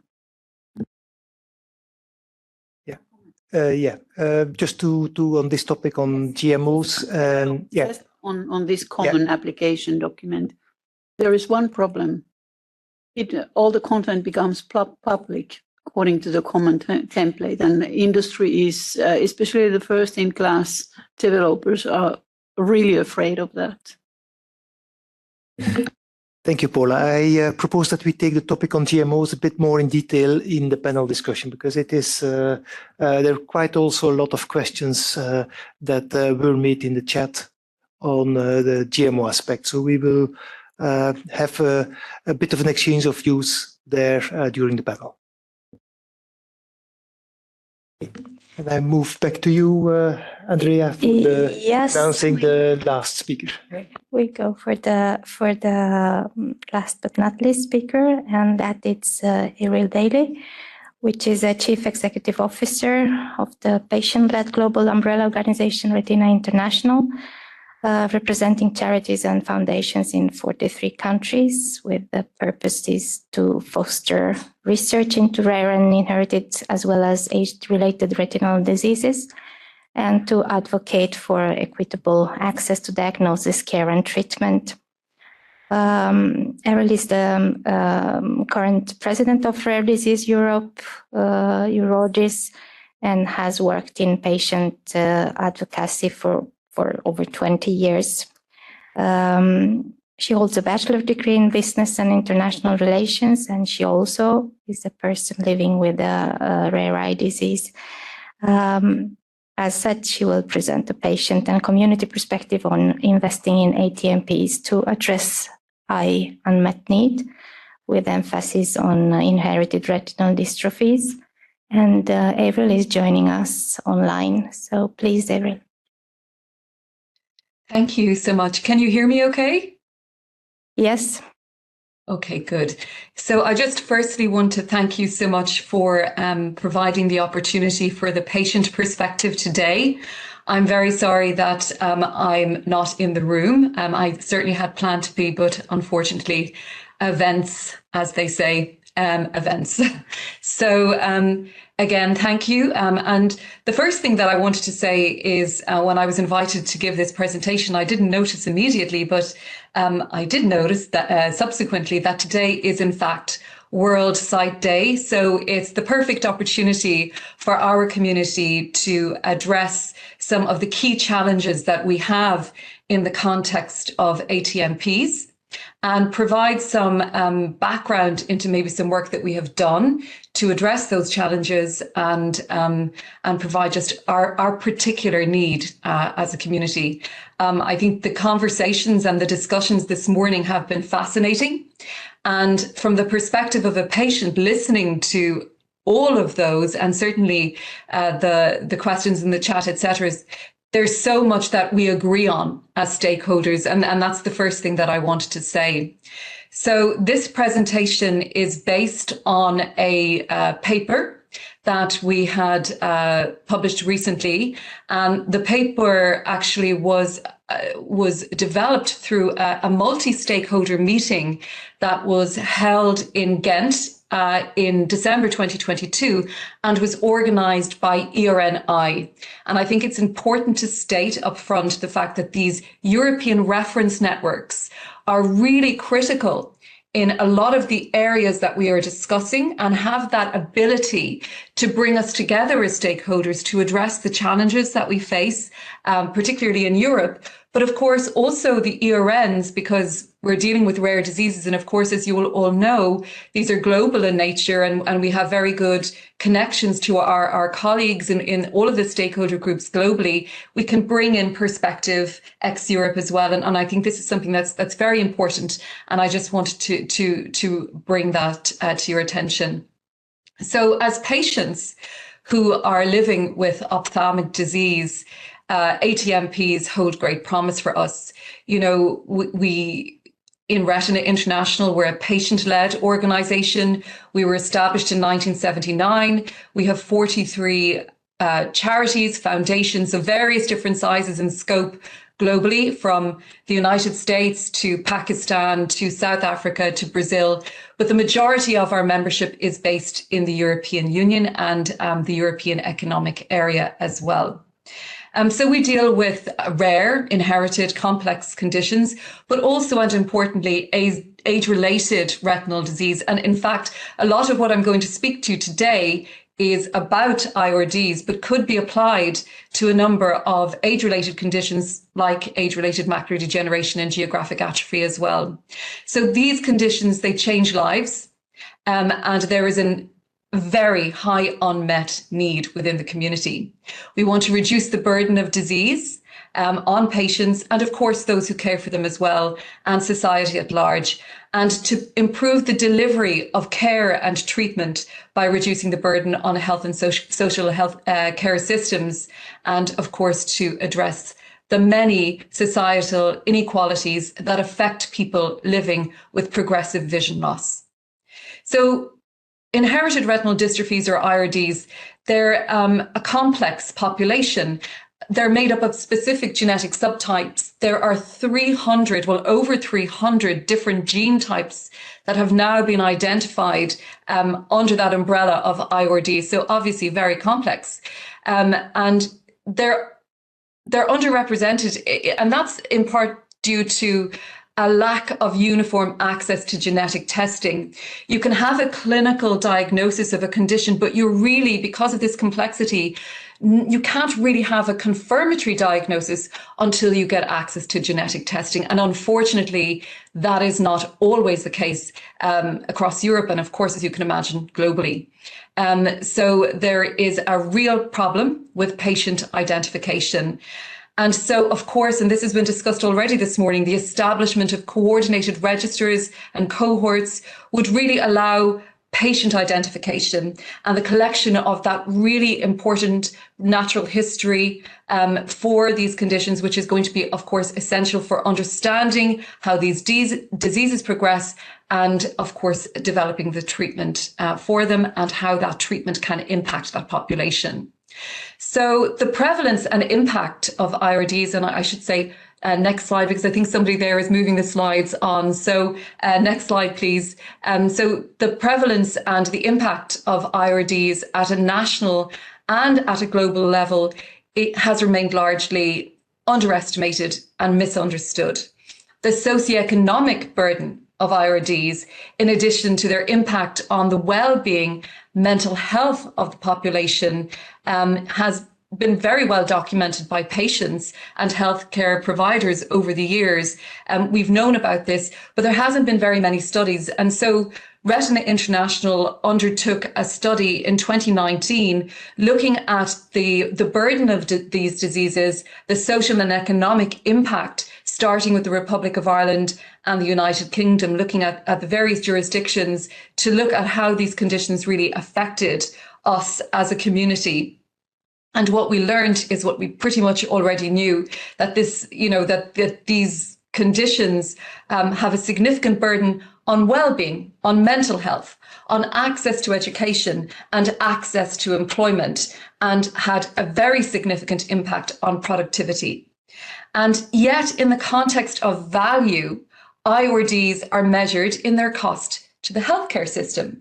So that highlights the challenges that we face as a community in accessing treatment and support. So making that case for support within a healthcare system when in the main, you fall outside of that system, and that's important.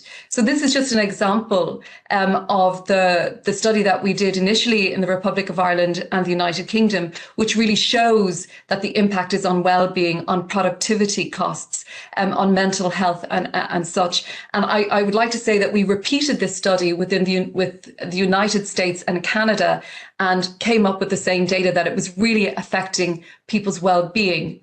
And if you talk to a patient, so next slide, please. So if you talk to a patient or a patient that is living with a degenerative retinal disease, be it an inherited retinal degeneration or indeed an age-related retinal degeneration, and you ask them what is enough for them, what would be valuable to them, the first thing that people will say is preservation of what I have now. Keeping your sight at the level that it may be right now is enough. Slowing the degeneration is enough, and stabilizing the condition would be fantastic. I asked a gentleman who lives near me in Dublin, who is part of the Irish community, about, what would be enough for him. And he said, if somebody told me right now that they could keep my sight at 5 degrees of visual field, it would be magic. So 5 degrees to a sighted person might seem like a very scary reality, but to somebody who's living with these diseases, who can adapt to the degeneration, that would mean it's a massive difference in their independence, in their ability, and in their well-being. So this question of value really is important to our community, and I can't stress it enough, and I will stress it over and over in this presentation, because I think for us it's repetition of this issue is really important, because inherited retinal dystrophies are really unlike other rare conditions, because we're not living with life-limiting diseases per se, although people, of course, have very serious accidents, and these conditions can really impact from a life-limiting perspective, and we know about this. But the population is not sick. They live with degenerative disease, which causes a disability and affects their well-being. So the health system costs are the lowest when you are considering whether a person is of value to the healthcare system. And that's really very important. So again, just to repeat, the cost is in social care, in social services, in access to education and employment, and mental health. There are very high rates of depression among this community, of anxiety. There is considerable financial stress. And of course, this is brought about by the fact that these conditions impact education.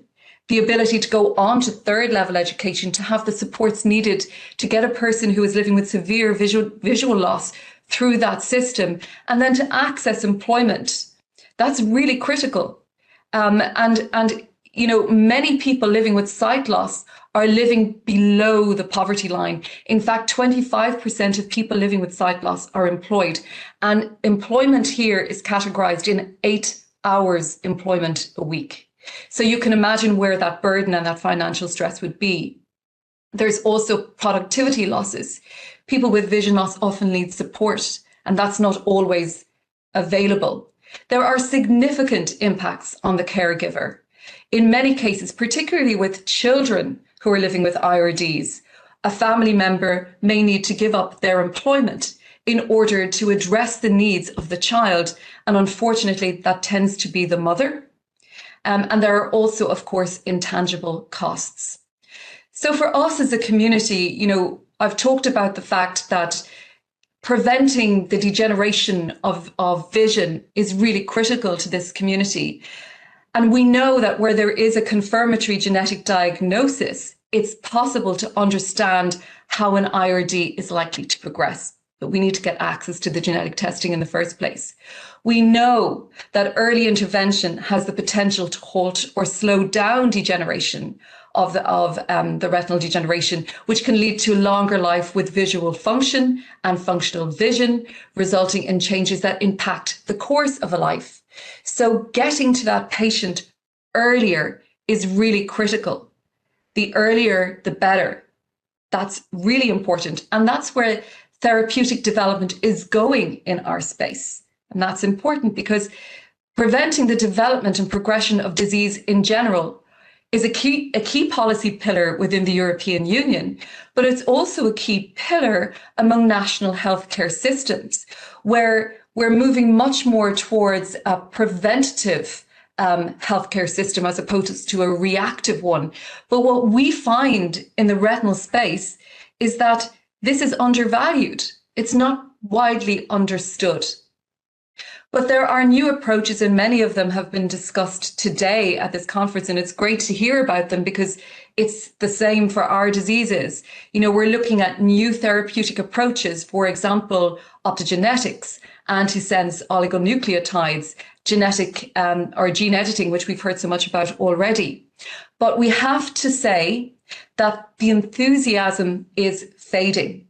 And the reason for this is because many clinical trials in our space have been abruptly halted as a result of missed primary endpoints, and then, of course, the resulting investor withdrawal because of this risk.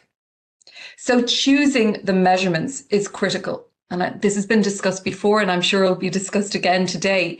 It's really important. But we have a big challenge in the selection of appropriate outcome measures that are relevant to the patient, but also acceptable to the regulatory agencies and authorities.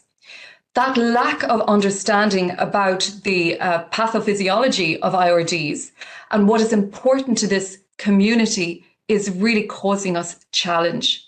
It's leading to the selection of what we believe to be, as patients, the wrong outcome measures.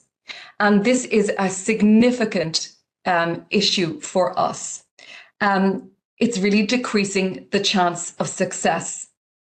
So regulatory agencies dealing with clinical trials for IRDs are still heavily reliant on endpoints that are used for more common diseases and not necessarily for the diseases that we are affected with for IRDs.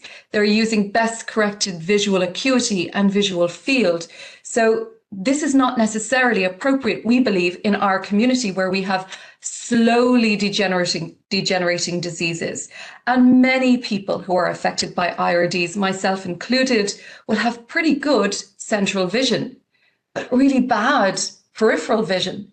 So, you could pass a visual acuity test and walk out the door and walk under a bus. And I hate to be dramatic, but that's the reality. So these are real to us. And when we talk to our communities, and we've done a lot of speaking to our various different cohorts, different ages and stages of disease, and you look at the various different assays out there and metrics, people living with the condition say, well, that really doesn't matter to me. So we need to understand that. We need to measure for success. There are many different types of measures of visual function and measures relevant to the disease and the patient, which should be considered. There is one therapy that was approved in 2017 by the FDA and approved in 2018 by the EMA, Voretigene Neparvovec, which is maybe known to most of you as Luxturna, the first gene therapy for our condition, for one condition, RPE65.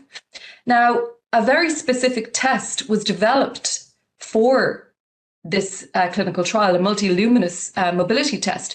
It was really tailored to the specificity of the community, and it was accepted by the FDA as a primary endpoint.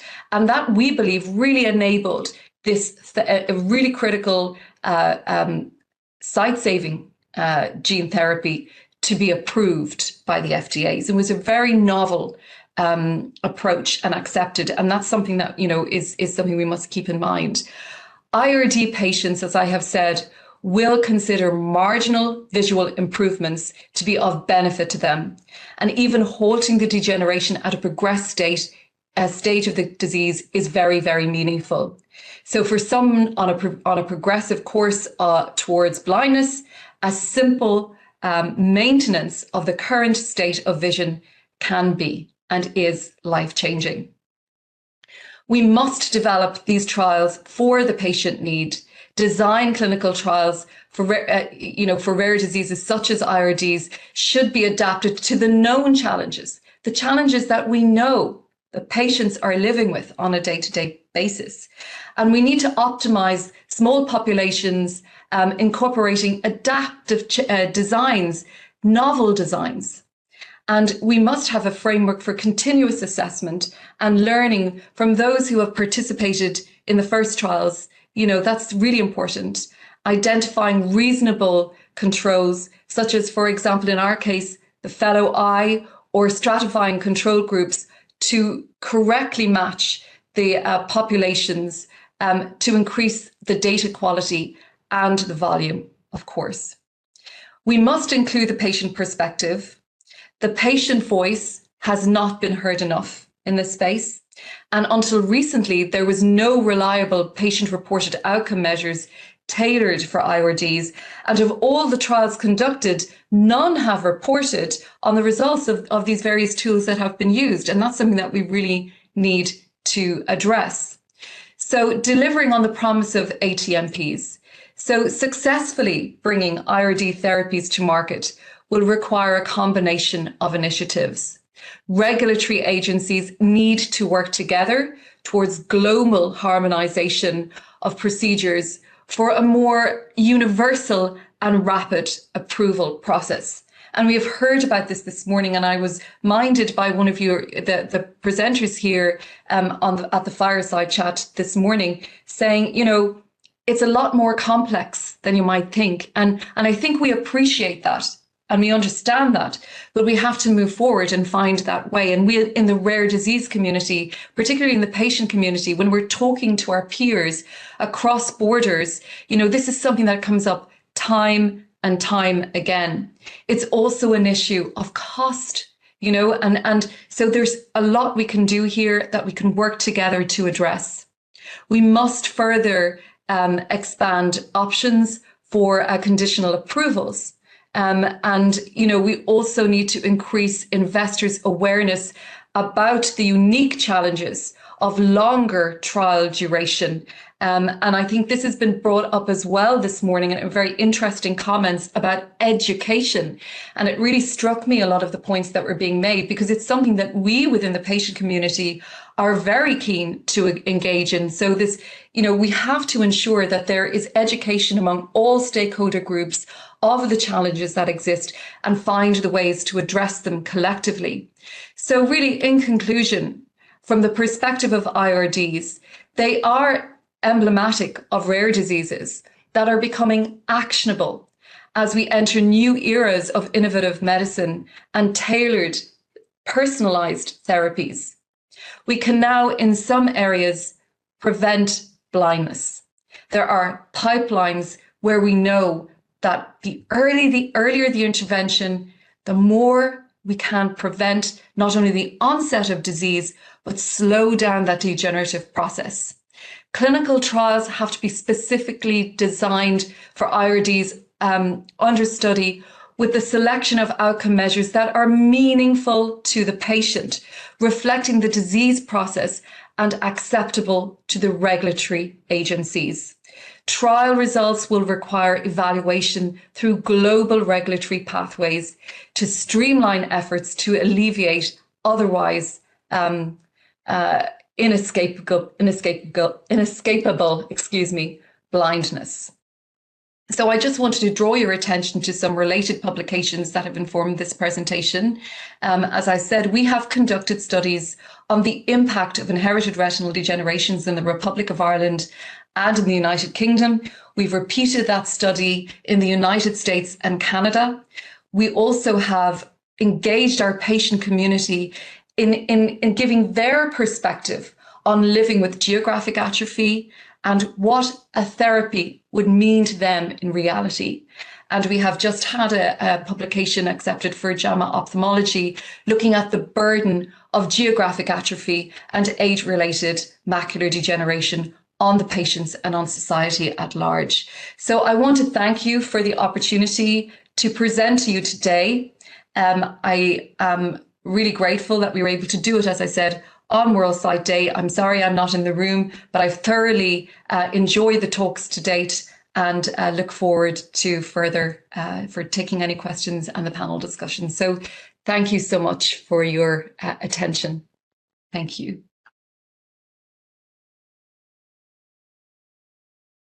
Thank you so much for a great talk, and definitely important point of view to be taken into discussion when we're discussing ATMP and efficient patient access to these therapies. Any questions from the audience?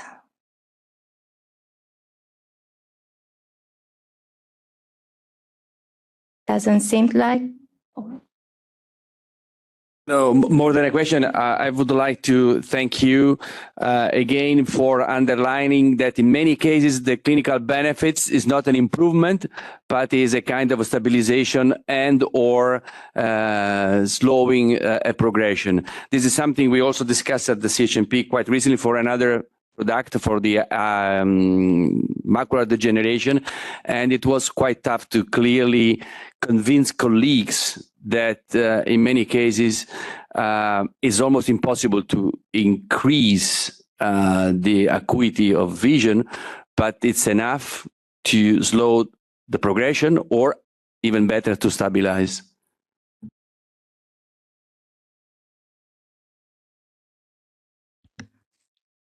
Thank you, Paolo. And it seems like no other questions are up right now. So thank you, all the speakers, really interesting talks and probably triggering a lot of discussions for later on. I think it's time for a coffee break. It's very correct. So we have a coffee. We try to make it a shorter coffee break, coming back in 15 minutes, but let's see if we can keep that possibility. Back 10 to 4-ish. So, okay. So welcome back, everyone. So we are at the last part of our symposium, and this is hopefully and is supposed to be an interactive session where questions from yourself will be put to the audience, to the speakers and the panelists. As panelists, we have, of course, our speakers that have already been introduced, and there's a couple of additional people that I want to introduce, which we invited. So let me first introduce our colleague from the European Commission, Pascalina Kofo-Kosiou. I'm not sure if I pronounce it super correctly. She is the representative from the Commission in the CAT. She's policy officer at the DG Santé, so Directorate General Health and Food Safety, Unit D2, Medicinal Products, Quality, Safety and Innovation. She's responsible, like I said, for being the representative in CAT, but she also has responsibilities for revision of the pharmaceutical legislation. She is involved in a study on hospital exemption, and perhaps you want to say a couple of words on that. On GMO assessment in authorization of clinical trials and marketing authorization of ATMP, also borderlines of ATMPs, and is also the policy officer for pharmaceuticals in the environment, involved in the revision of the pharmaceutical legislation for strengthening of the environmental risk assessment in the context of marketing authorizations of medicines in general. So we asked all the panelists to give a short introduction of the statements they wanted to make, the additional panelists. So I will, instead of first introducing everyone, I will quickly give you the floor first, Lina, to make a couple of introductory statements. Thank you. Yes, thank you, Patrick. Good afternoon, all. I'm very grateful for the invitation that you sent to the Commission to be here today. I will just briefly raise some points, and I'm also took into account what the previous speakers have said, and then I can elaborate more in follow-up questions. So my first point is that in April 2023, the European Commission has adopted a proposal for the revision and the replacement of the existing general pharmaceutical legislation. And we strongly believe that this package is it's a huge effort in order to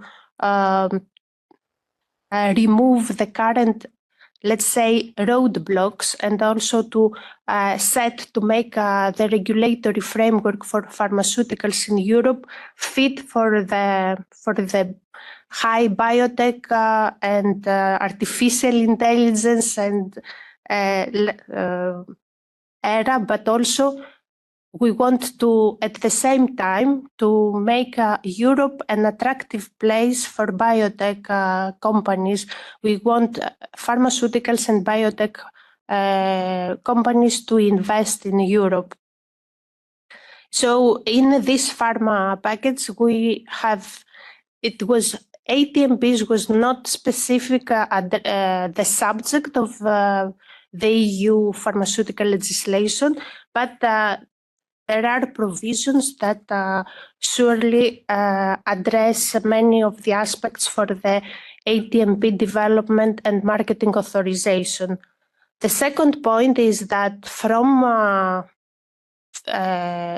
next year, 2025, we will have the mandatory joint clinical assessment for ATMPs and oncology products, and we expect that this is an opportunity for ATMP developers because they can already prepare early evidence generation plans with a combination of clinical trial evidence for and real world data in order to have successful GCA reports. Third point is that we have already, there was a biotech communication recently published by the Commission, and we have already prepared a biotech and biomanufacturing hub. The idea is that this will be will help the biotech, not the ATMP in general, the developers to navigate through the regulatory framework, but also how to scale up. It's an effort that is, it's a coordinated effort between different services in the Commission, DG Santé, DG Grow, and RTD, and already the contents of this biotech hub are confirmed.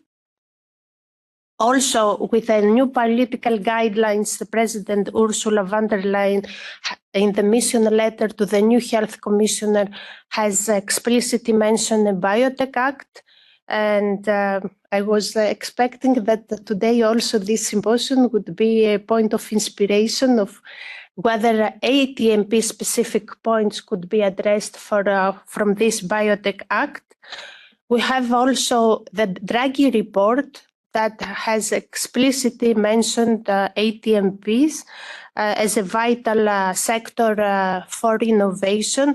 And among the recommendations for ATMPs, the Draghi report, one of the recommendations is to focus the EU funding on the development of a limited number of world-class innovation hubs in the area of ATMPs. And finally, we have the scientific and regulatory advances in the area of cell and gene therapies. It's very welcome the fact that recently we see many publications, not only in scientific magazines, but also in newspapers, a lot of attraction and coverage for the recent developments, for example, in CAR T cell therapies that until now, when we were speaking about CAR T, we were thinking only about cancer, but now the clinical trials show promising results in other areas, including asthma or even aging. So all this together, we think it's make a favorable, promising environment for the future of ATMPs. Thank you. Thank you, Lina. We certainly will come back because there are quite a lot of questions on the new pharma package where I will revert to you. My next panelist, Jacqueline Awikjena Cook, I hope I pronounced this a little bit how it should be. She is the Senior Director and Team Leader in Global Regulatory Policy at Bristol Myers Squibb, following trends in regulatory environment, working with stakeholders, advocate for policies supporting global development of innovative medicines. She is also a co-chair of the FPA ATMP subgroup and member of the European Confederation EUCOPE Cell and Gene Therapy Working Group. So just give you the floor to make your couple of introductory statements. And I think you had a slide on. Yeah.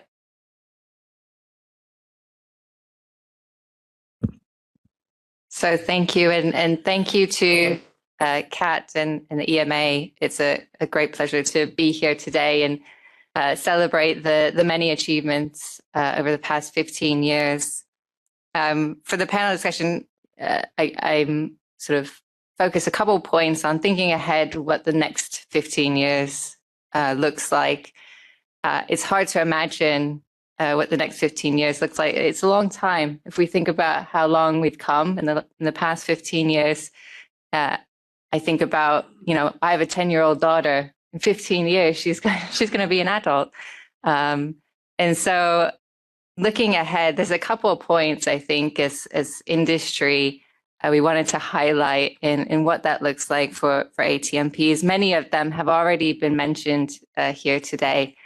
I think we heard already the rapid pace of science and the likely increase in the diversity of ATMPs available, but also the internal product complexity that will sort of require continued flexibility and adaptation from a regulatory perspective. We heard, of course, ATMPs have been dominated traditionally by rare disease development and hematology and oncology indications. But as just mentioned, we are starting to see that extend into broader indications in the autoimmune space and beyond. And one of the considerations is that require also a little bit of a mindset shift. We've learned about ATMPs in the context of oncology and rare disease, but the diseases to be treated in the future are very different. And so what needs to be considered for those moving forward? We've spoken about increase in global access to ATMPs facilitated by regulatory convergence and harmonization efforts. And I think, it's no surprise that industry, and particularly those of us who are working in a global environment, is very welcome to see all the efforts around regulatory convergence and harmonization through the various efforts, Patrick, that you mentioned, and ICH, WHO, etc. I think it's nice to see the energy around and the willingness and intent around generating some convergence. Sustainability of long-term follow-up. I think there were some comments about how we think about post-authorization, the requirements that are placed on patients, the healthcare system, as well as the developers. And thinking about the sustainability of that moving forward as we see more and more ATMPs become available, thinking about how can we optimize collection of data across systems to a very large scale. And so I think that's something to look forward to, that I think we can work on together in the future. Of course, it wouldn't be a talk about the future without mentioning the general pharmaceuticals legislation. There are many points in there for ATMPs, I think, that were positive, as well as some things that maybe could be improved. One of the things that's mentioned here today, of course, is on the GMO assessment. And I think that many stakeholders, not just industry, were really welcomed the streamlining effort and the commitment to that in the pharmaceutical legislation. There's been a real challenge in conducting clinical trials in Europe. And I think it's a really positive step forward that we have a solution. I think my one caution would be, let's not wait too long to implement that. The sooner we can do it, the better. And I think even if we start to talk about, work sharing pilots or something such that when the regulation becomes effective, that we can really have a good understanding to hit the ground running. We are supportive as an industry of streamlining the structures and processes within the regulatory system, but do fully support retaining the expertise that has been built up by the CAT over the past 15 years. I think that's been such an essential driving force to focus discussions on ATMPs. And finally, I think we're, as industry, we really see this as an important inflection point and a tipping point. Lena mentioned the Draghi report on EU competitiveness, and it's a real opportunity we're faced with to increase innovation and R&D investment in Europe. I put the figures on clinical trials up here again just to reflect on, because we see that the numbers there in Europe are lower than in other regions. And just to contextualize this a little bit, this is a large part of the numbers is driven by the early phase trials, so the phase 1 and phase 1/2 trials. And I think Martina made this point earlier. Something is happening here, and it's important to understand what it is. And so I'm really looking forward to the discussion and the questions today. Thanks, Patrick. Many thanks, Jacqueline. My next panelist, I can welcome Mencia de Lemos. Mencia is one of the patient representatives in the Committee for Advanced Therapies. She has an interest on registries and databases capturing data in a way that is fit for regulatory decisions. She was president of SMA Europe, an umbrella organization representing 25 national patient organizations across Europe in the field of SMA. Mencia, you have a couple of introductory points you want to make. Thank you. I'll be very brief, and I'm going to be leveraging on what has already been said by many of my colleagues today. Just want to stress that for the patients, especially for people living with rare diseases, the eruption of ATMPs have changed completely our landscape, in many cases our future, because they are potentially addressing for the first time life-threatening and certainly severely debilitating diseases. So the interest and the hopes that patients have on ATMPs are very, very big. However, we are fully aware, and I will not stop too much on this.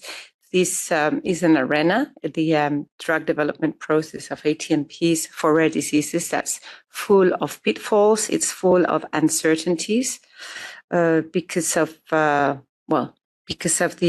innovations that come behind the drug development process, but also because rare diseases are often understudied.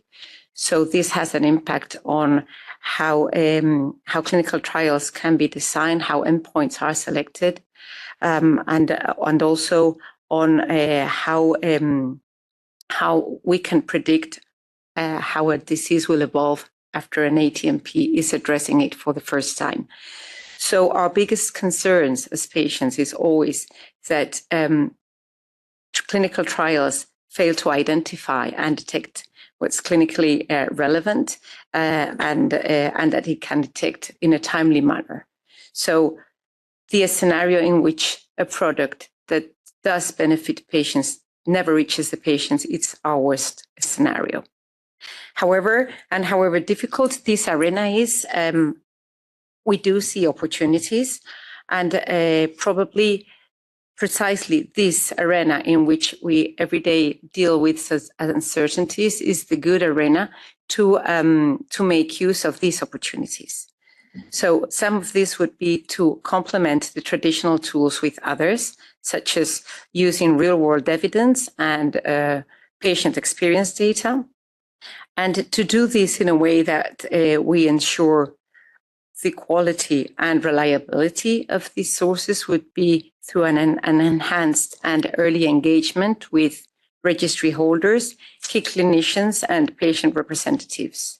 So it has been presented before by my colleagues, some of the potential that can be seen in registries, in a patient's input.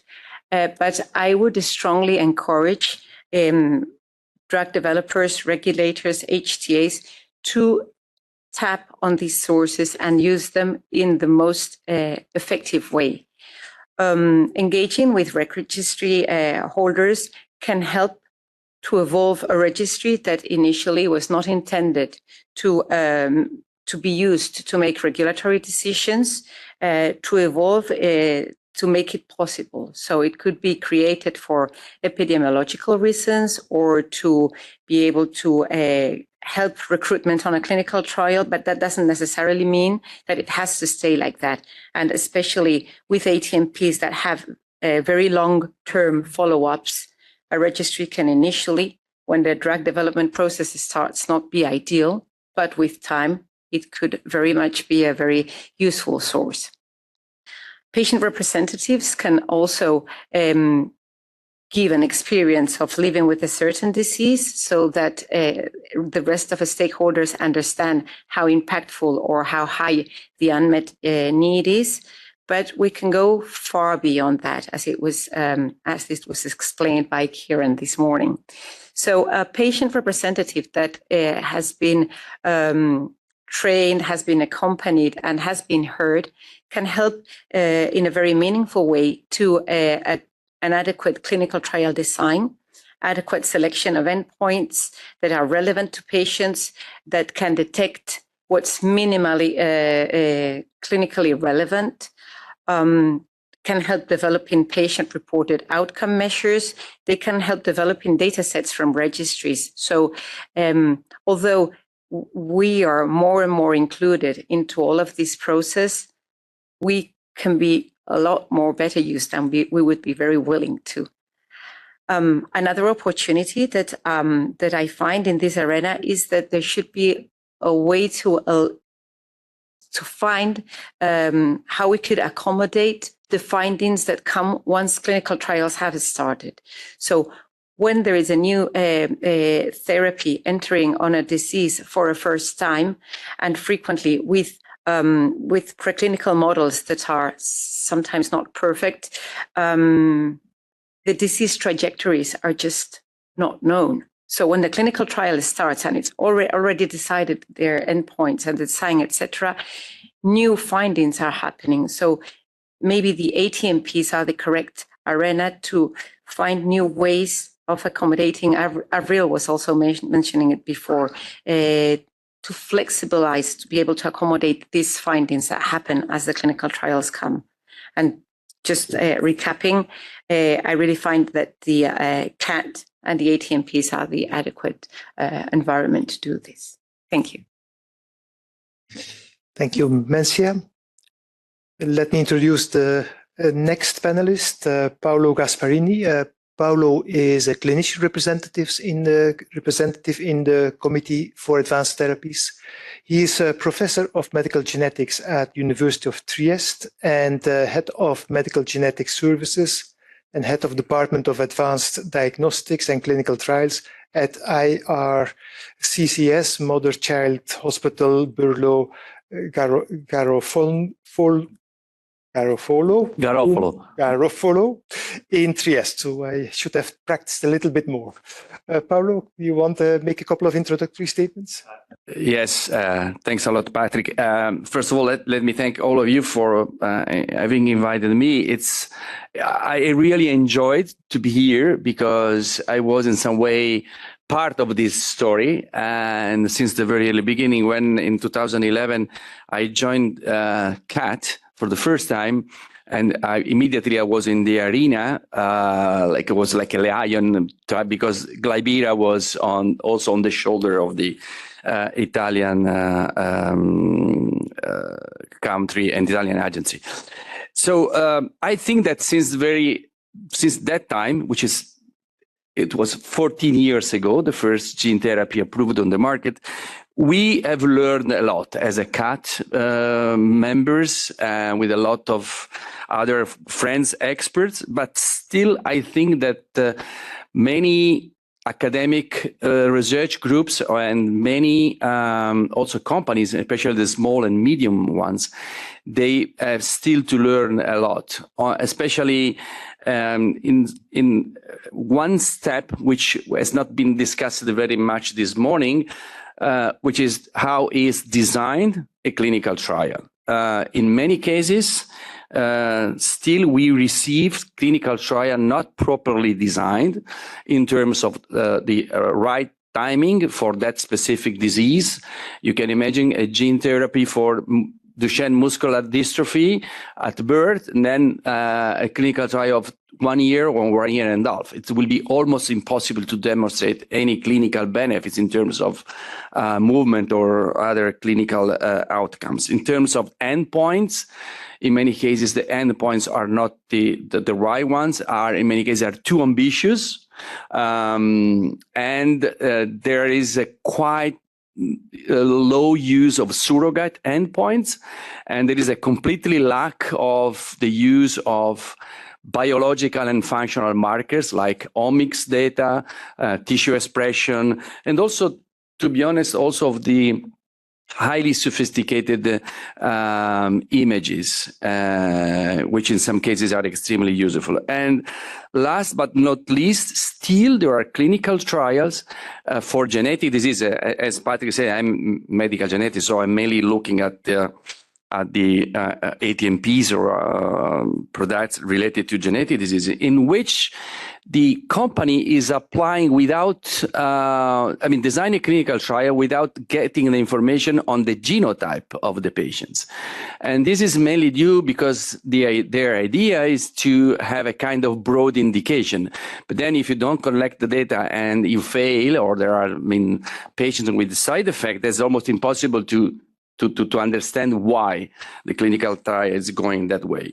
So I think that this is still a very important issue, which could be partially solved by approaches that have been already discussed this morning. One is scientific advice. Scientific advice is, of course, an extremely value collaboration in between the companies and the EMA. Unfortunately, it's not mandatory, neither to ask for scientific advice, neither to follow the scientific advice. So it's good to ask, but then not all will follow the scientific advice and the suggestions of the experts. And the other action, and the other relevant part is which has been little bit discussed this morning, is the possibility to use real-world data. The problem here is that registries, as also mentioned, they cost, and they should be organized, maintained in a way in which all the patients and all the data should be standardized and harmonized. And this is the issue why in many cases they are not that useful. But on top of this, still is a kind of gray zone in which the commission should decide what to do, because in principle there are general statements saying that real world data are good, but if you are in the presence in which you have a clinical trial who failed to reach the primary endpoint, and then on the other side you have real world data heterogeneous, not very well organized, which suggests something, what could weight more? The real world data, or in the presence of a negative endpoint, or the opposite. And this is something we have to deal with almost every day. And this is just what I just want to underline. Of course, then let me say, as a clinician, I want to share with my colleague the frustration of what I experienced during these last 14 years of having fantastic products, which after a few years are out of the market because they're too much expensive, or they go back to, let's say, like Teleton, with charities who have to change their legal framework to still offer this fantastic product to the patients. And I'm talking about the ATMP, which clearly works, of course. Thank you, Paulo. Just turning my side to the two other panelists we have invited. Andrea Barbu, you have seen her already chairing the previous session. Andrea is a senior assessor for biologic medicinal products at the Swedish Medicines Product Agency. She is the Swedish delegate in BWP since 2020 and recently has been elected as the BWP vice chair. And she is also a member of the Cell Therapy Products Working Party under the European Directorate for Quality of Medicines. You want to make a couple of introductory statements, Andrea? Thank you, Patrick. Yeah, I guess my slide is rather dry and Spartan, and I'm pretty sure that from a quality assessor perspective, anyone who has had some discussions with quality assessors have heard all these challenges before and met them in hands-on experiences. And I would say that this everything that it's listed here, scarcity of starting materials and donor variability and individualized products and so on, everything puts a burden on designing efficient manufacturing process. So it's a lot of thought that needs to be put in to maximize the information that is generated ideally before entering the clinical trials, and decide the final, or not the final, but the sufficiently mature manufacturing strategy. So I'm not going to go in details on all of these, but from some of the presentations we've heard today, the complexity of the products that are going to come, it's exponentially going up. So I would say that probably these challenges will, maybe not exponentially, because some experience that we have can be definitely leveraged in the new types of products. But anyway, they will not going to disappear. So from what I've seen at the Swedish Medical Product Agency and at the level of BWP, I think that it's very, very important that the knowledge of the product is there before you're entering clinical trials. I think early interactions with regulators is beneficial and will definitely raise awareness on both sides. So we will be able to see what innovative products are on the pipeline. So we will have the possibility to prepare ourselves and learn, as well as you will probably get better information and knowledge of what we would expect. And this is really important, especially for ATMPs, where maybe the phase 1 or exploratory first clinical study might leverage, or you might need to leverage clinical data from that one for your MAA, and then it's important to have the quality there, and so that can be done in a proper way. I think I'm going to stop here, and if there are any questions later on, I'm happy to take them. Thank you. Thank you, Andrea. Then let me as last introduce Marcel Hoefnagel. Marcel is a senior assessor of the biopharmaceuticals unit at the Medicines Evaluation Board here in the Netherlands. He is since beginning of 2023 the chairman of the Quality Innovation Group, and since beginning of 2020 he is also chairing the HMA Substance Validation Group, which is supporting the development of a database containing all substances in medicines in their molecular structure. Floor is yours, Marcel. Thank you very much, Patrick. Being asked to raise some points here to start the discussion.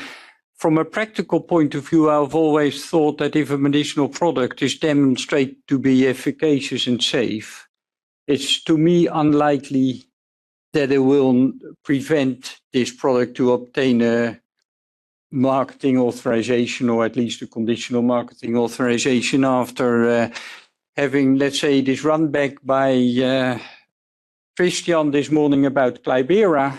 You could debate that point to some extent, but I still think that if we've got an efficacious and safe product, we will approve it. Then if I look and are in contact with, let's say, academics that develop ATMPs. I was at the European Tissue Repair Society, and they said, well, it's impossible to bring these products to the market. So basically, we refrain from doing this. So I think to some extent, the regulatory process is scaring them. And I think we should more strongly reach out to them. And in this respect, I also saw that there are very little tissue products in the pipeline. What we see are, let's say, AAVs, CD34 plus products and CAR-Ts, basically. And we can see these all coming. And of course, the CRISPR-Cas or the gene editing products are coming our way.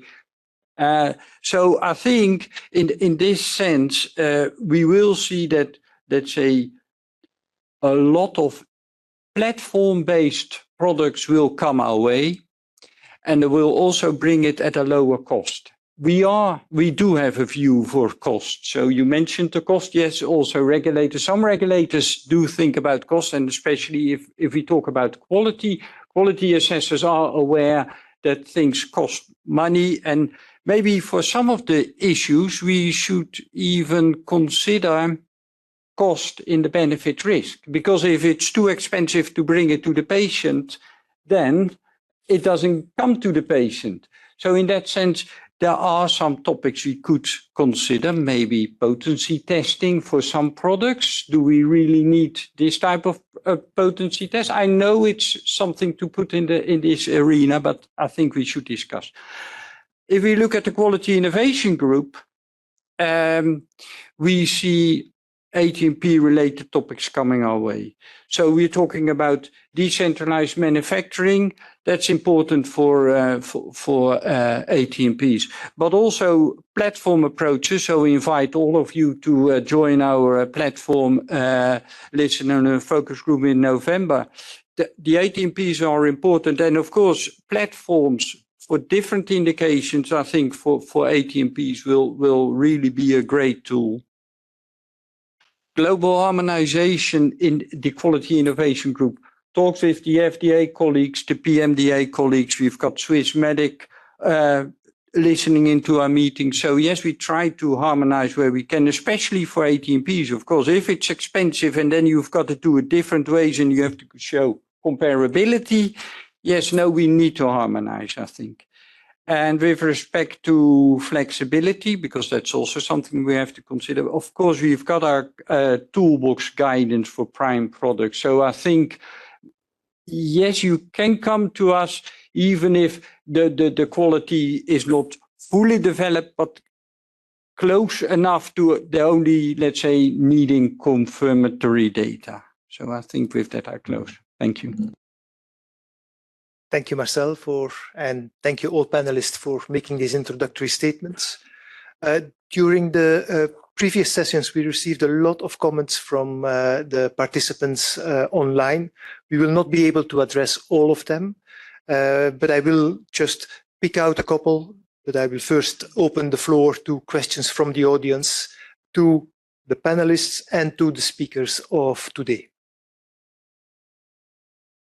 Okay, don't be shy. So, Margarita, you had a question that I said I would postpone. So I'm happy to give you first the floor. Okay, thank you. No, indeed, this is very, very important discussion in my view, because I always struggle with the figures when you compare the rest of the world with the Europe, and the European situation is really sad in a certain way. I think there are several reasons. One is possibly the investment on innovation, because there's very little angels around in Europe that support whatever there is in the United States, that have several startup companies and God knows what doing, being born and being dead in very often. But so the comparability of first phase 1s and 2s in Europe versus US, of course, there's this movement of money in the US that is uncomparable to Europe, and that has to be put in the context. But in Europe, there's a problem, and there's a problem especially, and this is especially directed to the Commission, related to the communication between the cells and tissues, medical devices, clinical trials, all the subsidiary areas that really have a role of the member states, and the member states want to keep them. And then somehow the dialogue becomes truncated and difficult. And then suddenly you have several approaches in different member states. I think this is really a nightmare for anyone developing a product that wants to get globally in Europe at the early stages, where you have to deal with GMOs, where you have to deal with the clinical trial approaches, which are different. And sadly, I just heard that there was a big effort in the Commission to harmonize the procedure for GMO, and apparently member states do not use them. I can see that with the new SOHO legislation, again, double standards are built in, like the importation, for example, of tissues and cells that does not make sense, that is not the responsibility of the manufacturer and is now shared with the tissues and cells establishment. That does not make sense. I made comments on that quite some time ago. So you keep having, instead of refurbishing, and I think it's wonderful that you revise the pharma legislation, but to revise it, it should be with strong discussion on the purpose of really creating harmonized approach, really harmonized approach, or even centralized approach, like we're doing with the GMOs, which is possibly going to be very much better. But I think this development should take into consideration the CAT as it has been built, because CAT was built with the participation of the European agency strongly in the construction of the legislation.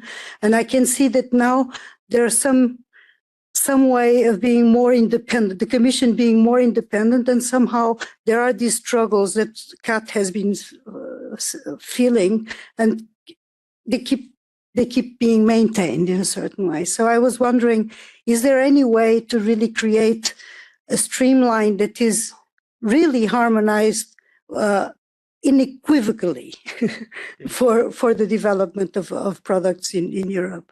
Okay, thanks, Martina. I think I have to pass the floor directly to Lina, because most of the comments were made to her, both on the GMO, and just to let you know, that was also quite a lot of the comments that were made in the WebEx chat were also asking on the GMO process and how the new process would create a more streamlined and framework for GMO assessment in Europe.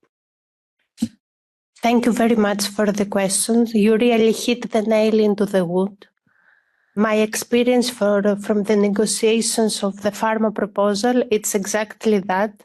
Whenever the Commission is trying to harmonize at the request of so many stakeholders, there are the other side of member states that they want to keep all national competencies and not to go in harmonized rules. So we are facing this situation. We try to put the facts straight and to argue in favor of the procedures, of the provisions that we're having already put into the pharma proposal, and other that are in our thoughts. I already mentioned the Biotech Act, which is something that is in the making.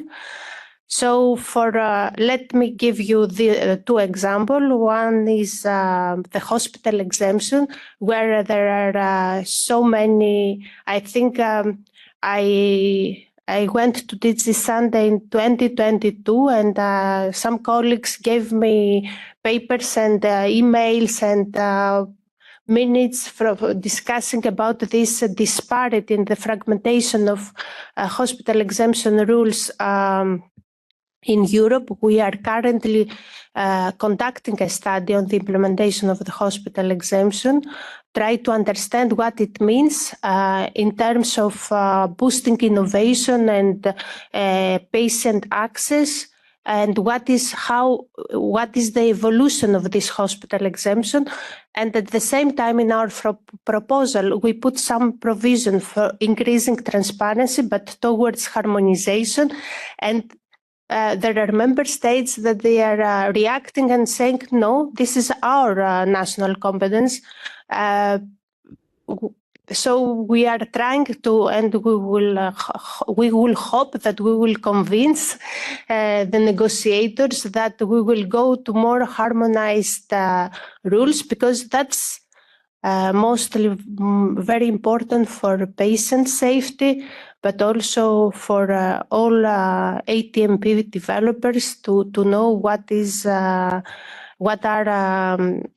to have a fair play. The second point that we tried to enter harmonization is the GMO. So we have in the clinical trials, we have three, let's say, approvals, two approvals. We have the regulatory approval, the scientific part of the clinical trial application and ethics. But when it's for investigational medicinal product containing or consisting GMO, so gene therapy clinical trials, we have the GMO approval. And we all know that it's completely fragmented because we have two GMO directives, and some member states implement one, others the other, deliberate release or contained use, or both of them depending on the conditions. And also we have the marketing authorization, where, of course, it's a centralized procedure, but still we have to have consultation of each national GMO authority. So it's a lot of burden, and especially we receive in the Commission studies from scientists that show, for example, adeno-associated virus, gene therapies have negligible environmental risks. Still, they have to go, the developers, through all this burden. So what we put in the proposal is that we de-link the clinical trial regulation with the GMO directives. That was in an horizontal, because the clinical trial regulation didn't have any arrangements for the GMO authorization. Nothing at all. But in the end, there was an article that there was a reference that this regulation applies without prejudice to a list of texts, including the GMO directives. So what we propose as a change in the pharma proposal is to delete this reference, that disarm the GMO directives to be directly applicable for clinical trial application. The second major change that we propose in the clinical trial regulation is that we embed in the clinical trial regulation a centralized GMO both application and review. And in this way, we expect to have to reduce the burden for the both the GMO application and review of that compared to what is currently now. From my experience from the negotiation at the Council, it's also again a point that some member states, they wonder what will be if this affects the overall oversight, the governance of clinical trials from the member states. And of course, we try to ensure that will remain national competence except from the GMO application. The same for the marketing authorization. In the proposal, we propose that this consultation should not be necessary unless there is a first-in-class product or a novel question.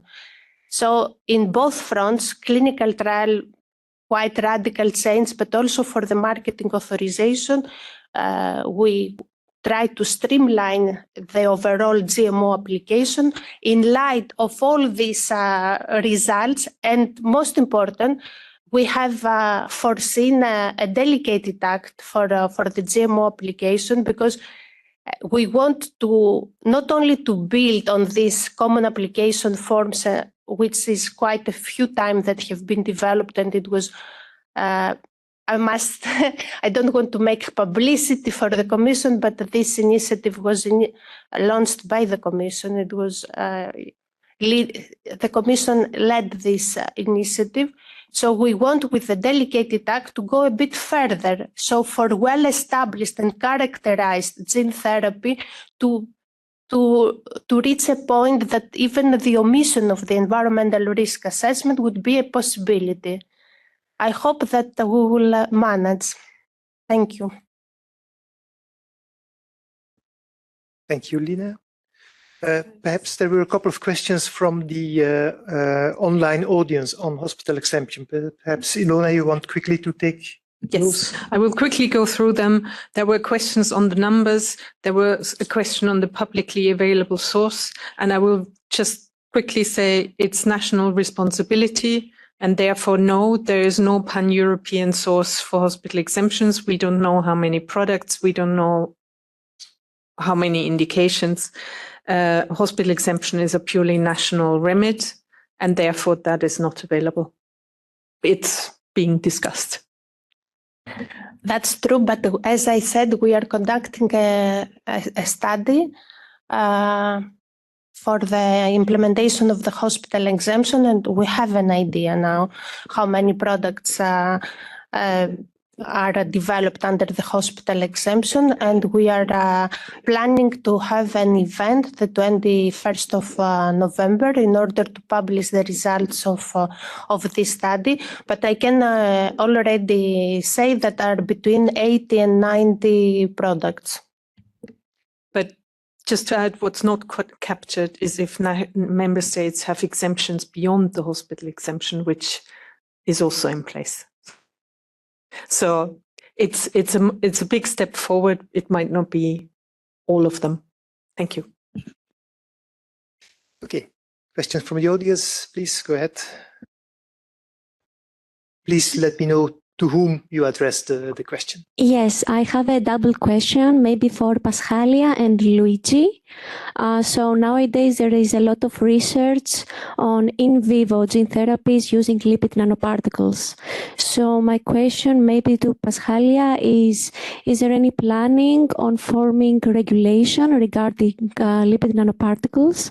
And my question to Luigi is that, do you think that maybe an in vivo approach for gene therapy of blood diseases would be maybe a next step or more advantageous compared to ex vivo gene therapies that have been used recently?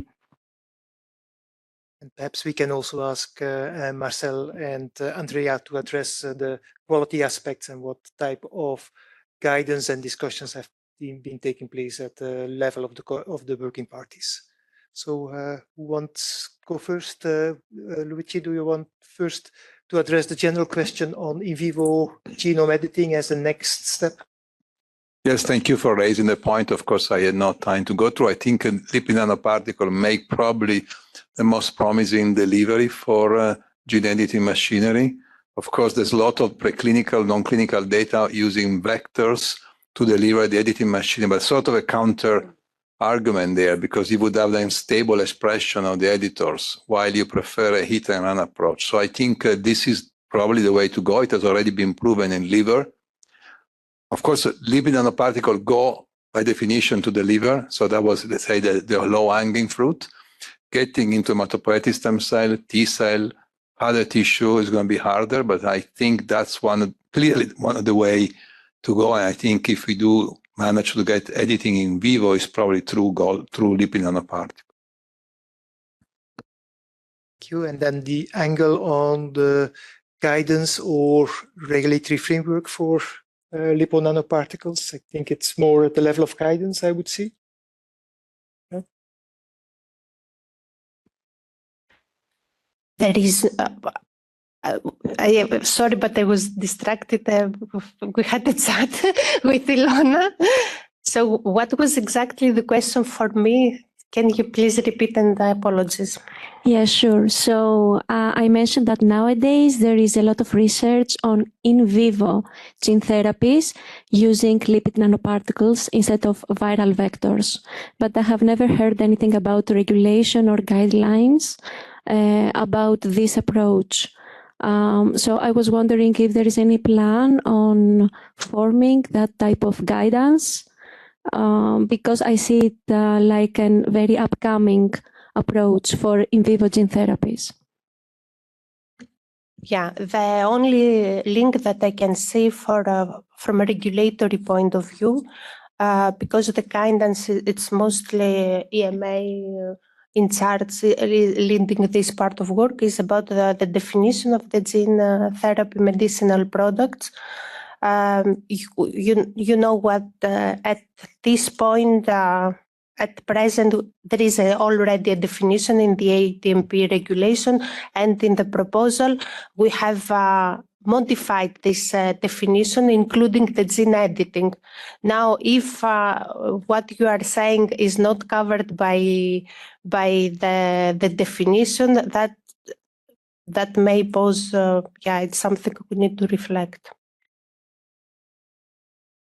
So perhaps at the level of guidance, Marcel, do you want to add something or experience? Because we had quite a lot of experience with the pandemic vaccines on the use of lipo nanoparticles. So. Yeah, so you answered. So very shortly, what I know right now, there is nothing on its way for a specific guidance for lipid nanoparticles for ATMPs, but there is a guideline ongoing, and BWP is the one leading for that on mRNA-based vaccines, and those are using lipid nanoparticles as carriers. This is not out for hopefully next year. It's going to be out for consultation. So we hope it's going to be out there then. But I'm not sure that it's going to be a very important part of the lipid nanoparticles. I think it's much more focused on the mRNA molecule it's by itself. So something will probably be included, but so. At this point, we have discussions, of course, on the necessity, but nothing very clear in the pipeline right now. Thank you. Yeah, please. Just to make a follow-up to the first question, because I forgot about the interfaces, and it was a point that also Ilona has mentioned, the interfaces between the different legislation for SOHO, for medical devices, for in vitro diagnostics, and there are projects going on. You are probably aware of the combined project, but it's there is an ongoing discussion whether addressing these interfaces could be in the scope of the Biotech Act, for example, or it's not something that we don't have in our bucket list. Thank you. So perhaps we continue a little bit on the device in vitro diagnostics combination with ATMP. So, yes. Ilona, do you want? So we had one question: what is planned in order to address the challenges and conflicts between the different legal frameworks relating to clinical trials, as it's unclear whether the combined project includes ATMPs? And here I can say ATMPs are definitely not excluded. I'm personally involved as well. So I can guarantee you that the ATMP aspect is part of these overall considerations, although it might not be the pilot project, an ATMP. So ATMPs are increasingly incorporating a medical device companion diagnostic component, as notified bodies don't give advice, and it's the national agencies who assess their use in clinical trials. How does CAT envisage addressing the gaps, interfaces between all stakeholders to ensure a smoother way forward and alignment? And here I can definitely make reference to activities not only within the combined project, but also on the level of EMA with the scientific advice for combinations. There will be a publication on that soon. The current obstacle is the inability of the device sector to provide scientific advice. We are working on this. And so it's very much on our radar, and we are trying to optimize the situations. And for everybody who knows me, I've been on this since 2015, so it is very close to my heart, and I can assure you that the ATMPs will not be left out. This is also in the context of the last comment. I'm hearing that many ATMP developers are avoiding Europe whenever possible, especially if they have associated medical devices and companion diagnostic elements.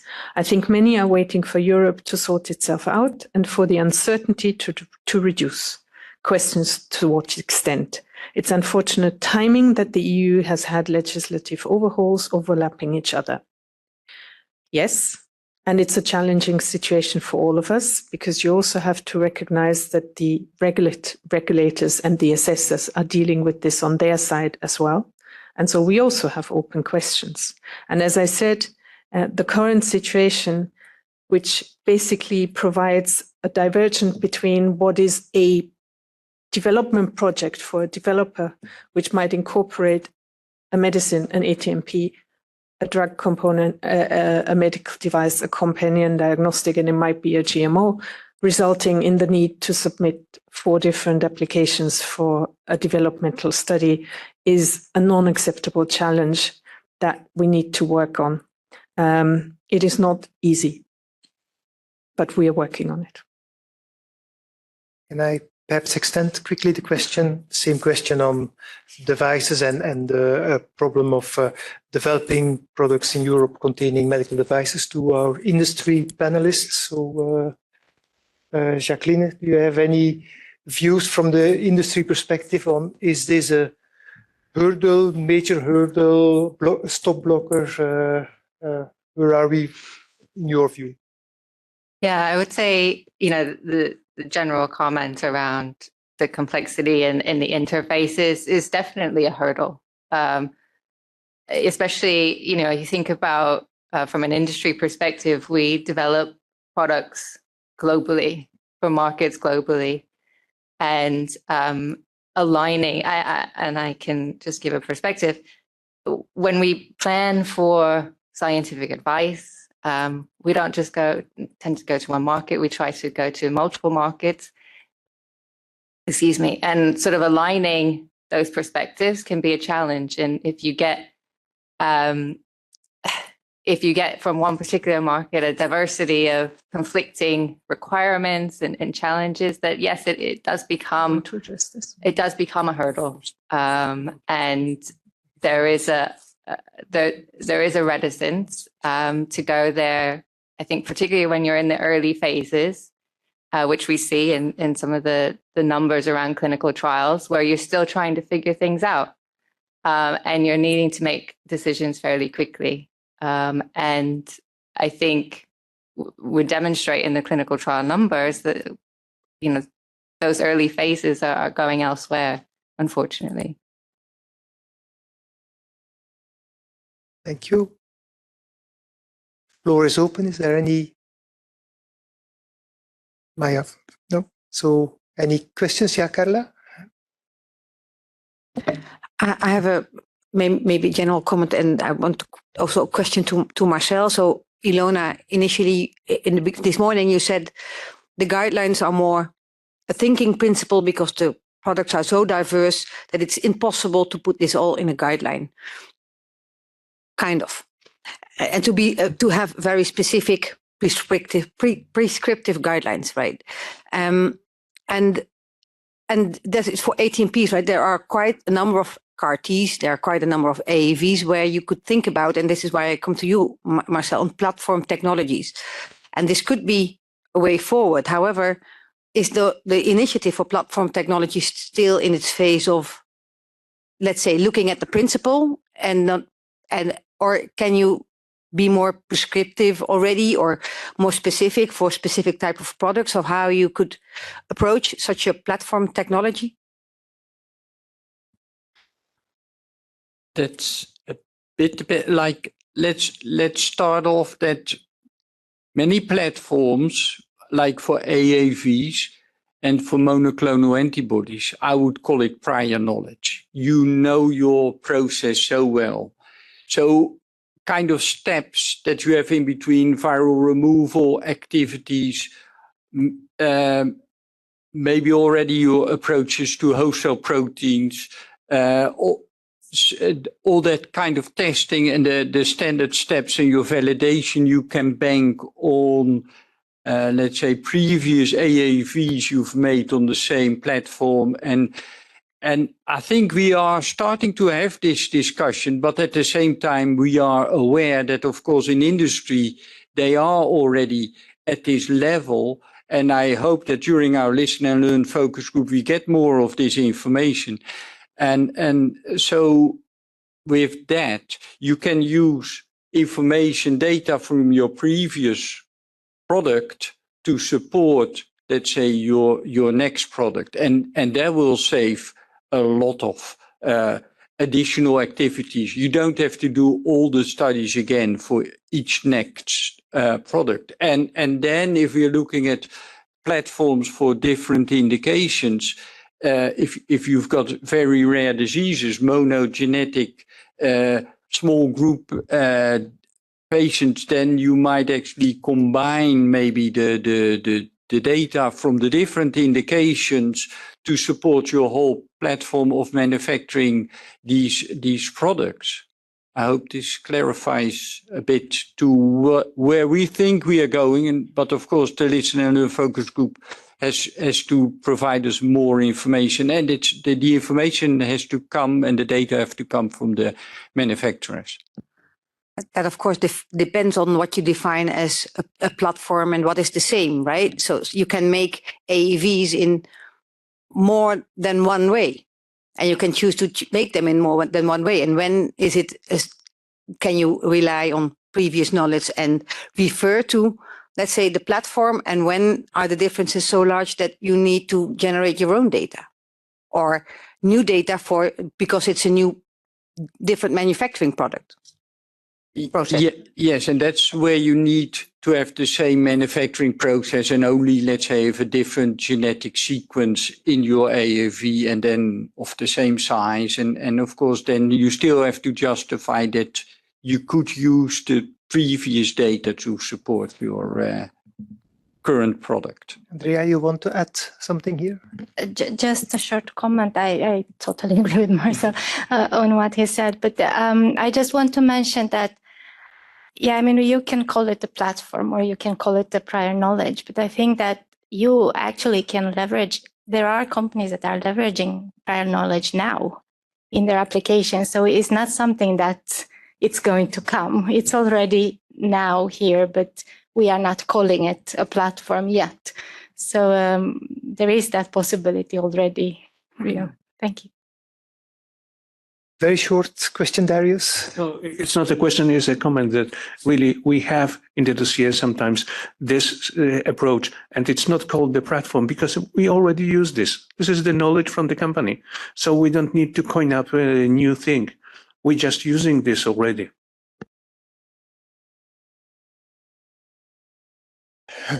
Very last comment, and then I will give the floor to Ilona to close. Sorry, so very quickly. Well, I think our definition of a platform was more ambitious to a certain extent, and I'm open to a bit more discussion.